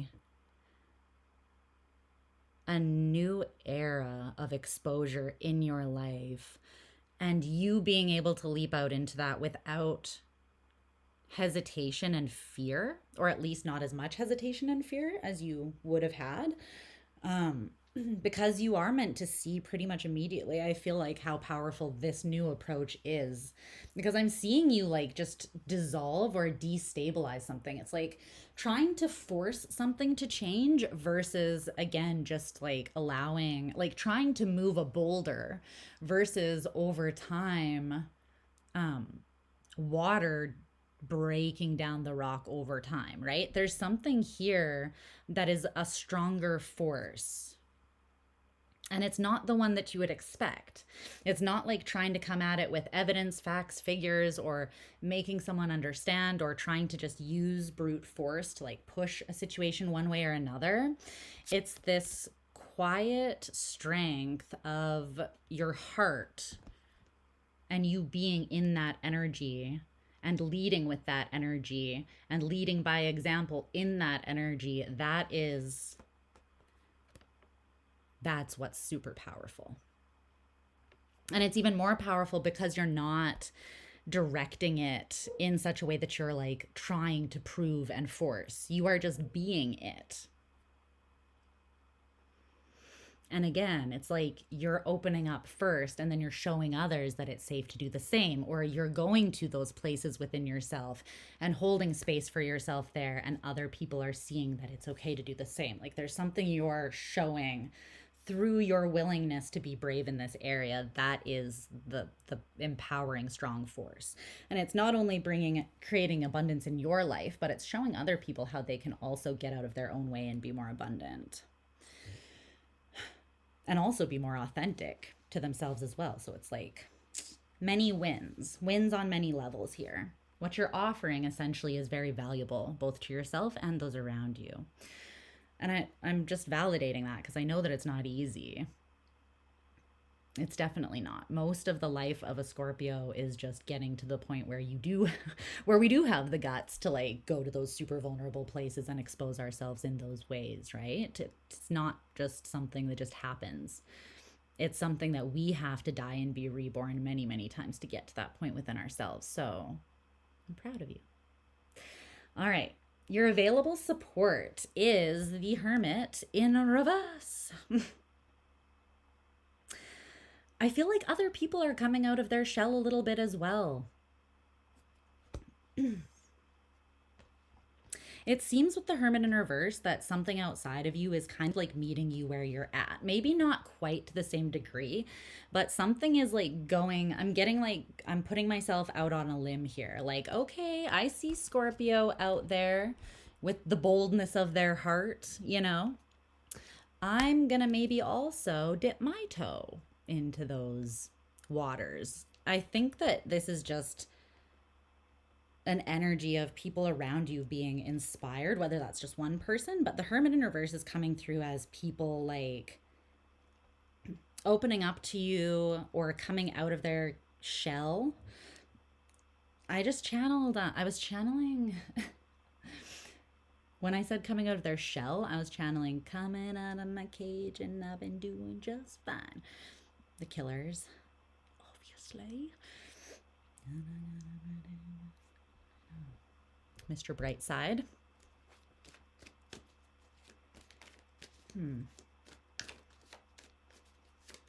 Tell me more about the Hermit in reverse.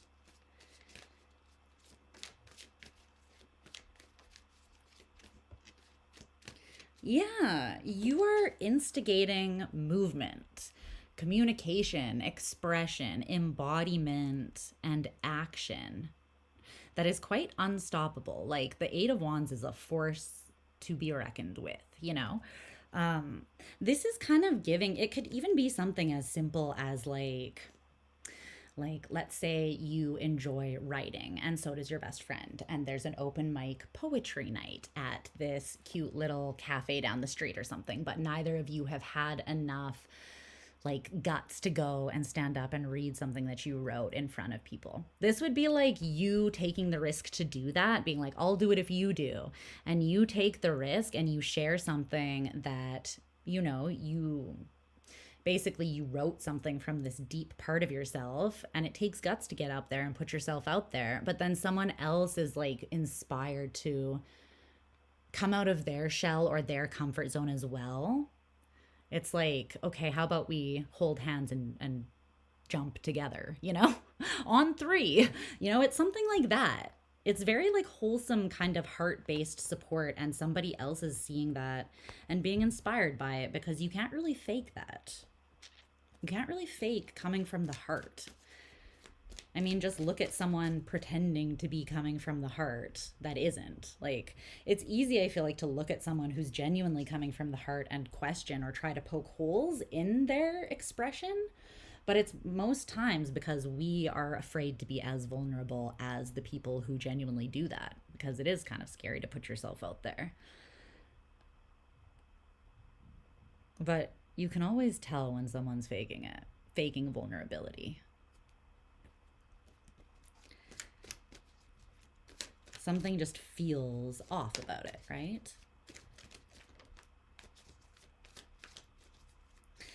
All right, most prosperous action that you can take here to continue aligning is the Ace of Swords in reverse and the All-Knower in reverse. More swords.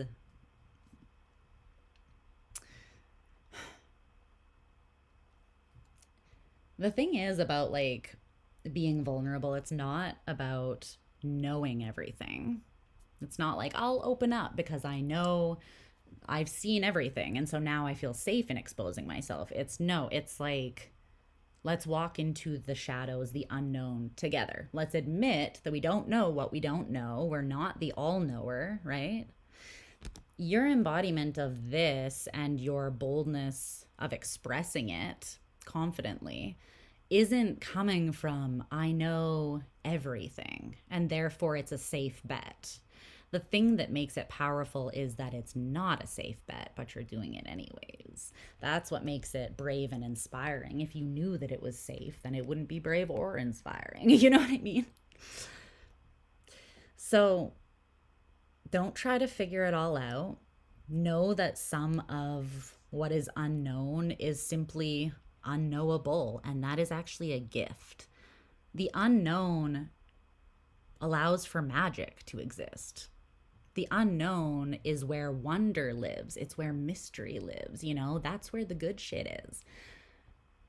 When we need to know everything, it basically just sterilizes our lives, and also you will never know everything, right? Like you just won't. So about a specific situation or just in general in life, like what keeps us going and growing and evolving without a ceiling is knowing that that is infinite. That's an infinite process. It never ends. And that shouldn't be something that overwhelms or scares us. It should be something that lights us up. Find what you love and let it kill you, babe. Bukowski, right? Like, find what you love, understand that you will never fully know or own or possess that thing, and give yourself, all of yourself to it anyways. That is power. So that's what I'm seeing as your most prosperous action. Is it's not really about focusing on the truth. It's about focusing on your truth, the truth of your heart, and being okay with what you don't know, being inspired by what you don't know, and exploring that from a heart-based place, and then inspiring other people to do the same as you go. I love it. I love it, Scorpio, and I love you. All right, we're moving on to Sag. You wrote in your journal the other day how complete safety is the most mayo of wienerings. The most mayonnaise of wienerings. I love you so much. Yeah, it's a boner killer. I mean, think about having a conversation with someone who thinks that they know everything. Is anything like less attractive?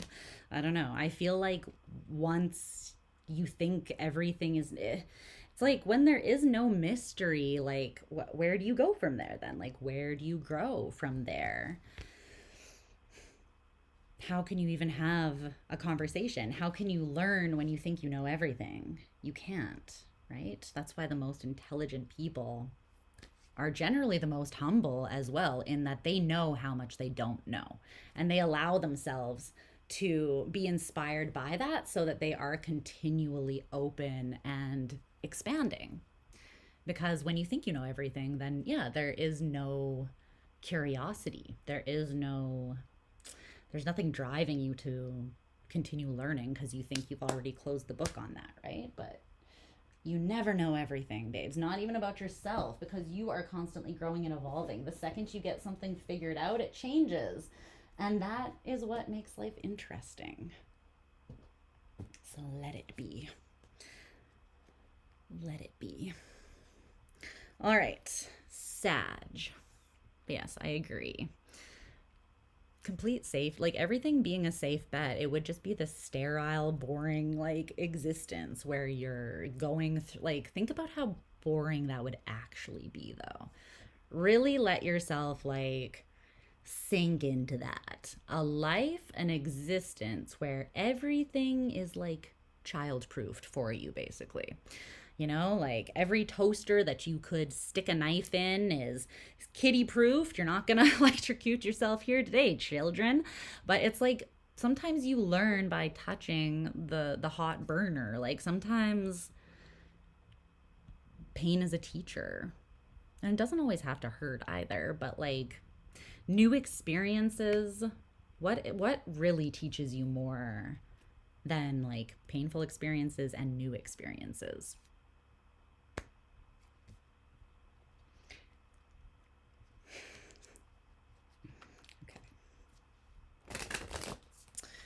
Sagittarius.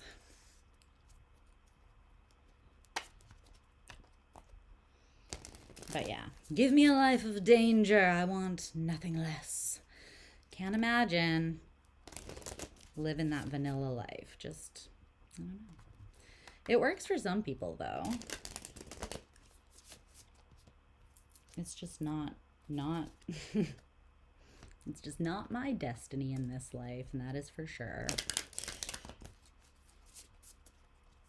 I don't think there's anything wrong with like being comfortable in life. But you have to balance it with risk, otherwise it becomes complacency and stagnancy, right? You are a living, breathing, evolving thing. You're meant to be. You're not just like a rock on the side of the road that's just meant to sit there in the sun for your life, you know?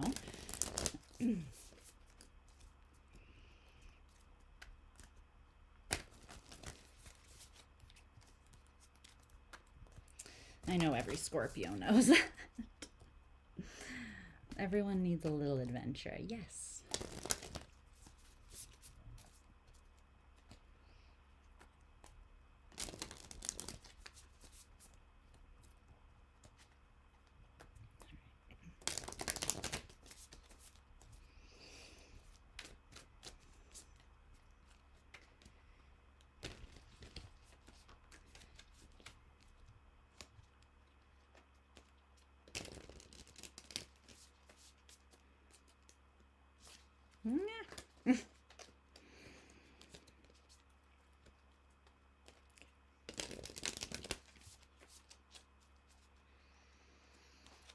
Last shuffle.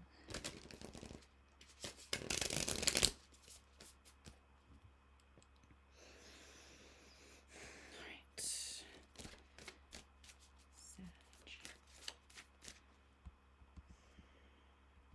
I'll turn my screen down again, guys.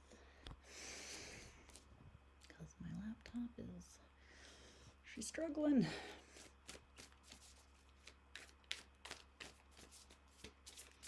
Show me Sag.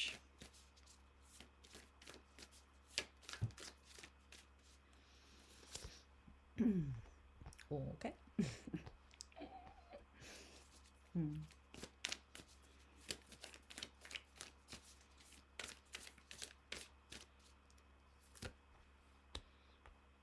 Okay, fair.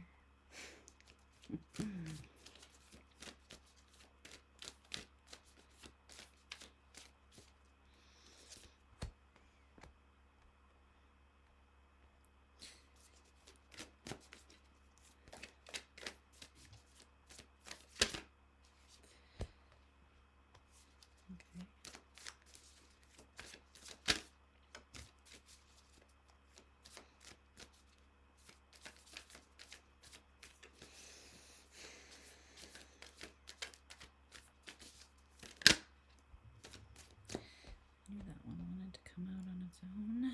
Okay.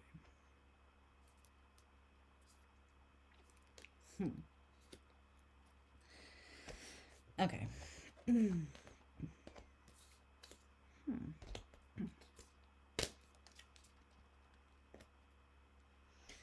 Something is sinking in here. Excuse me.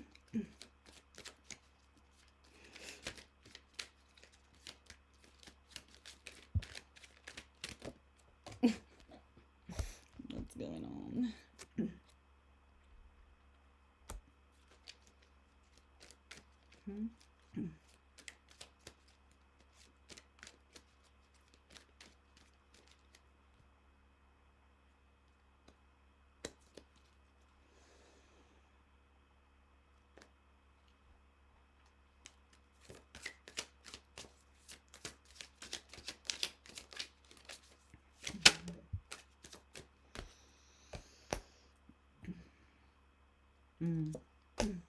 Okay. What?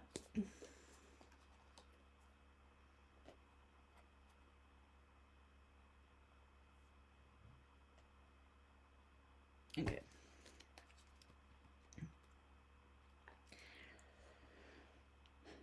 Okay, let's see what's going on here. Sag. Before I do your timestamp. Okay. Hi, Sagittarius. I hope you guys are doing really well. All right, my loves. Let's see what's happening here. This looks quite interesting to me. Okay, so the current energetic vibration that you're coming up as being in here is the Sun of Cups, or the Knight of Cups in reverse here.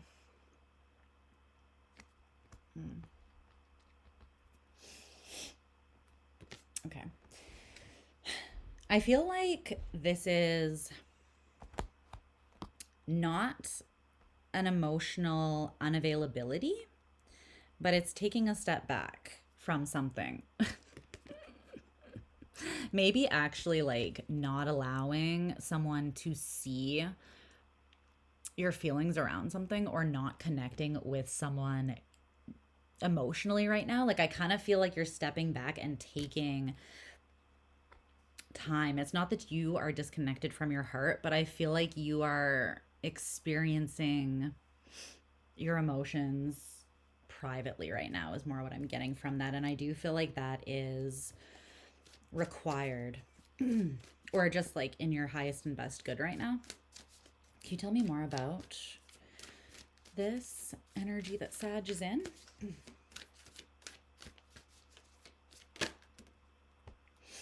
That's what I thought.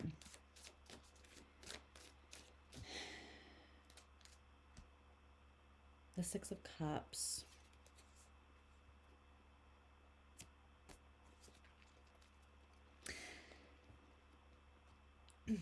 I think you're... Is that what that is? There's a familial element that is coming in here very strongly. I'm not exactly sure how it fits in, but it's coming through almost as like a generational inheritance of emotional karma. I don't know why it wants to be said that way.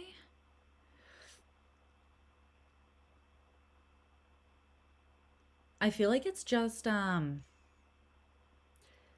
karma that manifests in an emotional way.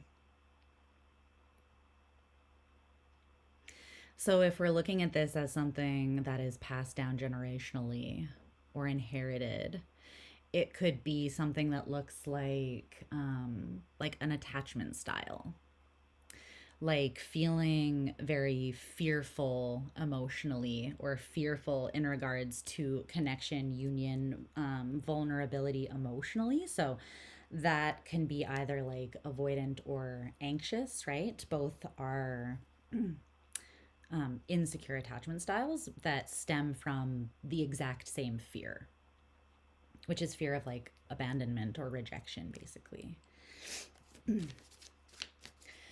Because the Six of Cups came out, and the Six of Cups can have to do with family and the past, or even like ancestral energy.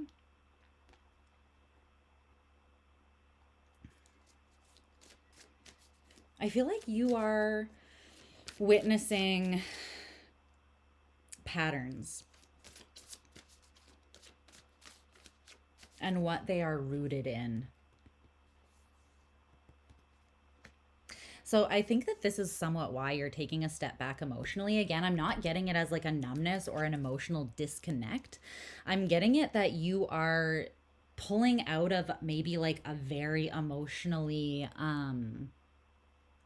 like potent or emotionally charged situation as a means of being able to clear your head and see something with more discernment. So it feels like whatever you're pulling yourself back from, you're pulling some of your energy back from, or you're just taking a little bit of time like away from a certain situation or a relationship. It feels like that is a very emotionally charged situation. Or if this is a pattern that you're realizing, then it's something that you have quite a strong emotional reaction to. And when you are directly engaging with it, it kind of, the sheer amount of emotion invested or present can kind of throw you off mentally or stress you out a little bit. Like it's just a lot of emotional energy to process, is what I'm seeing. So stepping back and kind of practicing healthy detachment, specifically around the emotional connection, the emotional intensity of whatever this is, it's allowing you to see with clearer perspective and context around the overall situation, especially as you look maybe at a pattern that has repeated over time. I think that you could be realizing that it's something that is, it's like a conditioning thing, as in it's how your parents were raised, and so then they raised you the same way, and it's like that's how generational things are often passed down or inherited, right? It's like the people before us, they did the best that they were doing, but if we, or they did the best that they could do with what they had at the time, but certain past generations just didn't have, like for instance, they didn't have the tools that modern psychology or are now offering. Like they maybe didn't have emotional support or psychological support the way that we do now. So then they didn't have the tools to be as emotionally intelligent or heal or break certain patterns or conditioning the way that you may be able to, right? And that's how those patterns are actually like infiltrated and cut, not through just taking what has been passed down to us without questioning it and just allowing that to continue, but sometimes stepping back and like observing the way that things have been and then choosing it to intentionally make different choices. It kind of feels like that's what you're doing right now. It feels pretty deep, not gonna lie. Okay, so your greatest strength here at this time surrounding your abundance is coming through as the Hermit. This is Virgo energy. So cute in this deck. And it came out with two cards here, two oracle cards. We have Saturn in Scorpio, inheritance, And we have Sun in Capricorn, achievement.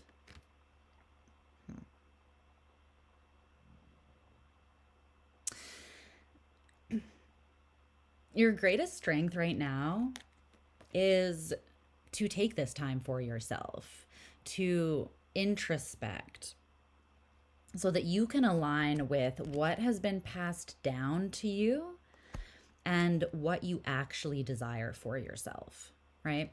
So let's say you grew up in a family where your parents weren't happy together necessarily, but they did one of those stay together for the kids moments, and they stayed together even though they weren't happy.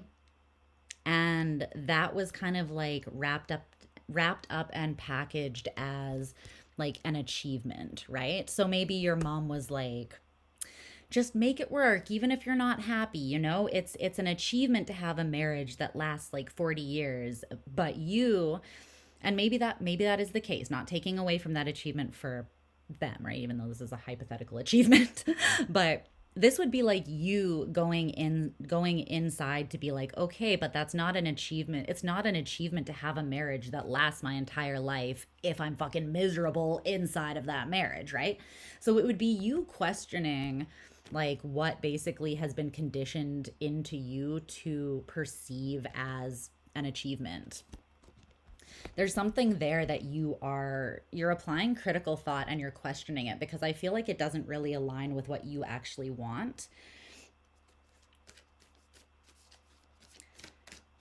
But they are saying here that your greatest strength is taking this time to look within yourself at what actually personally resonates versus what has just been passed down.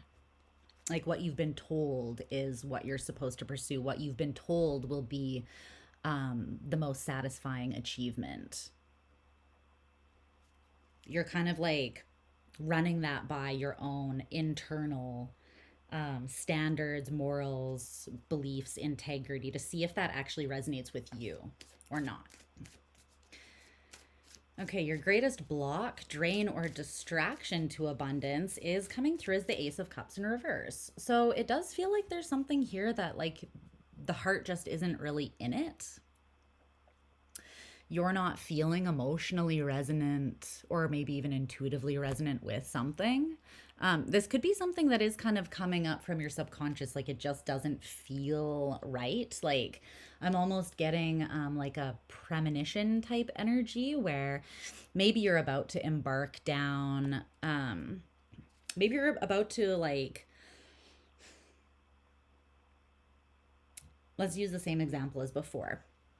Maybe there's a relationship that you're in and you're about to get engaged to this person and go to like the next level, but you know that you're not, maybe you're not unhappy, but you're just not like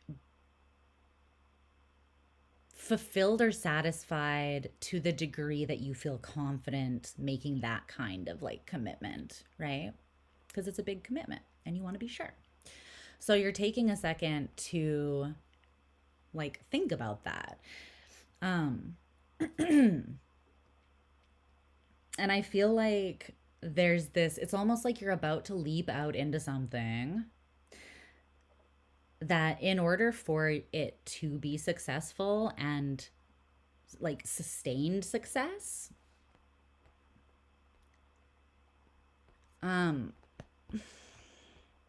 you have to be connected to the heart, or from the heart to this thing, convicted from the heart. You have to feel it. You have to feel it in order to commit to it in the way that is required to fully, like succeed or be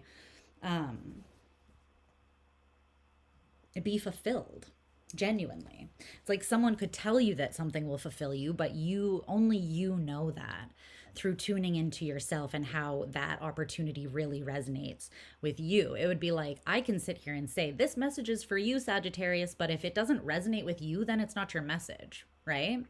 It's like your mom can tell you that having a marriage that lasts until you're 90 years old, even with someone that doesn't really make you super happy, is like the ultimate achievement. But unless you feel that and resonate with that, her dream may not be your dream. Her achievement may not be your achievement. Do you see what I'm saying?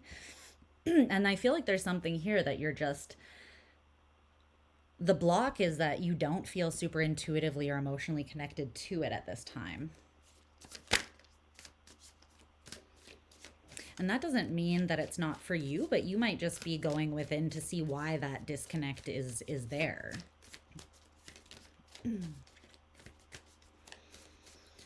Okay, but that is what's slowing you down. It is the fact that there isn't a super strong conviction from the heart surrounding something. So the available support that you have surrounding this is the Seven of Wands.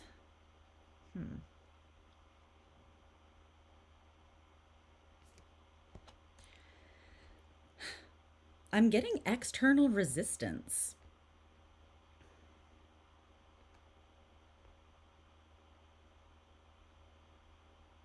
It's almost like something not effortlessly falling together is actually the gift, because it shows you the truth that maybe it's not something that is actually capable of fulfilling and sustaining you the way that you actually desire and deserve. So it's, again, it's like you're getting like hints, like premonitions, like visions of how something maybe, it's almost like spirit is giving you like little peeps into like, you might not, this might not make you happy long term before you fully jump into it. I'm not saying that it won't. I'm just, this seems like it's something that it's a direction that you're more being like ushered down rather than a direction that you've headed down on your own accord, whatever that is for you. Can you tell me more about this Seven of Wands? Why is this the greatest resource or ally for Sag?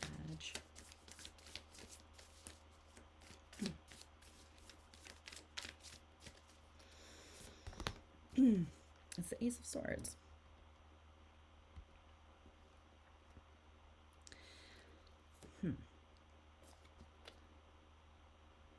I mean, I heard truth hurts, but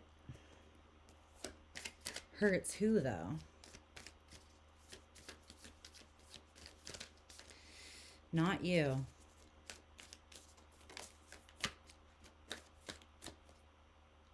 Not you. The truth isn't hurting you. You're pretty clear, I think, on what makes you actually feel abundant, loved, seen, understood, free. But it's not whatever this direction is, I don't think. I think you maybe have avoided looking at the truth of how you feel about something for some time, because maybe you know how much something matters to someone else, or you've just been,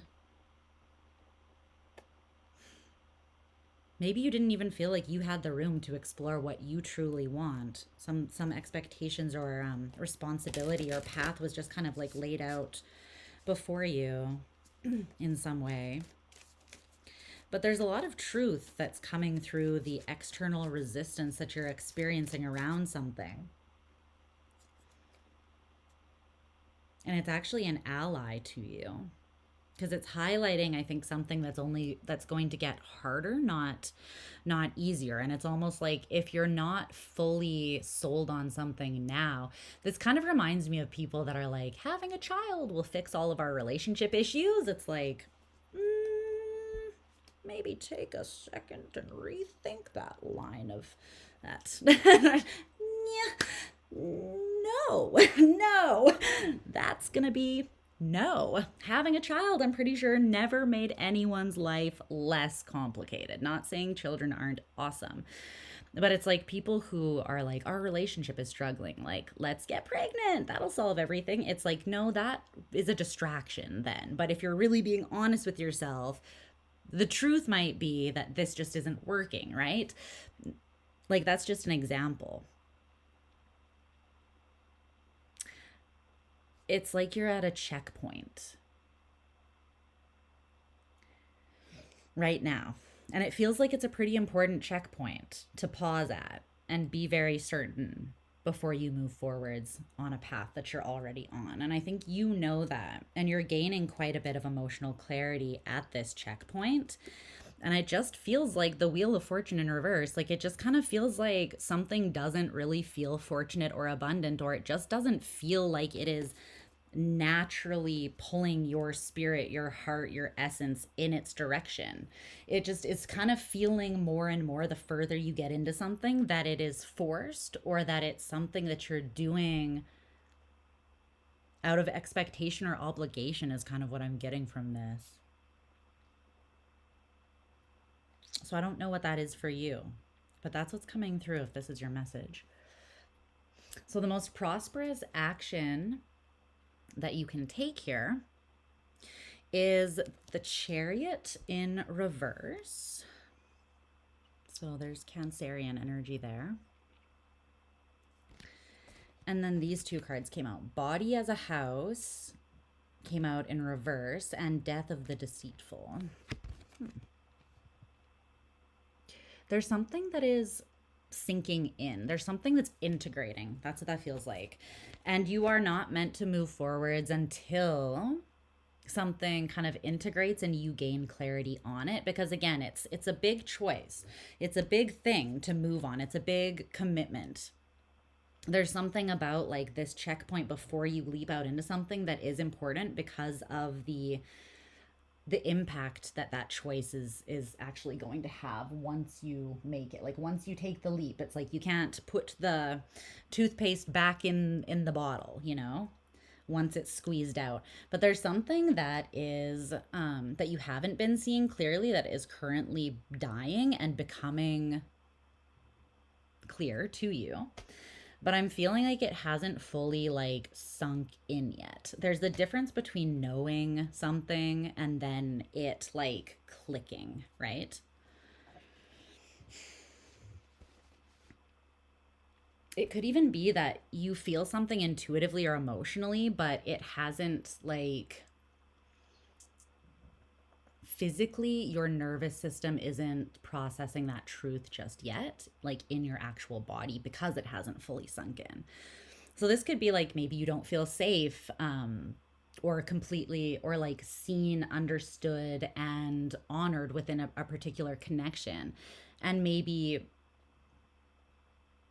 your nervous system is like, because that truth, you haven't fully accepted that truth, that there's a part of you that doesn't feel safe opening up because, you know, you don't feel that way. You don't feel seen, safe, respected, or honored, something like that. Just going on that example. Your nervous system would be like not registering that just yet because the truth hasn't, it's coming through something like that. Something isn't registered, something that your mind and your heart is becoming aware of is not being processed physically yet. It's almost like the dust hasn't settled yet. So some kind of truth that you're becoming aware of through taking this time and space and introspecting and kind of like observing the past and old patterns, maybe even observing your family dynamics and things like that. That process isn't complete yet to the extent that all of your bodies feel calibrated and aligned in that truth, if that makes sense. It's like the deception or the things that are not true are still dying. And so that dust hasn't settled yet. The truth hasn't like sunk in and clicked yet.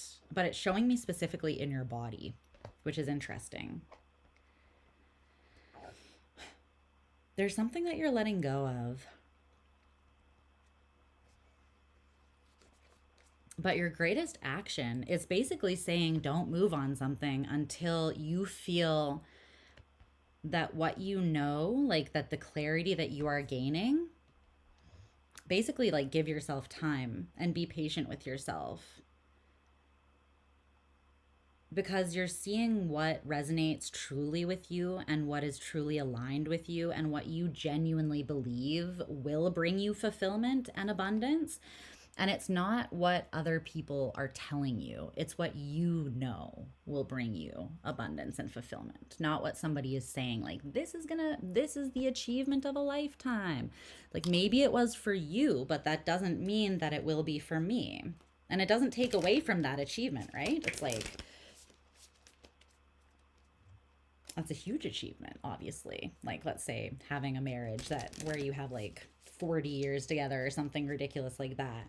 That is a massive achievement. But I'm just seeing that there's something here that's kind of you've been pushed on a path, or it's like been expected that you will follow something or inherit a particular direction, or even inherit a particular value. Like, you'll prioritize something very specific. And maybe that's just not your path. So the advice is to not move until you're sure. And you're going to feel it in, like, all of your bodies are going to align. There's something here where you're going to feel at peace about it in your physical body. And that's something that they really are highlighting. Okay, is there anything else about that before I let Sag go?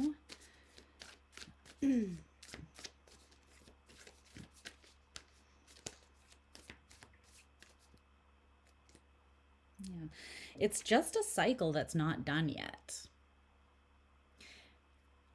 And it's a natural process that's closing. This is the card associated with Saturn, the world, right? If Saturn's not done teaching you a lesson, then it's just the lesson's not over. It's like class isn't over, the bell hasn't rung yet, you are not dismissed. You know what I mean?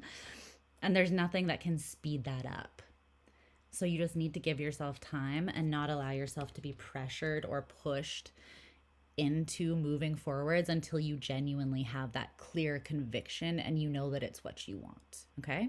That's what I'm seeing.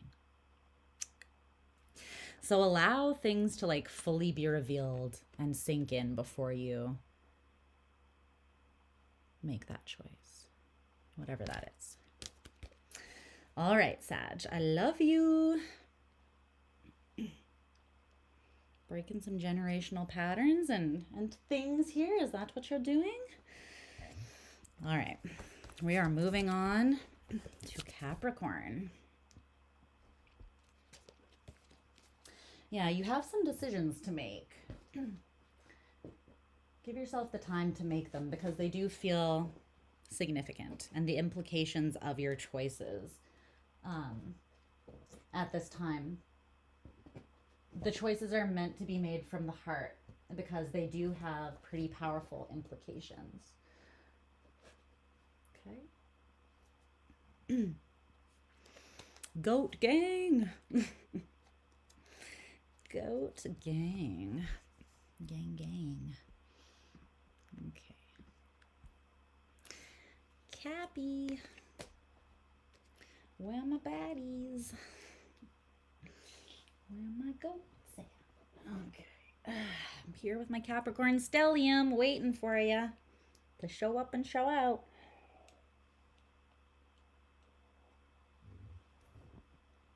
All right. Why is my nose so itchy? Ugh. Sorry. I keep on scratching it. It's just making me crazy. I just want to see if we actually won the game so that I can not be. Aha! Sweet. We lead the series 2-0. Suck it, Minnesota. I mean, if you're from Minnesota, I still love you, but my team is kicking your team's ass right now, and I'm not sorry about it. So, going for the sweep. Going for the sweep. You are here being loud, I know, and I love you. I love you. All right. Capricorn.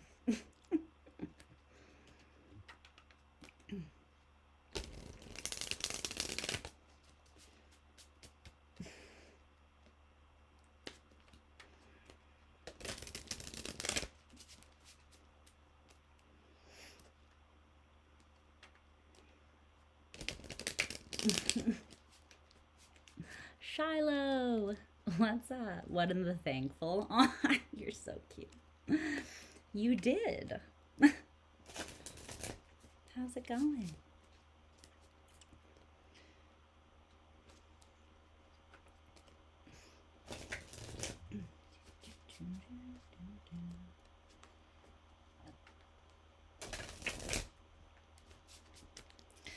Oh my word, this laptop. And it's overheating. It's stressing me out. It's stressing me out.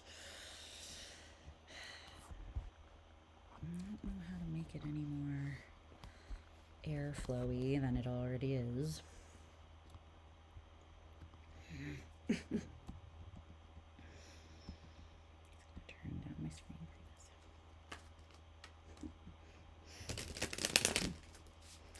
Okay. Tune me into my gorgeous Capricorns. What does Capricorn need to be aware of in regards to their abundant flow?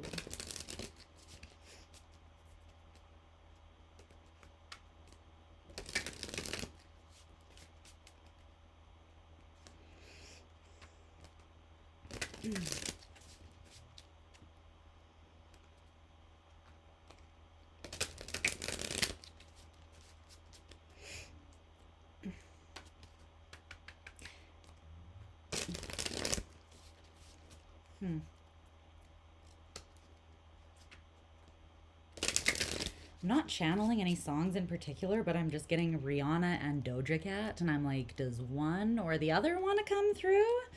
But I'm just, I'm not getting like a particular song, but I just am feeling the energy of both, so I don't really know what that's about.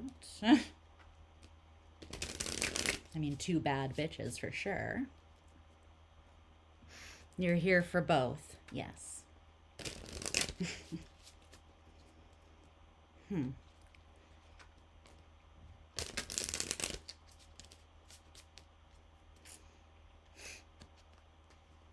Yeah, it is interesting vibes.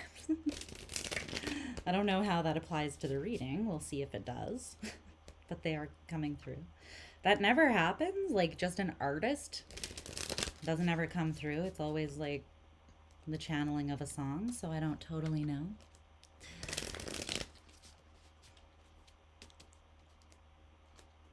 Guess we'll find out.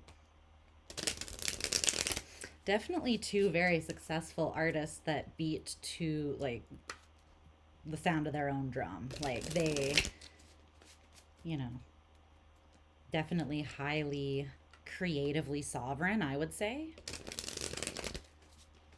They do what they want. I do what I want. And we love them for that.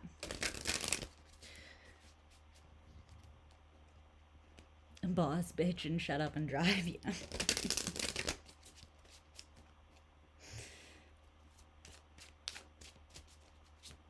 It's interesting though, it's coming through as like,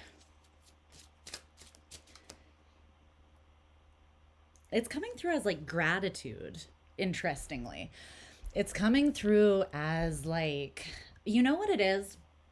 It's that feeling of like, yeah, I worked my fucking ass off and I deserve that. I deserve this shit. It's like accomplishing something and then sitting in gratitude, being like, I did that for myself, and realizing that it was worth it. Like the risks you took to honor yourself, it was all worth it. Yeah, creative sovereignty. Because I was kind of channeling the song, what is that song by Doja Cat called? She's literally singing about like,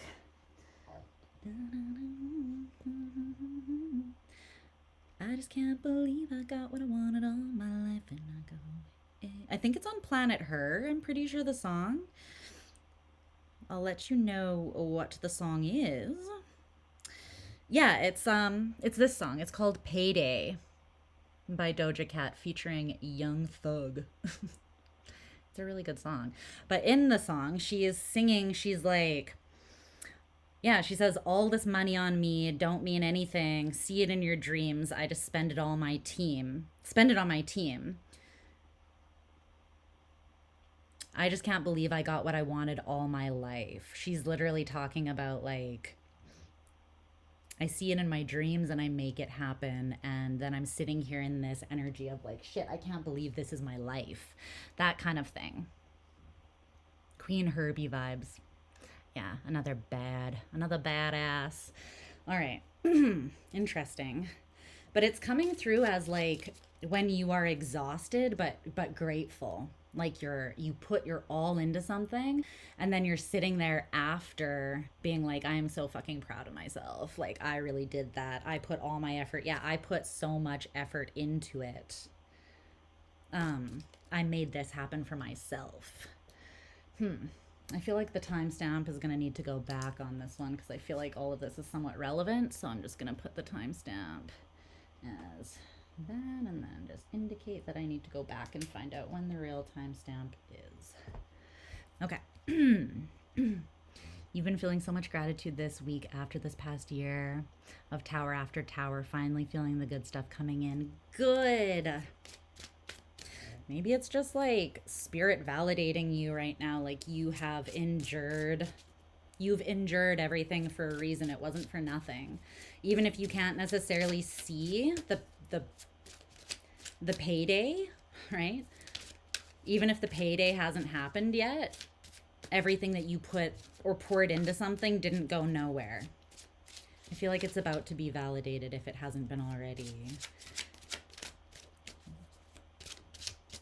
Something about creative sovereignty, though, even if that's just the life that you're creating, it's important to do it for you.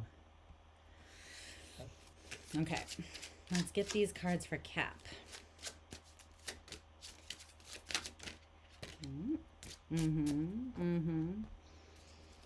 Love it. Whoa. Speaking of tower. That came out in your greatest strength. I'd say that's some validation. That's some direct validation. I mean, if logging on right when the Capricorn reading was starting wasn't already validation, I feel like that's validation.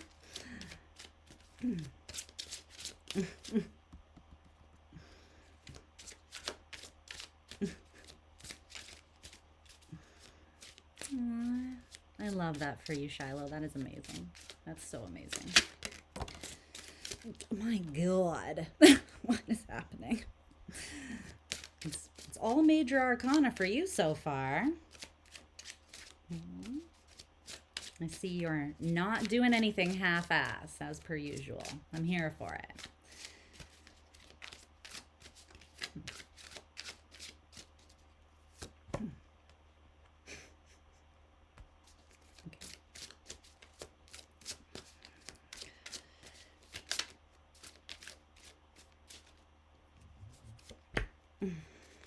One more.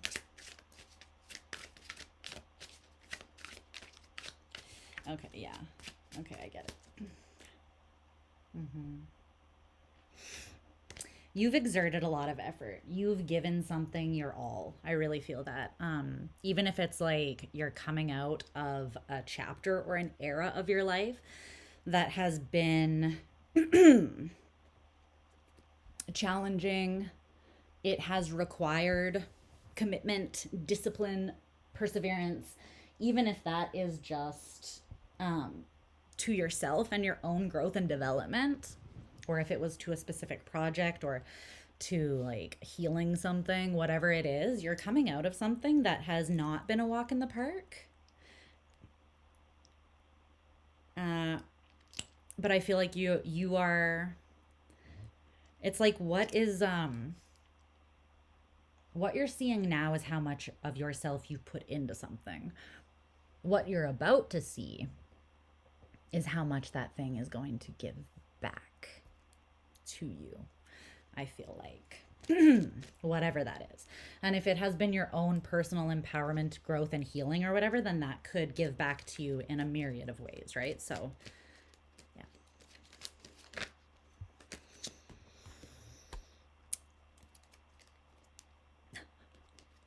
Cap. Okay.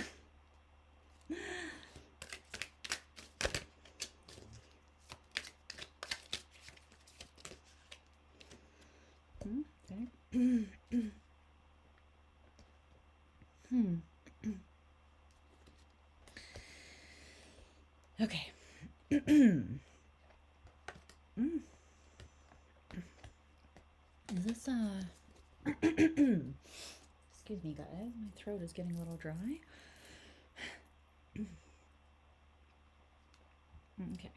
2 cards came out, and it's only that one that wants to stay.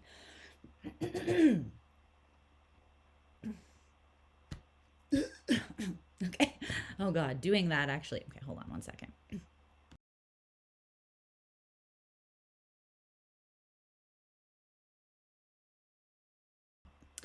Okay. Had to kind of like obnoxiously, like powerfully clear my throat there. Decided not to subject you to that. Okay, let's get into this, Capricorn. This is beautiful. You're a Cap, Sun, Mars, and Mercury. I'm a Cap stellium. I'm a Cap Mars, Neptune, Uranus, and Saturn. So, woo! Okay, so Capricorn, the current vibration you are coming out as being in is strength. This is Leo energy. And the strength card talks about being in alignment with essentially your own backbone and your own morals, values, beliefs, and heart, really, right? Because the heart is kind of the portal through which the heart is kind of optimally where your standards are formed, and you know, the portal through which things flow and are created. So it's kind of important that things align with your heart, right? Not just in terms of like how you feel about things, but your heart in terms of the things that you are convicted about because they really matter to you, right? The hills that you would die on, the place where you would plant your flag and I'm gonna die on this hill, you know, the things that you genuinely would fight for and stand up for. That's strength. And it's this quiet kind of strength that comes from that personal integrity, sovereignty, and alignment that is incredibly strong, that makes leaders, really, right? When you think of Leo energy. So you are in this right now. You're recognizing your own strength. You're recognizing how much you've already put into something, how far you've already come. And you're giving yourself credit where credit is due. And I really love this because it's not about the external validation. It's not about the gold stars or the pats on the back. It's about you recognizing your own greatness. That's what it is. It is literally you validating your own strength here. And what's so powerful about that is that you literally don't need anybody else's opinion or validation. This is a sign of a very healthy Capricorn, because a healthy Capricorn is only competing with themselves. You're only competing with the last version of you, right? You're on this personal sovereign journey of empowerment and expansion and success. It's not about proving yourself to others. It's about proving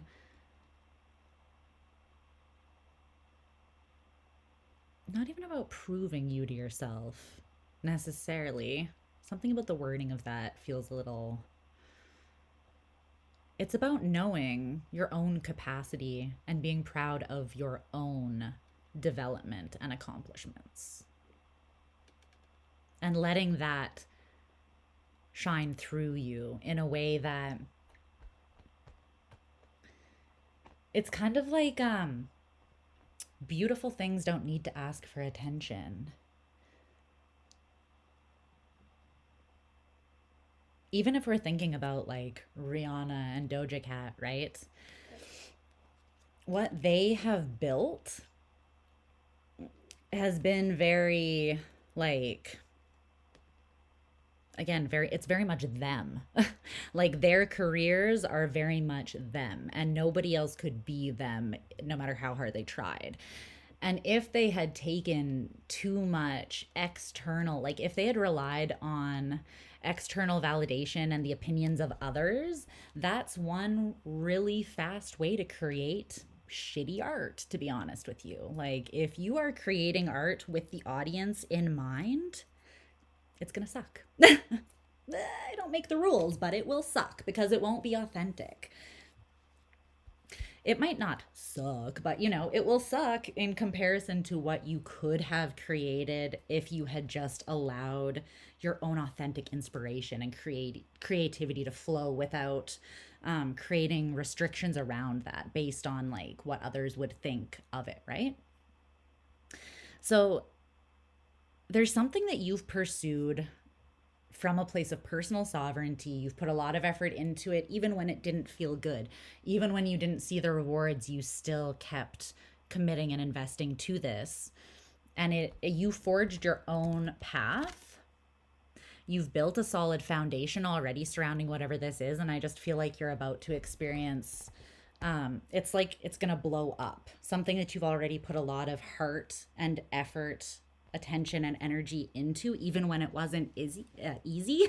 Even when it wasn't easy. When it wasn't easy.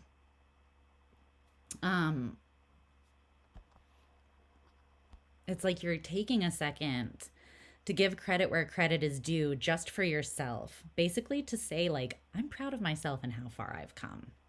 No matter how much external achievement is visible, you've put a lot of heart and a lot of yourself into something. And no matter how it's paid you back so far, that is a huge accomplishment that you should be proud of.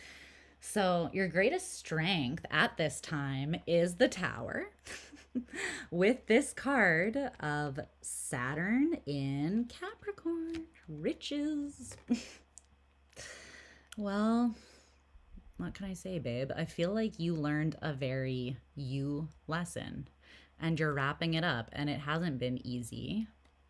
True to Saturnian fashion and style, it hasn't been the easiest thing. And the Tower represents Mars, but it is kind of like hurdle after hurdle, or things being shaken up. But it's like something that has been unstable, or something that you haven't given up on it, no matter how challenging or how much it tested you. You rose to the occasion of something. With every Tower, you came back stronger. You didn't just roll over and bleed, you cowboyed up. You got back up on the horse. You get knocked down, but you get up again. Never gonna hold you down, a little tub thumping action over here. And I fucking love it. I love that for you so much.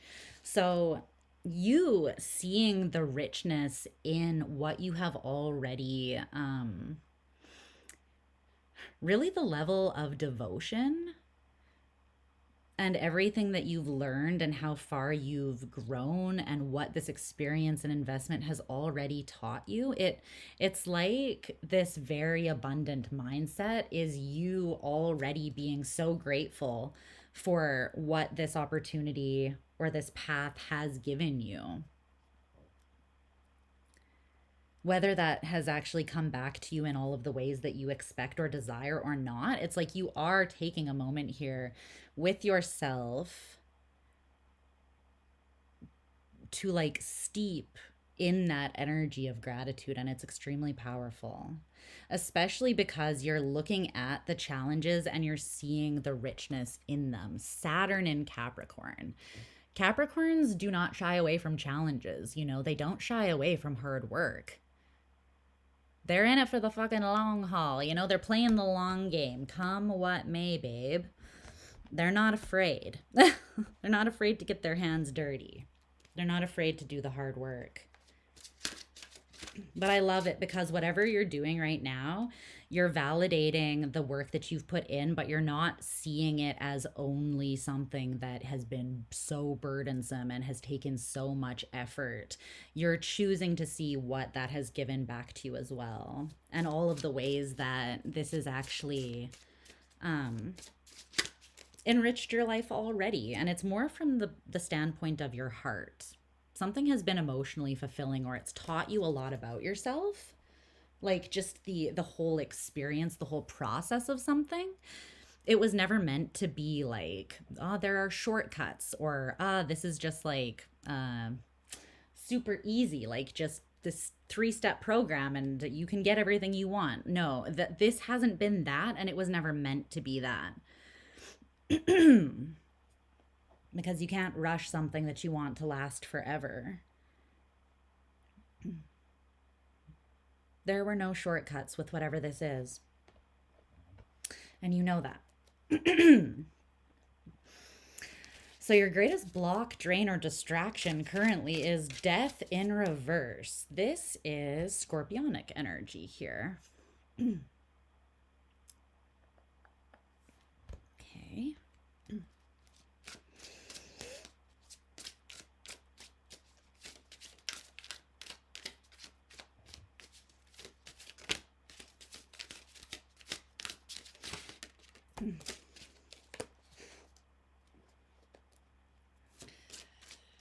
Tell me more.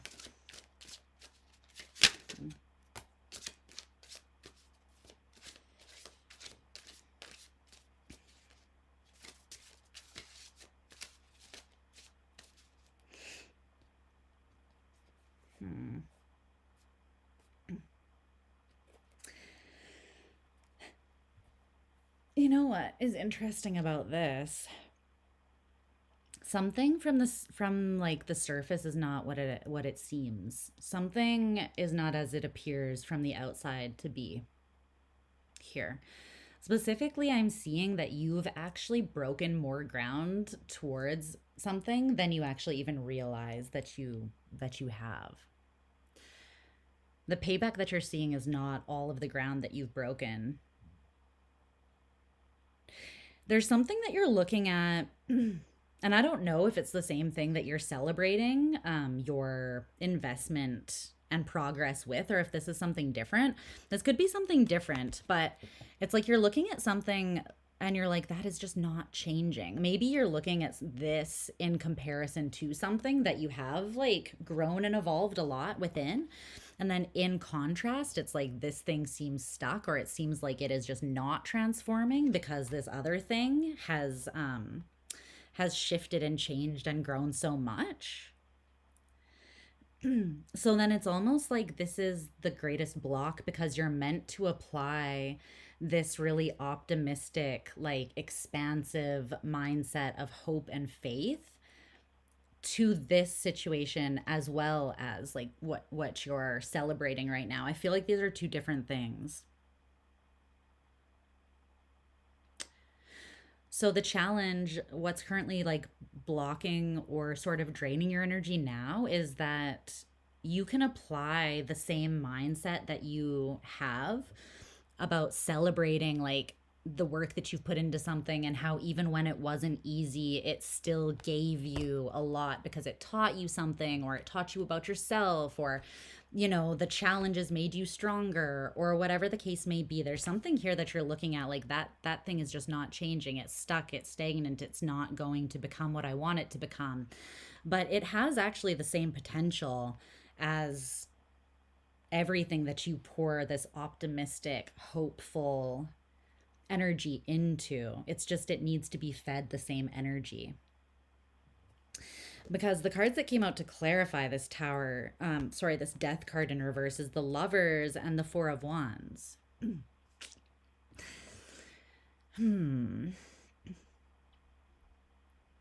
This could be like more relational, and that would make a lot of sense for you.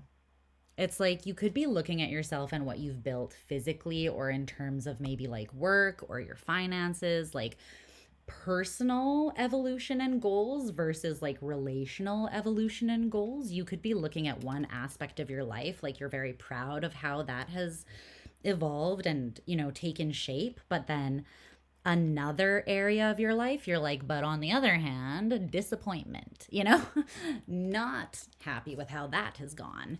But whatever this is, under the surface, it's like you're seeing it as this, but under the surface, it is actually holding this energy. which is quite beautiful energy. Um, but I feel like you're meant to look, I'm hearing gaze upon this situation through a lens of hope, excitement, love, and inspiration rather than rather than through a lens of fear or even comparison, because it is something very different. It feels like a whole other area of your life. And it could even also have something to do with then like you it's like you have faith in your own capacity to pour energy into something and shape it and shift it and make it something even when it's not the easiest, or even when it throws you like curveballs, right? You still have this faith in yourself that you can still make something valuable out of that. But I feel like you're applying that to situations that are about you personally. And it's almost like you're looking at something like, but that's not changing, and not because of me, like not because of lack of effort on my behalf. But I think it's not because of lack of effort. It's more of like the way that you are looking at another area of your life or comparing it to your personal evolution and growth. Caps Lovers card has both a mermaid and a human. Yeah. The sea goats. And it is indicative of like, I feel like you're confident here celebrating physical, like things that you have built, right? That you can see that you've built, even if it's your own personal growth and evolution, you can see that physical like change and evolution in yourself, right? There's something here where you are meant to come at it not just from like a practical, but also a somewhat whimsical and emotional sort of perspective as well. But there is meant to be like there is the potential for joy and love, and I actually feel like something, it might seem very inconsistent, like if this is someone that you're dealing with, it could feel like they are very erratic, inconsistent, and just like bring a lot of bring a vibe of confusion to the party that you're not super stoked on, because it doesn't feel stable and solid, and you kind of like things to feel that way. You don't like influences that are destabilizing in your life. But I do feel like there's actually something that has been moving forwards and progressing in its own way under the surface. Like you don't see this happening. And I feel like someone's external behavior is not indicative of the actual shift that's happening underneath. It might feel kind of erratic because they have a lot of anxiety surrounding the way that they are shifting. Specifically, I feel like someone's perception is changing, and that takes time, right? And specifically, this is like, it's quite a big transformation that is taking place in the way that someone thinks. Now, if this is not including a specific person outside of yourself, then it's just this general energy around this other aspect of your life. So if this is like your personal accomplishments, your work accomplishments, your financial accomplishments, your own personal growth and evolution over here that you're proud of, then this could be like your relationship sector of your life, romance, something like that, that is just like falling short in comparison. But then I'm seeing that the anxiety, like that this thing is shifting. It's just taking a little longer to shift because something is transforming in your perception of this area of your life, and that kind of stresses you out, which causes you to not see the reality of this area of your life with as much clarity. That's what that's coming through as. Okay. The King of Cups is your available support, resource, or ally.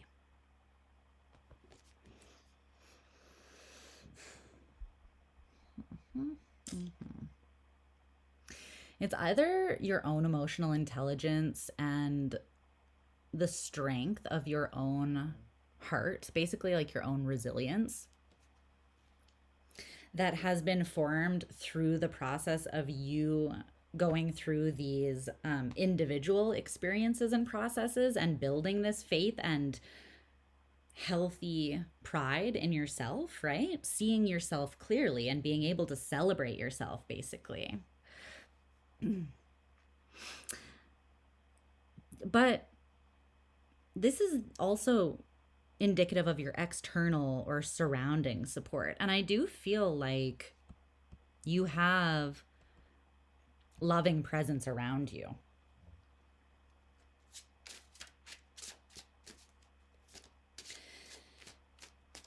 Can you tell me more about this King of Cups?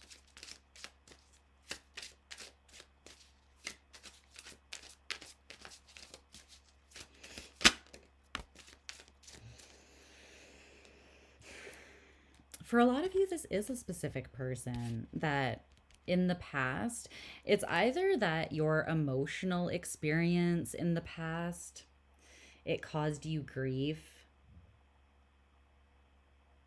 but you have been, your greatest ally is your commitment to your own emotional standards and fulfillment, really, like not settling for less than you know that you deserve. But if this is a specific person, then I feel like this is someone that, historically speaking, things have felt difficult, or you two have experienced grief together, whether that was you guys like causing grief for each other or you just gone through something difficult. The Hierophant fell out and it landed over here on the Death card in reverse and the Lovers. If this is someone outside of you, then it is someone that does love you and they are like devoted and committed to you.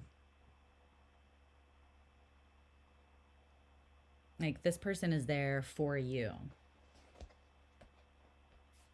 Whether you see that or not, I'm not sure why you wouldn't, though. The thing about the King of Cups, though, is that they are, because they are so sensitive and, you know, deep, really. Like this is the card associated with Scorpio. Well, it's associated with Scorpio, one of the cards for me as a reader. And Scorpios are very sensitive and they're very intense. They feel things incredibly deeply, but they aren't always, they don't always express what they're feeling. They maybe don't avoid it within themselves, but they don't always share. And that's because they are, a healthy Scorpio anyways, is not secretive, but they are internally regulated. So they can offer that vulnerability when it feels empowering to do so and when it feels appropriate to do so. It doesn't just like spill out of them all over, like all their emotional intensity. They don't just project it or like spill it onto those around them. They choose from a sovereign and empowered place what to commit their heart to, what to devote themselves to. And you will never find a lover more devoted than, you know, someone with strong Scorpio. Like when they're in, they are in. But you might not know that they are in until they decide to tell you, right? It's very Scorpionic.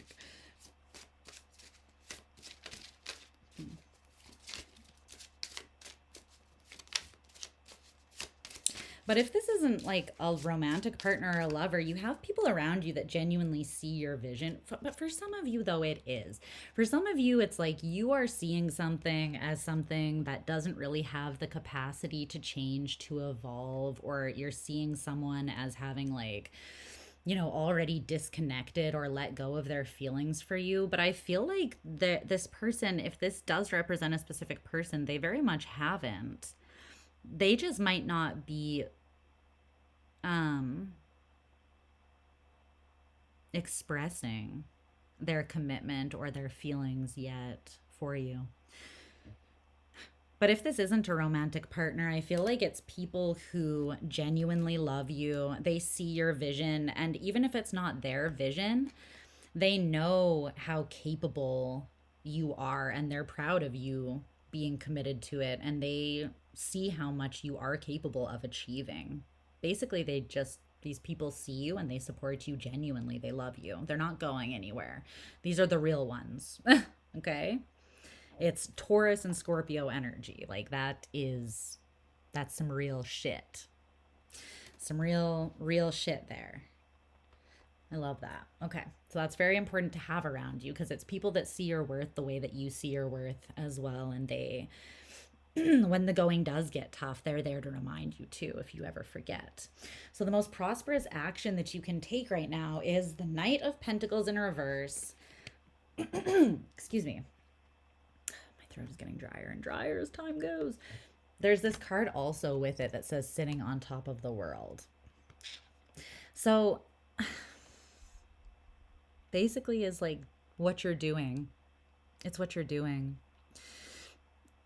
You're sitting kind of pretty right now, whether you completely see the scope of that or not. I don't know. I think you're seeing more and more of it.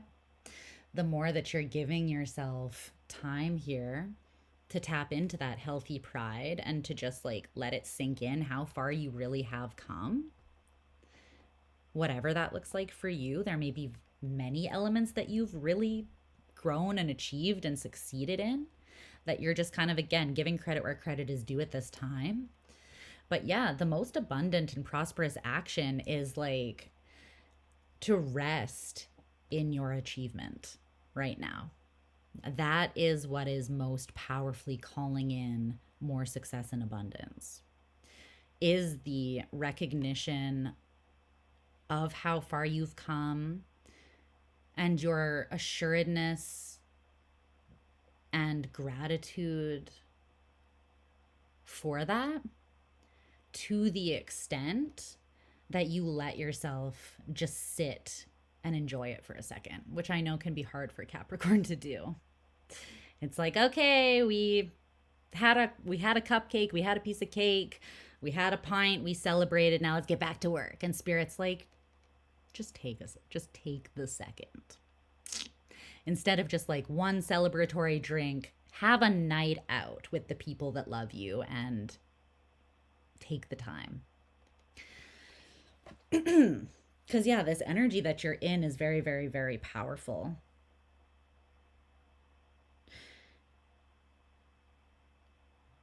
It's so powerful that it is almost like letting you rest. And it's almost validating that you don't need to do more right now. It's not about doing more. It's about recognizing how much you have already accomplished. That's just as powerful as doing more and more and more. Again, it's just when is it appropriate and necessary to act, and when is it more appropriate and necessary to rest and celebrate how much you've already accomplished. Okay, because that energy very much magnetizes more into you. Plus, there's something happening where like you are charging your energy and renewing yourself in a way now for what is coming next. That's also something that's coming through, that's also why it's important to take this time as well. To just enjoy it where you're at. A blanket of peace. Yes. So that's what I see for you right now, Capricorn. I love this so much for you. Congratulations. You've done amazing. And I love to see this. I love to see you not feeling like you need to just grind and get back out there and do more, but recognizing that like you innately are so valuable and you've already achieved and learned so much that really the sky is the fucking limit. And I feel like you're about to find out and it's hidden. You're about to find out just how much that is true, but you're not expecting what is coming in next, I don't think. But you enjoying just sitting on top of the world is kind of like the prerequisite for new levels of abundance to come in. So even though it feels unnatural, let yourself steep in it like tea. Let yourself marinate in it, okay? Because it is your essence. This is your essence. It's not all the things that you have done.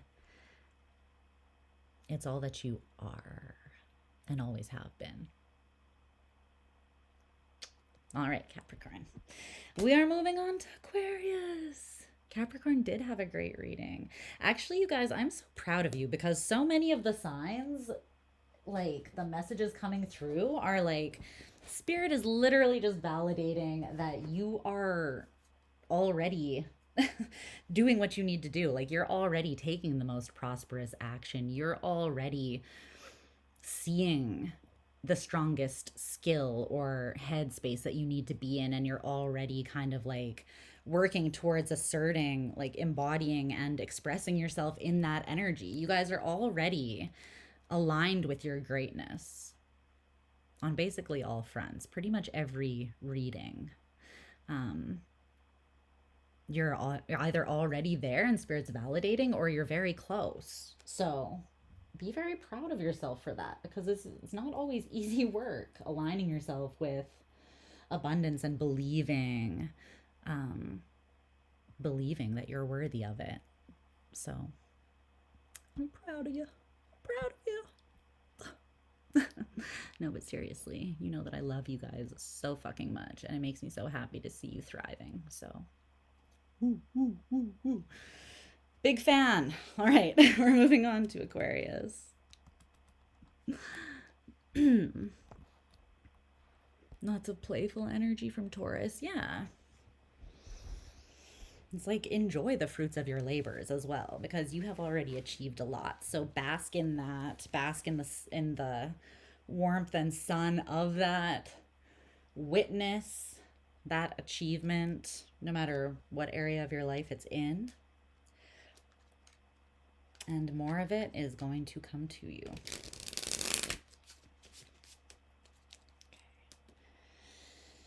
Okay. Aquarius, there you are, my darlings. On the split.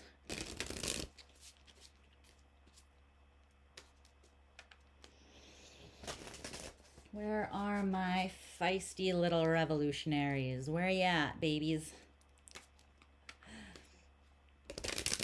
Are you changing the world yet with Pluto in your sign? As if you weren't doing that already before Pluto was there.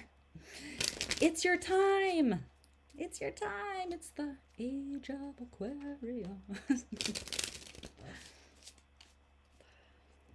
Okay.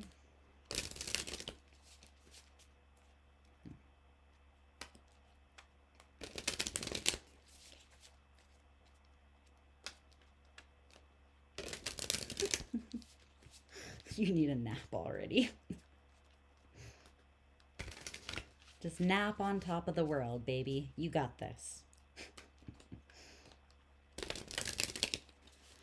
And don't do anything. Just bask in your own regalness.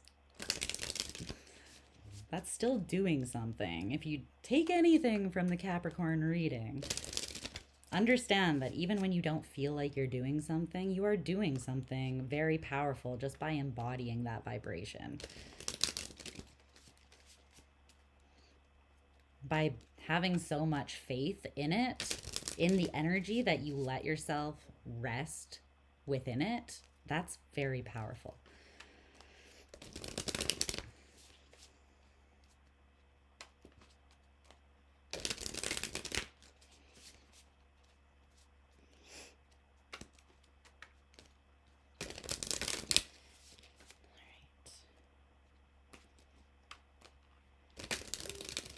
Aquarius. Well, it looks like it's going to. It's looking like it's coming. It's coming. What is up? Checking your North Node. What's up, Robert? What's up? What is your North Node? Is it Aquarius? Do I know your North Node? I don't remember. Okay. One more shuffle.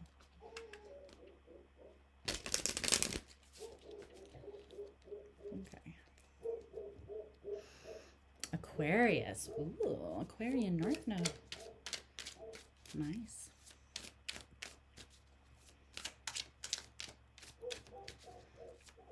Lots of trines.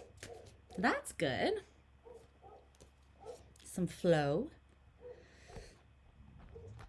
Are these the cards? Yeah, I didn't feel like they were. They felt weird coming out.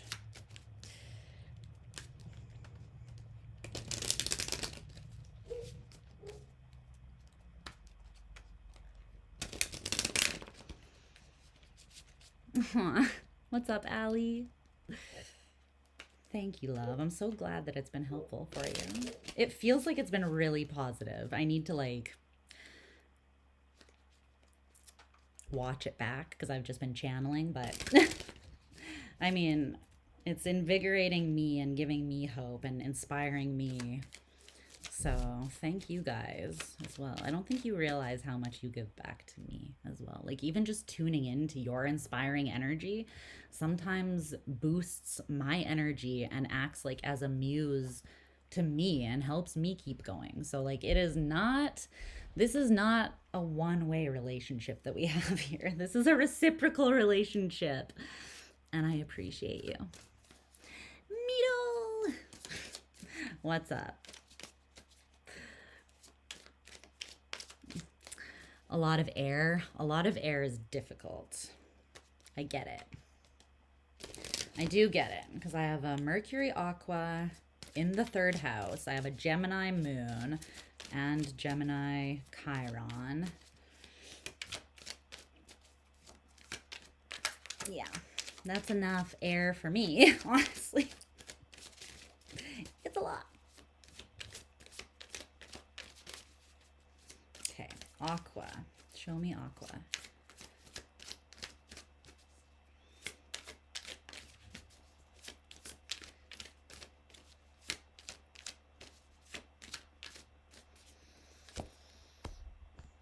Ooh.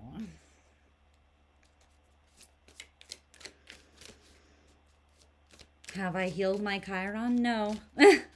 I mean, I've healed it. I haven't healed it in totality. I've done a lot of healing work on it.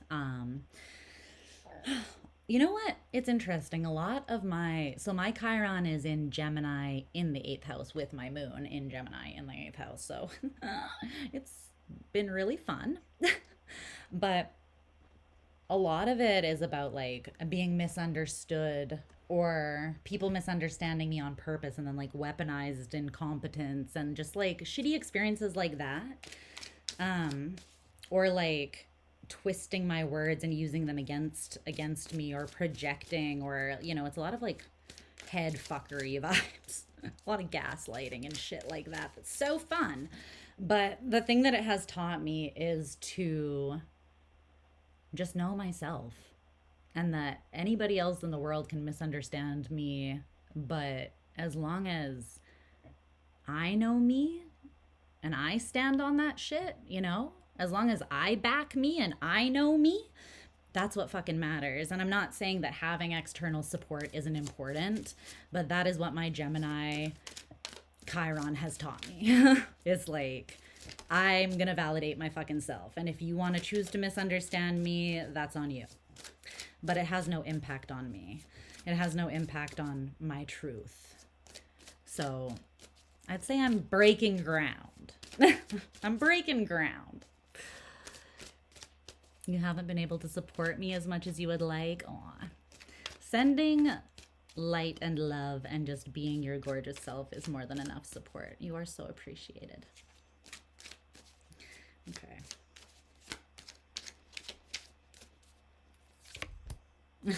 Okay.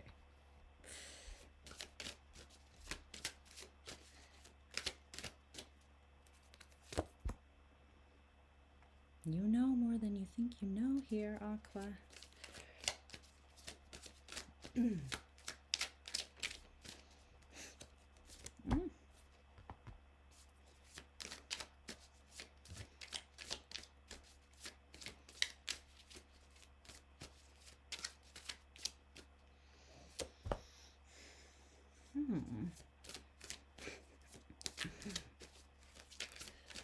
Okay.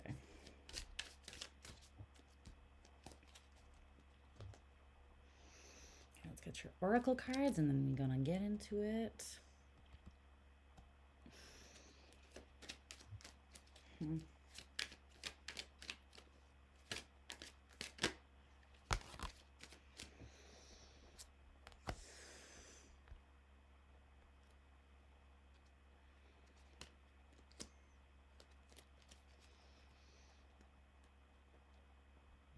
Okay, hearing this song. Manifesting a new job. Ooh. Well, I hope that you get that. Sending lots of good vibes and prosperity, and just, I hope that the opportunity for you, the perfect opportunity, comes through. It's stressful when you're looking for a job. Whoa. Okay, I love this. Okay, let's see. Hi, Aqua. I hope you guys are doing wonderful, my loves. Okay, let's get into this reading. So the current vibration that you are showing up in is the Six of Pentacles. Okay. You give and you are receiving. It seems pretty, I don't want to say status quo, but it's like everything in its right place. You know, things are kind of just, things are going, things are moving. It kind of feels like not the status quo, but like nothing necessarily unexpected. Like the things that you are giving to, you basically know what to expect in how they pay out. And it just feels like your commitments are established commitments for the most part, things that you have already kind of like been invested in for a while. And you're not really expecting anything too shocking or surprising to come from it, is what I'm kind of getting. It's sort of this energy of like, I know that when I put the coins into the vending machine, then the bag of chips comes out, you know? I know what to expect. Why do I feel like you don't fully, though?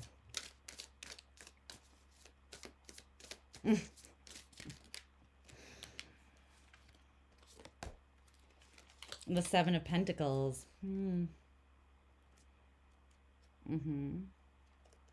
Careful with that.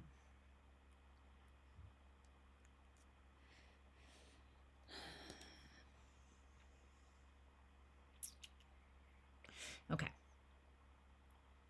I don't see this as negative because of your nature. Like certain things for certain signs would be an indication of them not really being in alignment with kind of like their natural essence. But because you are fixed air and you are Aquarius, I don't feel like this is an indication of something problematic for you. Also, the 6 to the 7 of Pentacles, I'm still seeing progression happening here. So you're not getting stuck. Like if I saw this for certain other signs, I would be like what I said, be careful with that to you. But this is kind of like your natural, like, this is kind of how you do. This is how you do. Okay, so I'm seeing that you basically feel like you know what to expect. You give to something, like I said before, you have been invested in for a while. In your mind, though, it's almost like not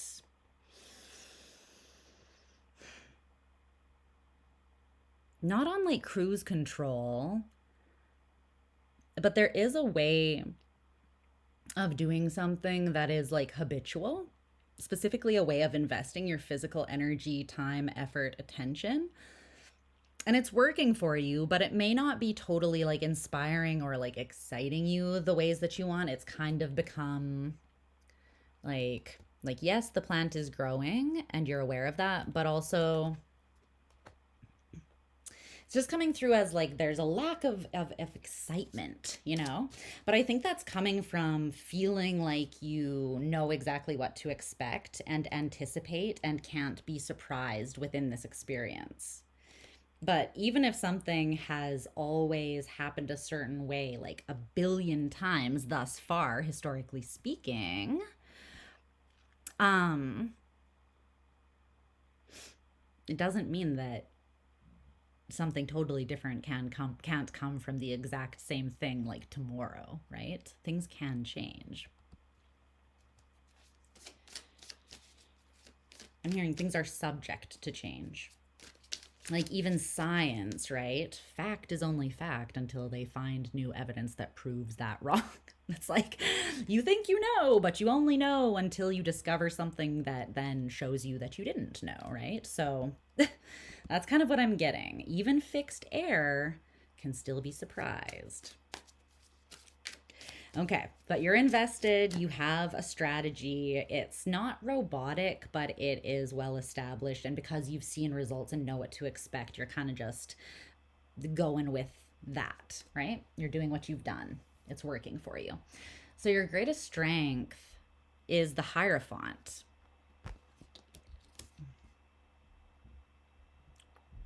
Taurian energy. It came out with Saturn in Pisces, loss.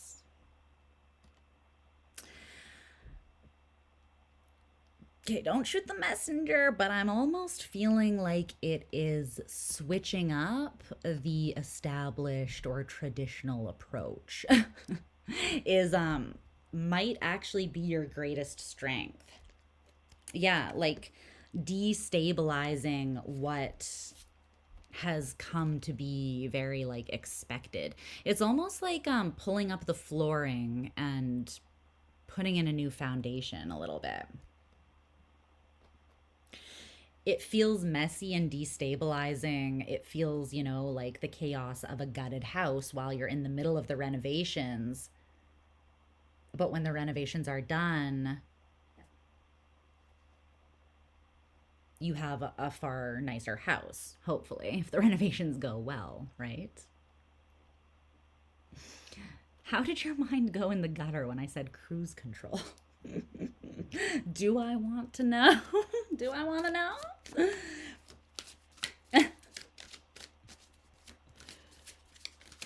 There's a hell of a lot of pentacles too. Like, what's this? What's what's going on? It's a lot of pentacles. Feeling pentacly up in here. Even the Hierophant is Taurian energy. It's a lot of earth energy. I do feel like there's something though that needs like a little shake up. Because it's not bringing in the emotional vibe that is kind of like desired. It's like you might see progress being made, but I'm feeling like you're not necessarily feeling successful, recognized for your efforts. It's not that you're not getting any growth or anything out of it, but again, it's kind of like you are either on a very slow incline or like you incline and then you like plateau and then you incline. Like it's like there's slow progress. It is progress, but basically it's not that you're not making progress, it's that you're not really feeling it. Yeah, explain to me later. Explain to me later. The dirty minded me is like disappointed in myself for not getting it. For not getting it. Temporarily, materially challenged. Okay, your greatest block, drain, or distraction to your abundance is coming through as the Two of Wands.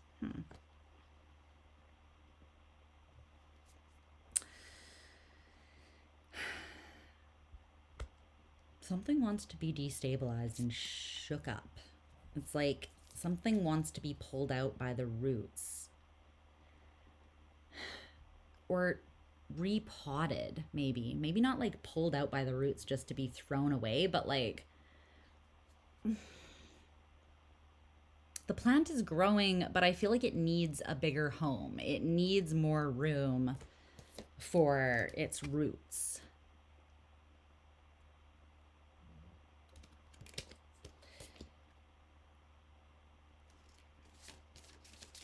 What's the Two of Wands, though? Because the Two of Wands is about active decision making.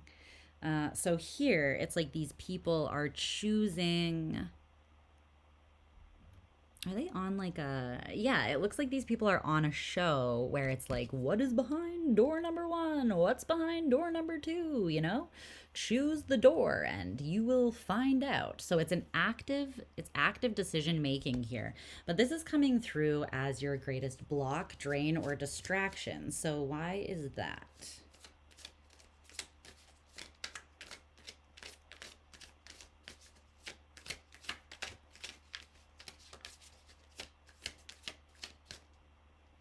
You knocking on the wrong door? What's going on? There you are.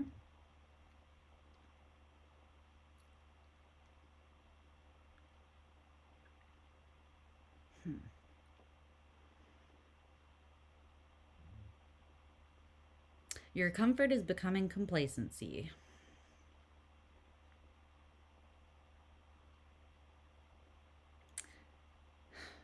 There is something that wants to be done differently.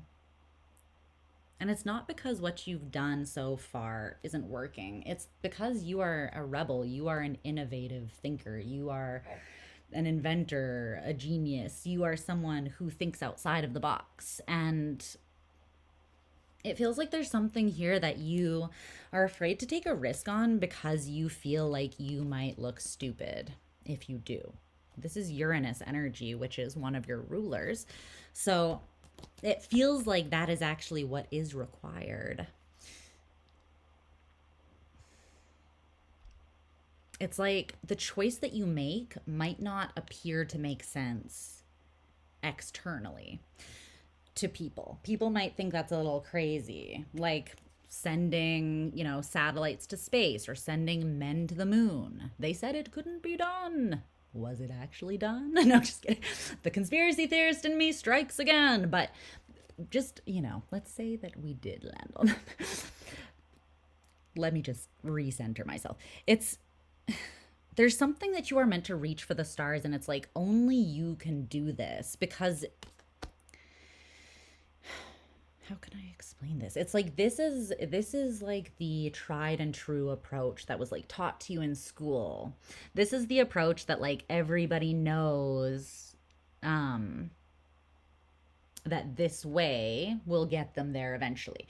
But I feel like it's the traditional way. It's the way that like it's been done before, and there's nothing wrong with that. You're making progress, you're gradually getting there, right?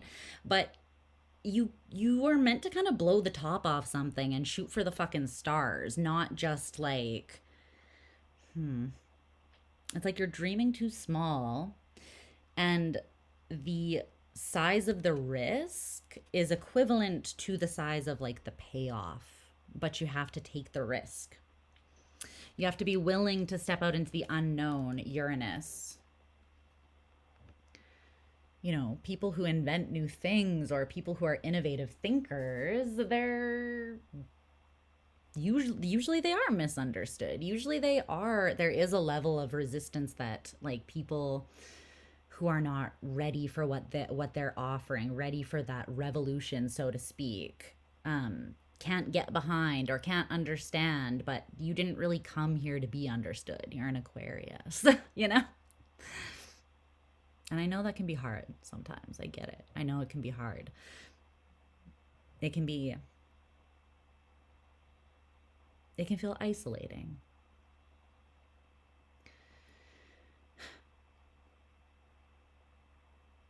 But as long as you understand you and what you're doing, that's what matters the most.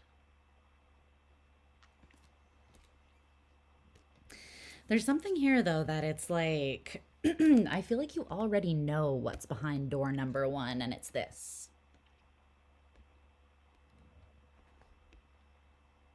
It's the method that has already been tried and true. Tried and true method already, right? What's behind door number two?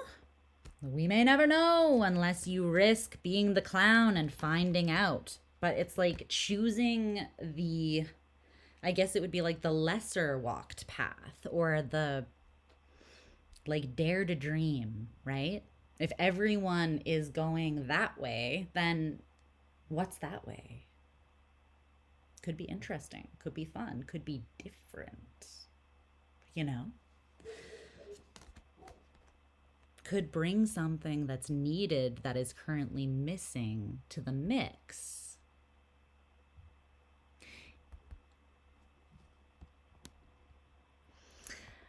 What's my take on the Hierophant?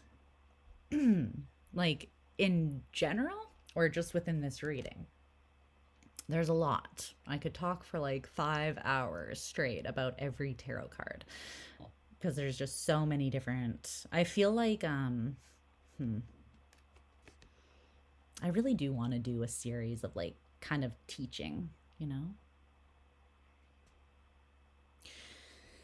Because the energies present themselves and come up within me, like they represent such a wide array of things. It's just like every zodiac sign is not just one thing that you can label and pinpoint, right?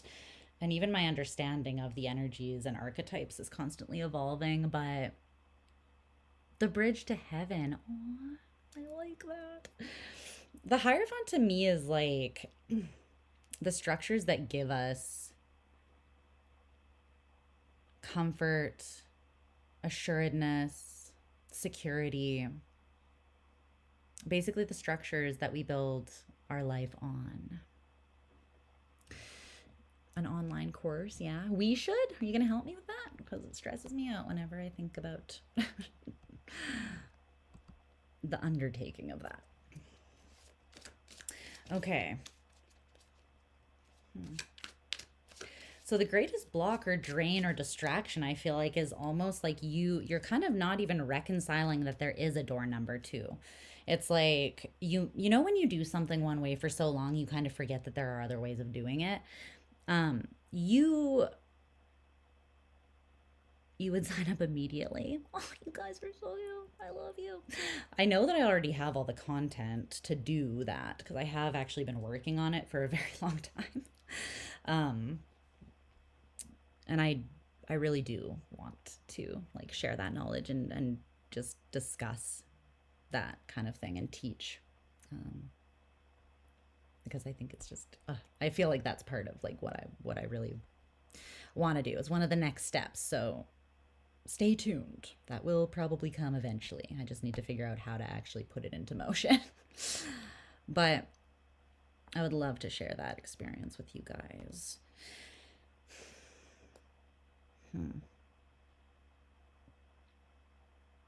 I almost feel like you've been surrounded by, like, I want to say the mundane. Now, I don't really know. Pisces Mercury looking for an admin job. Right. How's that going?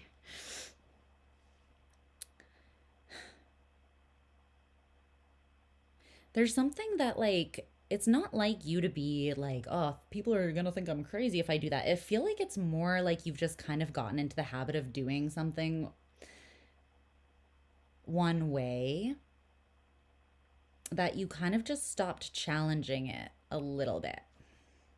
And maybe that was necessary for that phase of life, like where you needed the stability and the consistency of that. But I feel like what's more required now is a broadening of your dreams and perspectives, because wherever you are now, it feels like it's becoming heavy. Like it's what once supported you is not really a structure that is allowing you to grow further, right? It's like you want to be that tree with those huge roots that reach down into the earth, but you're in this tiny little pot.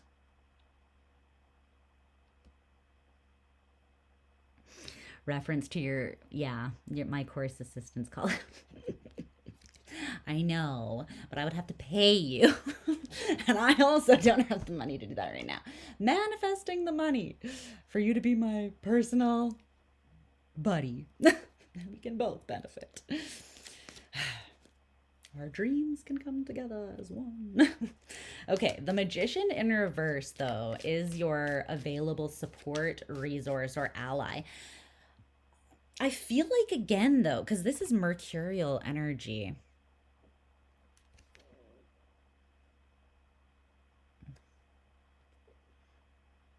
talking about sending men to the moon, by the way. Interesting.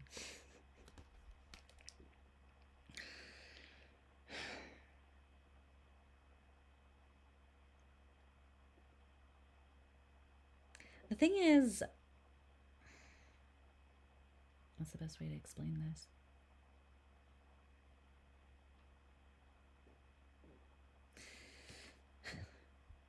The Magician represents Mercury, right? And Mercury is about ideas, learning, expression, yeah, like how we think, how we speak, how we learn, how we engage.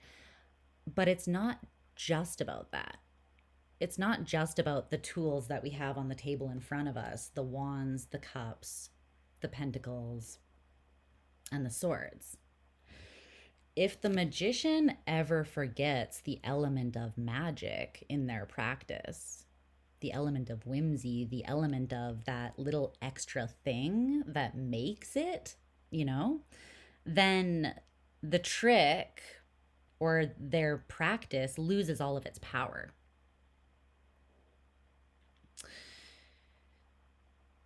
They can't lose that, the element of magic. And it's kind of like that is what feels like it's being lost in your current embodiment and expression.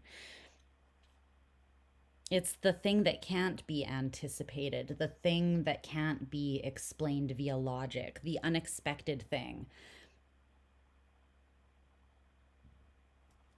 the outside of the box thing. The Magician in reverse is your your greatest support. And I think that it's like flipping the way that things have been done somewhat on their head, or reconnecting to the missing element. It's not just about like what you think or believe on paper. It's about that magical element that comes from your belief, even in things unseen, right? Faith is like believing in something that you can't see, touch, feel, taste, but you know that it's there. You feel it energetically. Just because you can't see it doesn't mean it's not real. And the Magician knows that. And a lot of their power comes from, well, all of their power comes from that, because the Magician isn't just about creating something from yourself alone. It's about co-creating with the universe. It's about using everything that's on the table in front of you and using your own will and agency to direct your energy, but also connecting to spirit and understanding that there is something, there is a force greater than you that is also at work in the universe, and that your belief and you know, like teamwork with that force is where real magic happens. So you cannot forget that. You must not forget that element.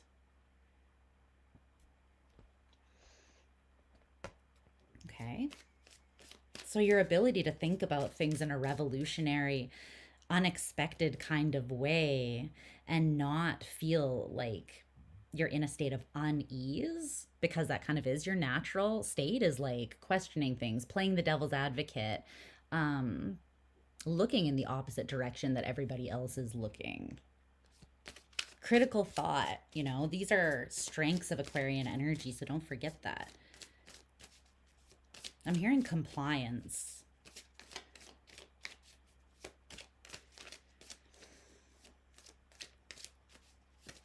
Compliance.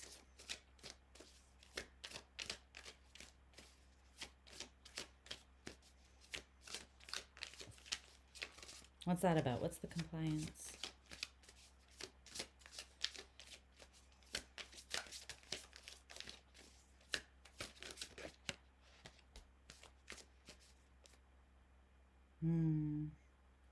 Something very powerful is shifting, and it's meant to...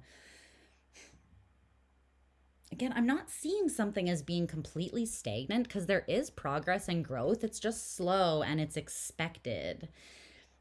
The Hanged Man in reverse is what came out about compliance, is like something was never maybe meant to be long term. It wasn't meant to keep you suspended and stuck or like hung in a specific area.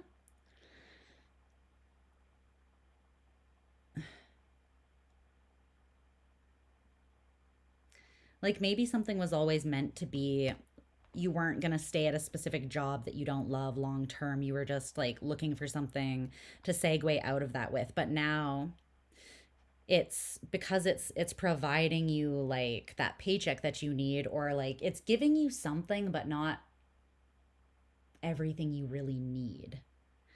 But it's like now that there is that level of consistency and stability to it, it feels riskier breaking down that structure or that approach. But believing in yourself enough to break that down, to question your what has become your status quo and shift things or change things up is your greatest strength, Aqua. And I'm getting like the 80/20 rule as well. Like you don't have to turn your whole world upside down, but the 80/20 rule is like doing things 80% the way you've always done them, but opening up that 20% like wiggle room to play around, to do things differently and see what happens, right? You don't have to shift everything and destabilize your whole world. You don't have to like make it this big risky thing that could like undo all the stability that you've built. But I do think that there needs to be like you might have gotten a little too fixed in your way of doing things, in your approach. That's what I'm seeing. Yeah. It's become a little bit stagnant, but that's because you're meant to grow beyond whatever this approach is. You've learned and gained from it what it was meant to give, and now you are meant to grow beyond it. So the most prosperous action that you can take at this time is the Three of Pentacles in reverse. And it's with this card. I don't know why, but number 44 is standing out to me here on the card. But the card is your dreams are closer than you think. But I don't feel like they are where you're expecting to find them. I don't feel like they're behind the door that you have been consistently choosing. You already know what's behind that door.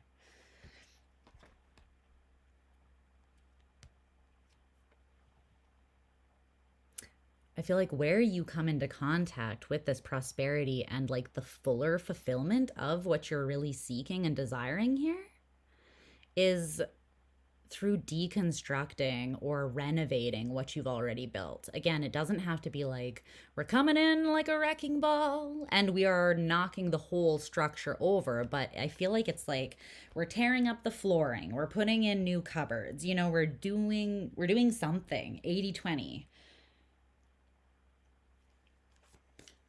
Your dreams are closer than you think, but I don't feel like they're exactly where you expect them to be. And it's very much like this has to do with your physical, tangible approach to something. Pentacles, pentacles, pentacles, pentacles. It has to do with the physical way that you're doing something.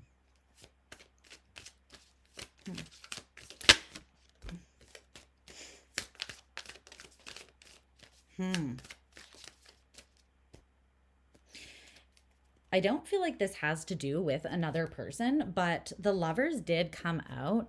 And what I heard was we all start as strangers, which is what this card makes me think about. Because here, it's these two people just on a train or on the subway together, right? They don't know each other.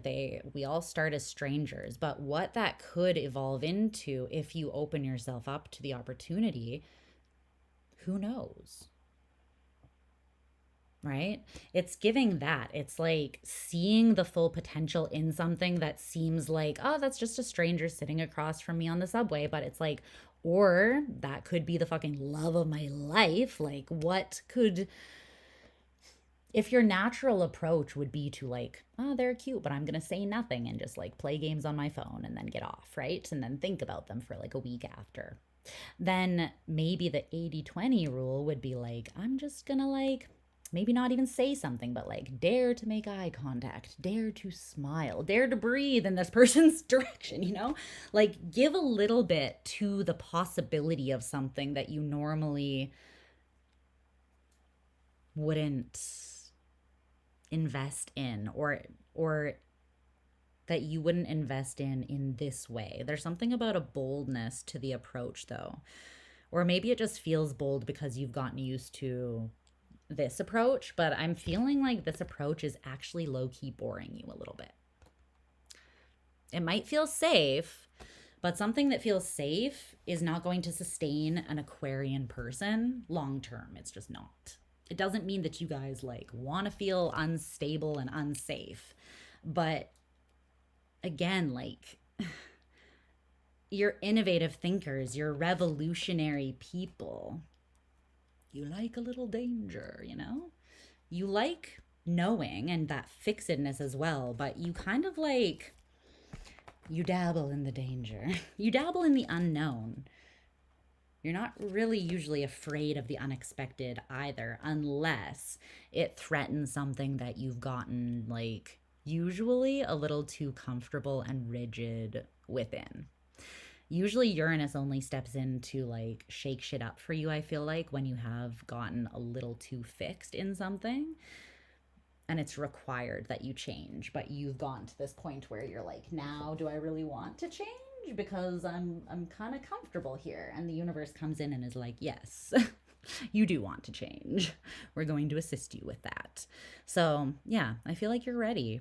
And I feel like if you tune a little bit into like, if you take some time to yourself and kind of feel into how you're feeling about something, I think that that will come to the surface, like specifically what you feel has been missing a little bit. And I think that you're going to receive the internal guidance about where, like where to create the shifts that will bring you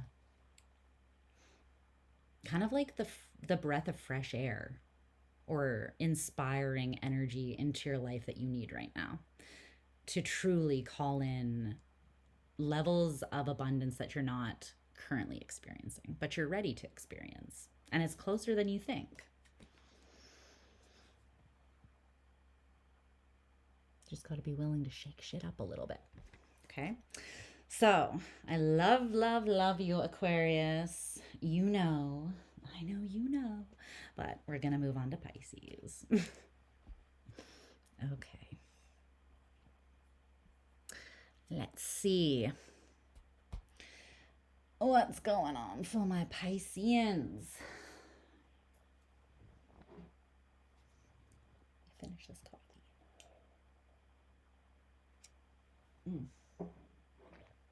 We also, I'm going to open a window a little bit more here as well.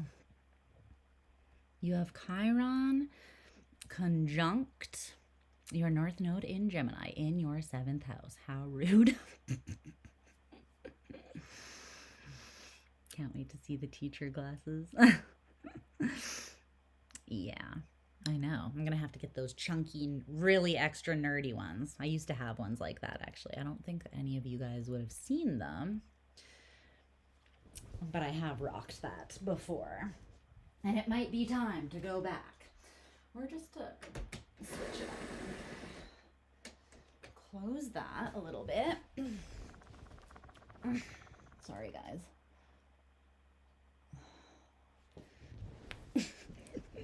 I need a little bit of, a little bit more breeze, and also close the blinds a slight amount.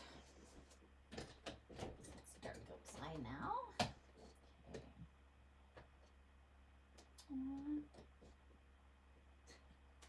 I can hear the little crickets and sounds outside.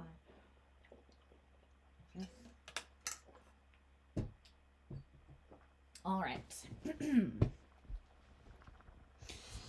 Pisces, my beautiful fishy friends. Let's see.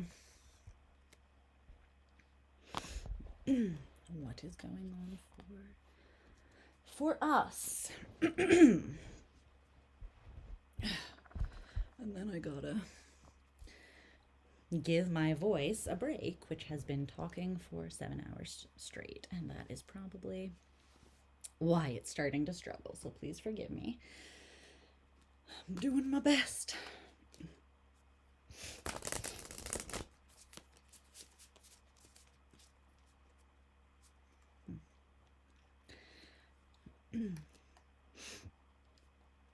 You're a Vedic Pisces rising. Aww, I love that.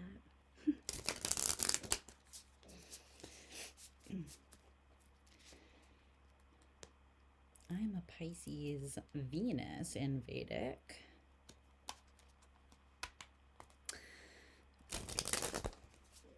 Which is definitely the higher expression of my Western Venus in Aries, which is in detriment and struggles.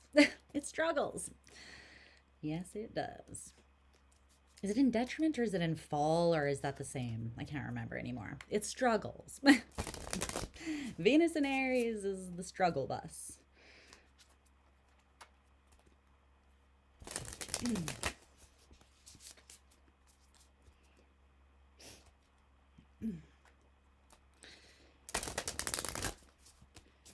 I really love Vedic, though. I'm learning a lot more about it. I have been studying Vedic for a few years now. There is so much to learn. It's ridiculous. But I find it very interesting, and I definitely find it, like, goes hand in hand with Western. I don't find that they, like, are at odds with one another at all. Personally, I just kind of feel like Vedic is more like, how could I say, like your higher self or like your soul's expression optimally, or maybe like your divinity more so, like the chart of your higher self or your divinity, whereas I feel like Western is more indicative of like your ego or your humanity. And obviously we are both human and divine, so it benefits us to look at both. That's just how I perceive it, though.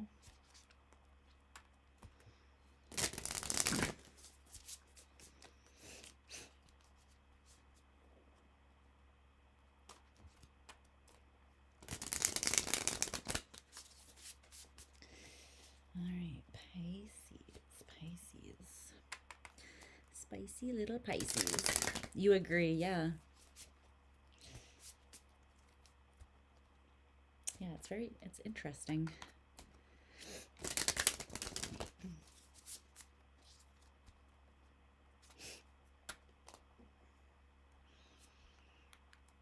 Inspired you to look up yours? You should. It's interesting. They don't look at the outer planets. Like the generational outer planets, which is interesting as well. And they're quite focused on like the karmic, dharmic, like in the teachings of Vedic. But I do find that even that is kind of like aligns with the whole soul thing, right? Like your Vedic chart being more about your soul's journey, I guess. Leaning into learning Vedic helped you better understand yourself. Yeah, me too. Me too. The nakshatras are also very interesting to me.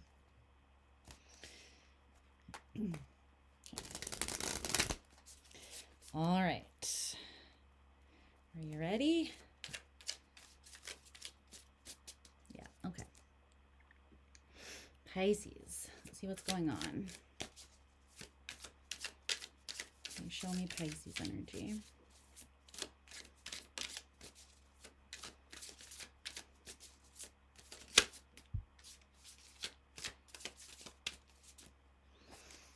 Same as Aquarius.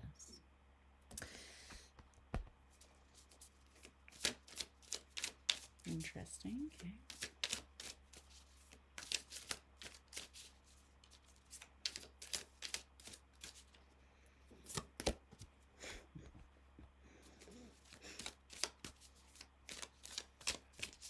Hi, Luminary. Thanks for saying hi. Yes, it's kind of, my lives are long, as they generally are. I've stopped resisting it, but the timestamps will be up right after Pisces, and then you'll be able to jump around. Jump up, and get down. Jump, jump, jump. I'm sorry. I'm not sorry, though. Every time I say I'm sorry, when it comes to singing or dirtiness, just know I'm not really sorry. I'm just saying it because I feel I have to. All right. Aquarius Mercury. Like, really? Could I be more of an Aquarius Mercury? Letting you know I'm only apologizing because that's what's socially acceptable. Don't actually mean it. All right. What's the plot? This is how I know the people that subscribe to me genuinely like love me for me, because this is how I am. So, oh my gosh.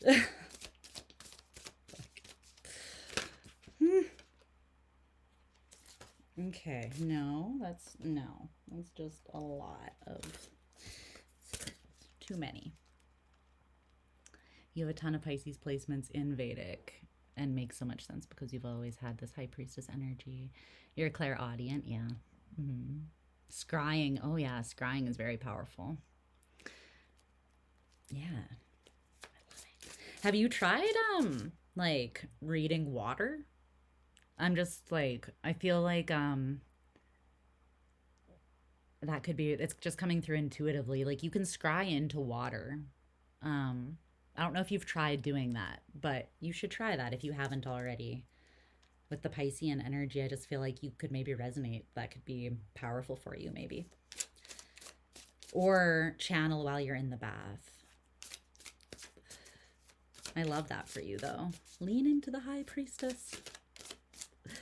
Yeah, you should. I like putting it like in a bowl, basically, like a dish. It helps if it's like dark colored because then it's just easier to see things like in the reflection. But yeah, you should try it.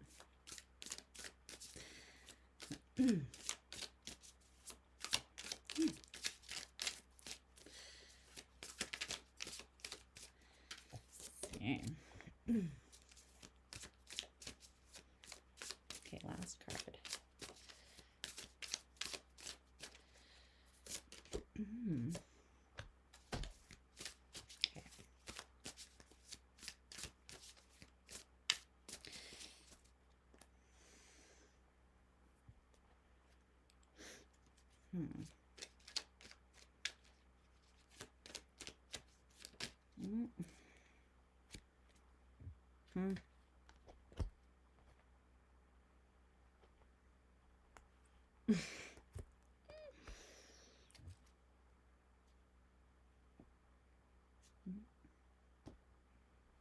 Okay. Okay. I see this. If you talk to the water, it will change the vibration. Yeah, true. Or yeah, that is the most powerful way. You can also do it by like, I have this like selenite disc. It's round, and I put the bowl on top of it. It's kind of like a round plate. I have like a sacred, like ceremonial, or you could say like ritual, like dish basically that is for that purpose. And then I fill it with water and I put it on there. And yeah, but you can also speak your intentions to it as well, which is super powerful. There are many ways.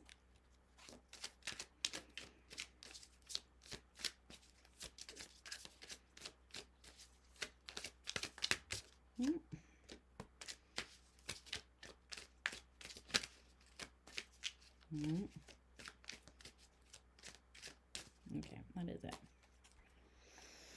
All right, darlings, let's get to it. Let's get down to it. Okay, where are we at here? 6. Okay. Hi, Pisces. I hope you guys are doing extraordinarily well, my fellow fishy fam. Okay, let's take a look at what's going on here, okay? You have a selenite plate. Awesome. Do it. Also just do like what you feel pulled to do as well personally. But yeah, I feel like that came through for a reason. You should work with the element of water. Like that will naturally, I feel like, assist you with that, tuning into that Piscean brand of priestess action. Okay. So Pisces, The current vibration that you're showing up in is the Six of Pentacles. Aquarius had this in the exact same place. So you could have strong Aquarius in your chart, or maybe that is something that you resonate with right now. Let's see. Why is the Six of Pentacles coming up for Pisces? You know what I feel like this is? It's...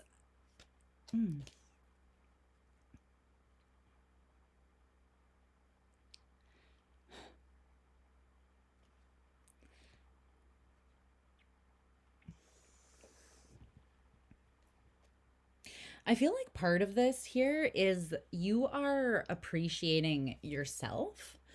And the energy, basically what you have to offer, which is a lot. I feel like you're also being recognized and appreciated for what it is that you offer. And it's interesting, the Six of Pentacles, this particular Six of Pentacles, it has 3 people here, which usually is more like the Three of Pentacles vibe. Generally with the Six of Pentacles, you see like, well, not always, but usually like one person kind of giving. It's like usually a give and take reciprocity thing between like 2 people. It's interesting here that there are 3 people, and they're looking like they've put something, like they're on the same page. Like they've either just finished like doing a group choreography or something, right? But it's like people who, they're on the same page with one another. They're giving and taking to a particular engagement. And everyone is getting something valuable from it.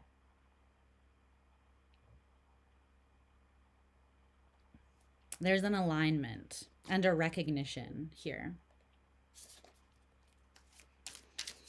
within oneself and also the other people involved. Can you tell me more about the Six of Pentacles?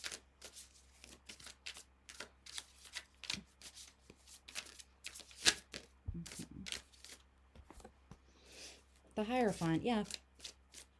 There's something that you're devoted to moving forwards, and you're committed to it. Yeah, seriously.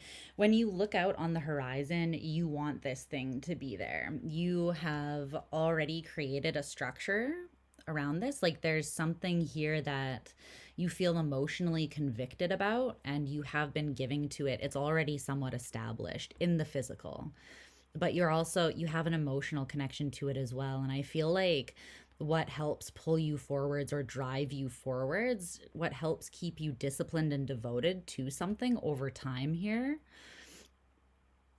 is in part that like you are seen and recognized within this structure. You are appreciated within it. And it's not just that external validation driving you forwards, but I am seeing that that's something, that's part of it, that's helping you at least currently reconcile. Like maybe you haven't always felt recognized and celebrated or seen for your contribution, but I feel like that's coming in more and more. And as it's coming in, it's allowing you to reconcile the truth that you really do believe that this path is for you.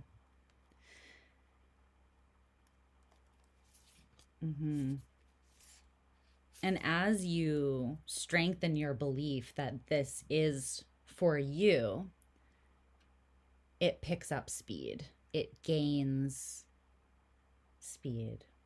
It gains momentum. You've already given a lot to it, but you're just aligning more and more with it. And as you align more and more with it, and others also validate that you are good at this thing, that you have a lot to offer or give, or that they receive a lot from it, you also are receiving a lot from whatever this is. So everyone is winning, and it's just cementing your belief that you're on the right path, basically. Okay. Your greatest strength, skill, or mindset around this time here is the Wheel of Fortune. It's Jupiter energy. it came out with this Venus in Scorpio secrets card. And then practicality, moon in Capricorn came out, but this was hidden behind here. So I feel like this is less relevant, but it's kind of saying that your dreams are big and they're being validated in the ways that matter, in the ways that spirit knows you need to be seen and validated and recognized to give you the courage and the confidence to move forwards at this time, because something is expanding and it feels like you do need that boost. Like that boost is aligned with this incoming expansion, things picking up more speed, right? But you're receiving that validation from where it's meant to come from, not from like everyone around you. Basically, the people who see your vision and get it, and those who don't, meh, bye, right? Like it just doesn't matter. It's not relevant. So you don't need validation from everybody, and I feel like you're not even sharing your dreams with those who wouldn't, like, just don't get it, aren't aligned, would choose to misunderstand you or like, you know, throw shade. It's basically like you're not keeping secrets, but you're keeping your dreams and your like specifically the expansiveness of what you believe is possible. You're keeping that close to your chest. Basically, you're protecting your dreams from naysayers or people who would be like, well, it's not practical. You know, it's like, well, a lot of awesome things aren't practical. Love's not practical. Risks aren't practical, but they, you know, sometimes get you to do amazing, incredible things. If we only ever did what was practical, you know, our lives would suck, right? Let's be real. If there was only practicality, how boring would that be? Some things you just got to do because they make you feel alive, or because, I don't know, they bring an element to your life that is more inspiring or magical or blah, blah, blah, whatever, right? But there's something outside of the realm of practicality, and you know how to dream outside of the restrictions, the limitations of practicality, right? You understand how to implement a practical approach, but you also understand how to break the confines of the restrictive box that only doing things because they're practical would put you in. But I think you are aware of people who, like, that is their go-to. It's kind of coming through as, like, parental voices. Maybe you have family members that if you shared, like, the expansiveness of your dream or vision with them, they would kind of shoot it down. Not because they want to tear you down, but because, you know, they might feel, from their perspective, that they are protecting you by you know, bringing up the potential ways that something could go wrong, or the potential risks around, you know, something, or basically just how it's not practical. But that's not what you need to hear right now, because, and you're aware of that. I think you're aware that like that influence would put you more in your head and not allow you to move forwards with the confidence and the intuitive knowing and assuredness that you actually have. So you're just kind of protecting your dreams is what I see. You're not being secretive or like lying or anything like that, or misrepresenting yourself. It's just kind of, we're on a need to know basis with your dreams is what I'm seeing. And only those who are supporting you and only those who are supporting you are allowed in right now,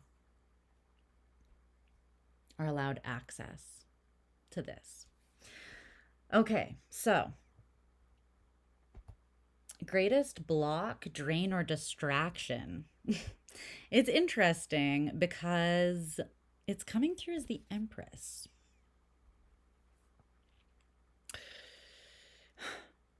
For some of you, this is a mother.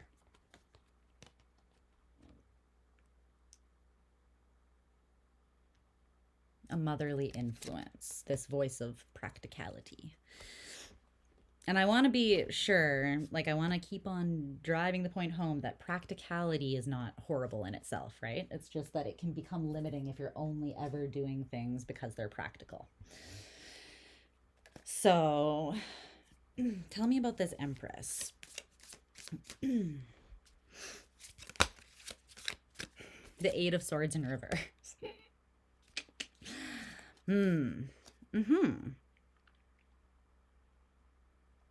It's, you already know. That's the thing. You already know that this is someone outside of you. And the thing is,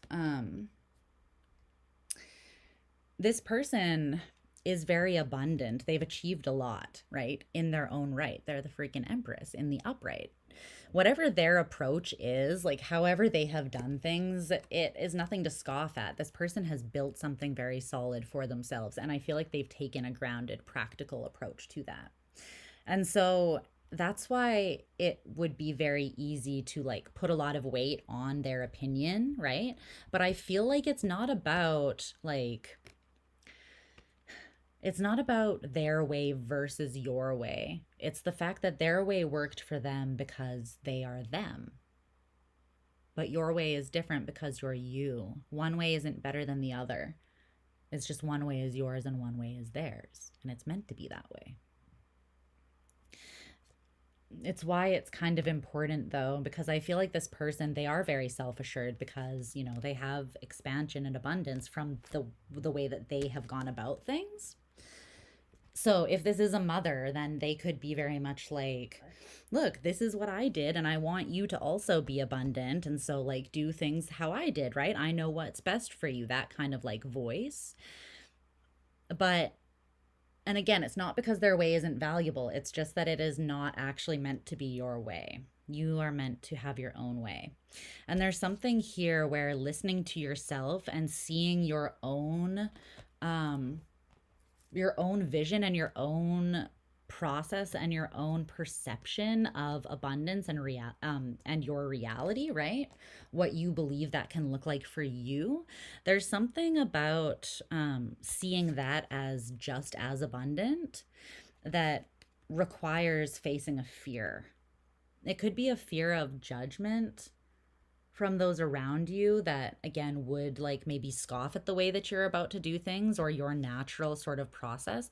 But it's like the more that you lean into your natural process, the more you are validated by the people that genuinely do see and understand what you're doing.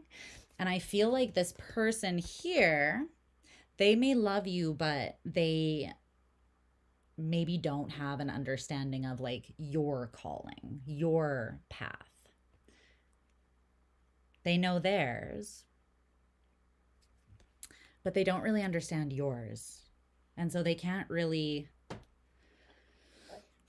it's not that they can't support you. It's just, I feel like you're kind of at a pivotal point and this person's energy or mindset or perspective on your vision or dreams is not aligned with you. And so I feel like sharing it with them just introduces an opportunity for you to kind of get thrown out of alignment with your vision, which at this time feels quite clear and direct. And again, like it's being validated in all the ways that it's meant to be. Not validated by everyone, but validated by the people that validation is really hitting where it's having the impact on you that it's meant to have. It's nourishing you and giving you confidence and feeding your own natural conviction. Yeah, and that's what you need right now. The Page of Wands in reverse. For a lot of you, it's either like someone that older than you that is successful, that you have a lot of respect for. Like, you know that they have achieved a lot and you see that. But again, their way is not your way. But something about this person, it's like the Page of Wands in reverse.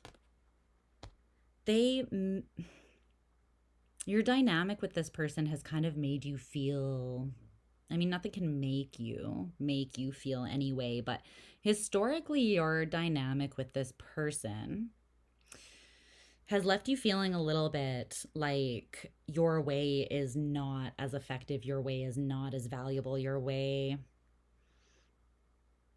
doesn't deserve as much hope or faith put into it or put behind it as theirs, because maybe theirs looks good on paper or is very practical, right? Or like responsible. But there's something about your way that you're meant to take that is more, it's just, I can't explain why it makes sense to you. It makes sense because you feel it. You feel that it is yours.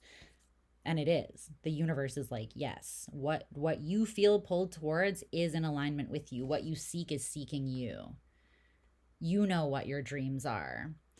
And like, everybody else doesn't need to understand your call. It wasn't a conference call. It was like a one-on-one call.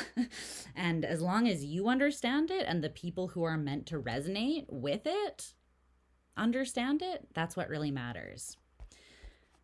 So again, it's like it's not about comparison and then feeling like your way is lesser than, because it's like comparing apples and oranges. It's like they're different. Both are delicious, but they're very different, right? Okay. Strongest available support in the form of a resource or ally is the Six of Swords in reverse. I do feel like you're hitting a wall with something here, but you're meant to, because a new approach is needed for expansion or a new way of thinking. And it just keeps coming through as your way of thinking, your approach.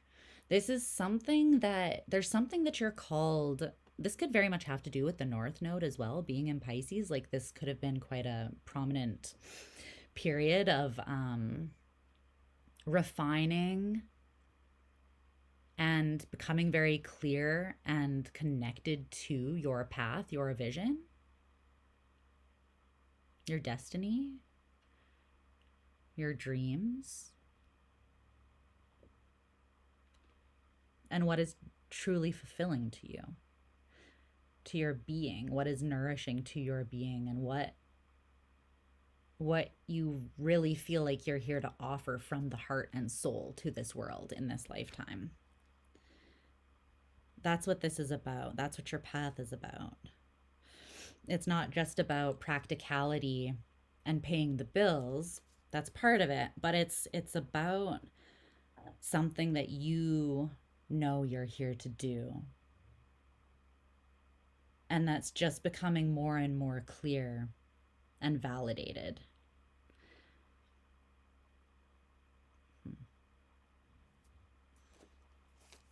Tell me more about the Six of Swords in reverse.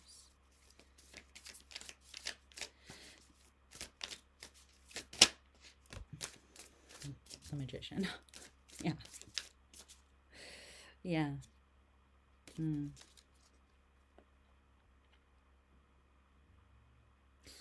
It's projecting your own magic onto your own future, onto your own destiny. It's you are the architect of your own destiny. This person isn't. They can share what they've learned. They can support you. They can love you, but they cannot fulfill your calling, your destiny. They can't even tell you what that is. Only you can do that, right? But I feel like the greatest available support around you is actually like people who maybe are challenging your perspective or causing you to challenge your own the way of thinking or approaching. It's like, what I'm seeing this as is something that is forcing critical thought, which is very positive. You know, if we lose the ability to think critically, which is unfortunately happening at a rather rapid pace, that's terrifying, right? Like, Critical thinking is the ability to like play the devil's advocate and question your own beliefs and challenge your own understanding so that you can learn more. The ability to be humble and to be open to being wrong, if that means that you can still expand and learn and grow, right? But with the magician, it's a new way of, it's mercurial energy, and it's like a more expansive, this is the major arcana, so it's representative of a more expansive way forward in how you think and imagine and embody and express your energy. The Six of Swords in the upright is quite powerful. It's Mercury in Aquarius, which is a very revolutionary, expansive kind of way of thinking, but it is still the minor arcana. And so it's going to be trumped by the force of the magician any day. And it's because this is like what I can accomplish on my own with my own power only. And the magician is what can I accomplish from my own will and agency, and also then co-creating with greater forces like cosmic forces, magic, divine forces, the universe, karma, all of these other things that are bigger than just you. The magician takes those things into consideration, and then the element of magic is there, and then miracles and magic can happen. Whereas when you're thinking about just what can I make happen just of my own accord, it becomes a lot more about like what is practical, what is logically possible, what is in the realm of like what is expected.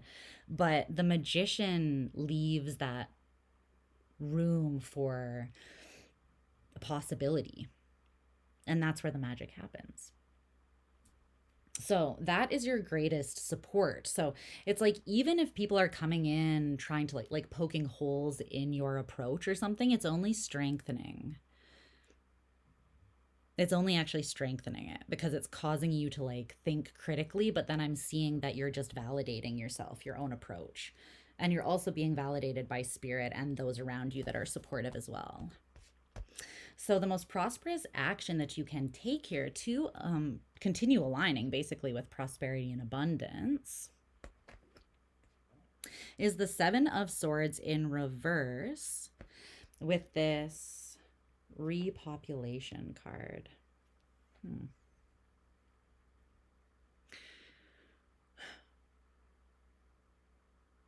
There's something that you felt at one time was lost or taken from you, or something that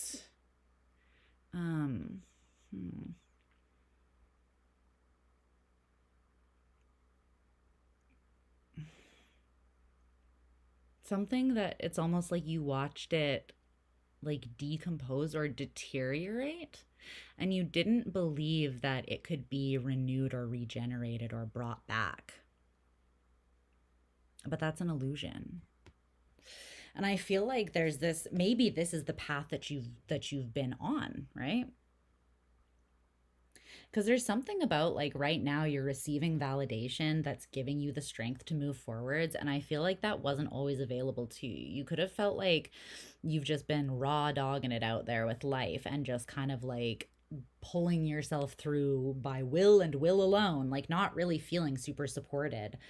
Or getting the validation that you're now sort of starting to receive. And I think that's because you are so close to actually like having a huge breakthrough.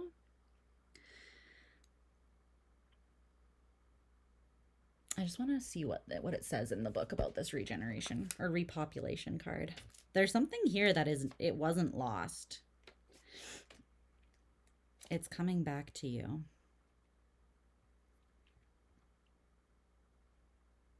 Okay. I don't know why, but I feel like holding this up while I'm reading it, something about the visual might be, I don't know, speaking to you.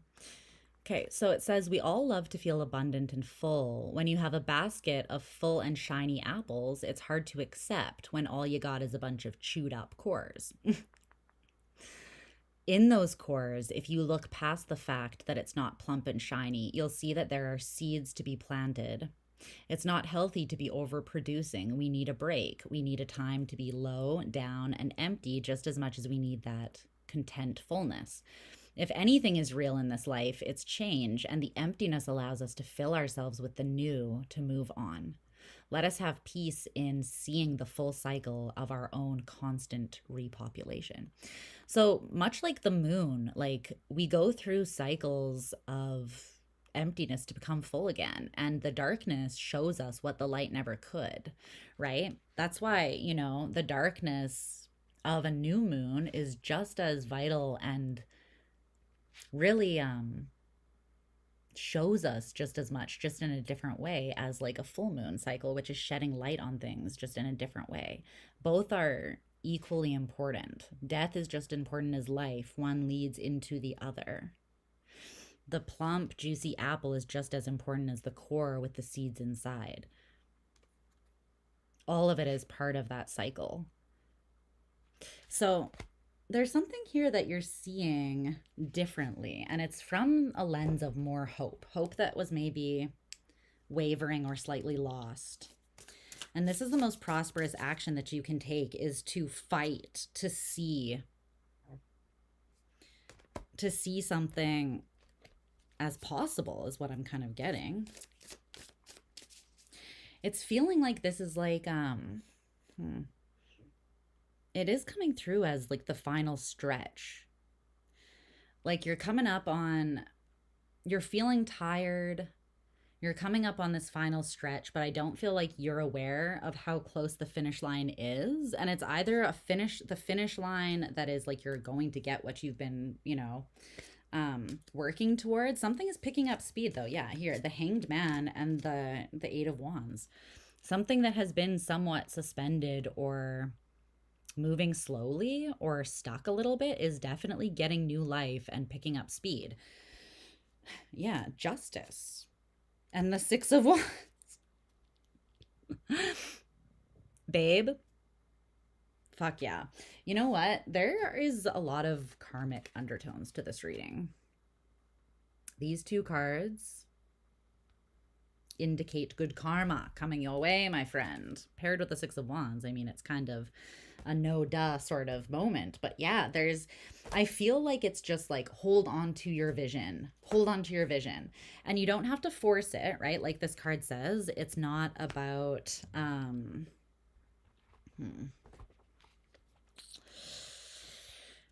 what did it say that I'm trying to reference here? It's not about overproducing. So wherever you're at in the cycle,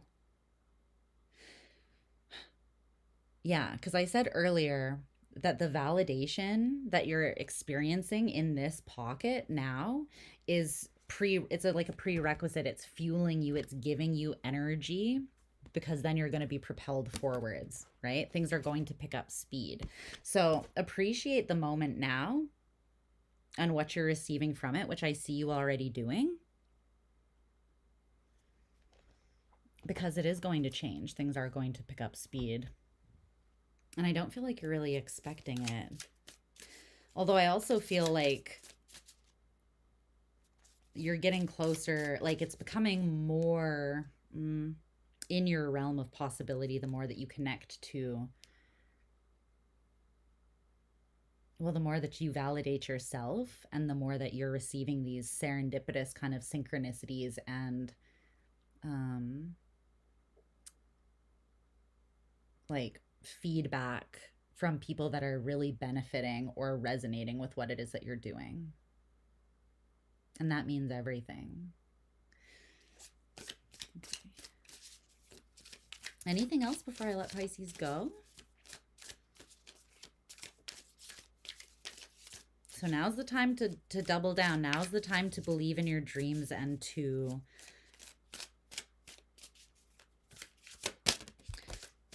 fill yourself up from the inside. The Queen of Swords. Know. Know and act on the knowing. Trust your knowing. Trust it enough to make tangible decisions to continue investing in this path that is not understood by all, but it's not meant to be. Okay? That's what I'm seeing. And if you have experienced loss, even if it's not just in this particular area, even if you've just gone through a phase where you feel like you were beat down, or there was, I don't know, like financial loss or some instability, or just something was kind of deteriorated at, even like your savings or something like that, everything is coming back to you. And it's regenerating, it's repopulating even like more than what you had before. So if you had one apple, the apple had like 6 seeds in the core. Now all of those seeds are in the ground. Now you have 6 apple trees that are growing, right? It's like whatever came from the degeneration of something, it wasn't really degenerating. It was falling apart so that something could fall together that's even greater. It was the illusion of loss, but it was always just part of a cycle that was necessary. And the part of the cycle that's coming next, well, it's the part where you feel very fulfilled. So I love it. I love it so much. All right, Pisces. Mwah. Go forth and prosper. But that is the reading. I'm going to leave it there. I love you guys so very much. Thank you as always for hanging out with me.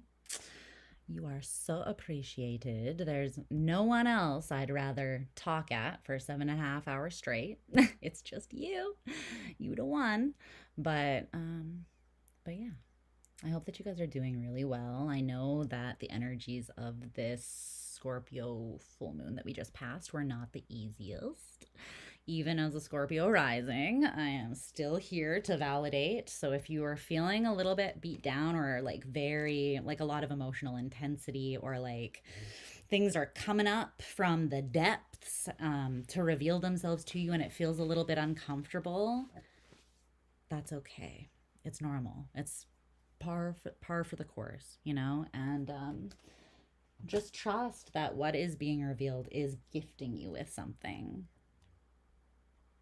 Scorpio does require, like, there's a level of bravery that's needed to go to those deep places and to be honest and open and vulnerable with yourself. But there's always a payoff for doing so. Always, I promise you. So the discomfort is not for nothing. Just trust that what's coming on the other side is worth the wait. And it's also worth the effort. It's worth facing the fears. It's worth the vulnerability. It's worth it. I promise. Anyways, my loves, I'm going to go snuggle with 3 cats. And, yeah, drink some tea. But I'm sending you all of my love and affections from the deepest, most profound part, as always. And I hope that you guys are doing fantastic. Your Pluto is in Scorpio in the 8th house. That's basically like my Scorpio rising having the tightly conjunct Pluto in Scorpio as well. It's giving the same vibes. So yeah, you get it. You get it. The struggle is real, but the thing is about struggle is that it's usually always leading somewhere. You can focus on the struggle and the challenge of it, or you can focus on what it is offering you, even if that's just learning something, or, you know, exhausting a muscle so that it gets stronger, right? It's like you're always, there's something that everything gives you. You just have to be willing to see it. And sometimes it's hard when the thing is hard that you're going through. Like, I get that. It's not always easy to focus on the silver lining, but I promise that there is always one. Sometimes it takes a while to make itself known, but it's there. Aries Venus team. Woo! paired with your rising. That is spicy. I'm here for it. Strong Martian Plutonian baddies. Where are we at? Where are we at? We need a support group, so come through. No, I'm just kidding. But yeah, I love you guys. I'm going to stop rambling. I am getting a little sleepy, but yeah, I will talk to you again very soon. I'm probably going to post another poll on the community tab that you guys can vote on the topic, the theme for the next all signs reading, but I'm also going to try to just start posting some other content as well that's a little more short form. So I might also post a poll or just something on the community tab asking for your guys's, like, what you feel would be most supportive to you. Like, would you like zodiac, a zodiac themed series where I do like just where I post an Aries reading that's like 20 minutes long on a specific theme, and then I post all the zodiac signs? Would you guys be interested in that? Do you want some pick a cards? What are you feeling? What are we doing? I'm also, I think, gonna do an energy work like ASMR session soon because I just feel like it's needed. I'm feeling called to offer that, so I will do that. Plus, there have been some requests for more ASMR and energy work content. So I hear you, and I'm coming for you. But yeah, I will post in the community tab to get some more insights from you guys directly. So check that out, okay? I will see you guys again very soon. Until then, stay safe, stay warm, stay lovely, and yeah, I'll talk to you soon.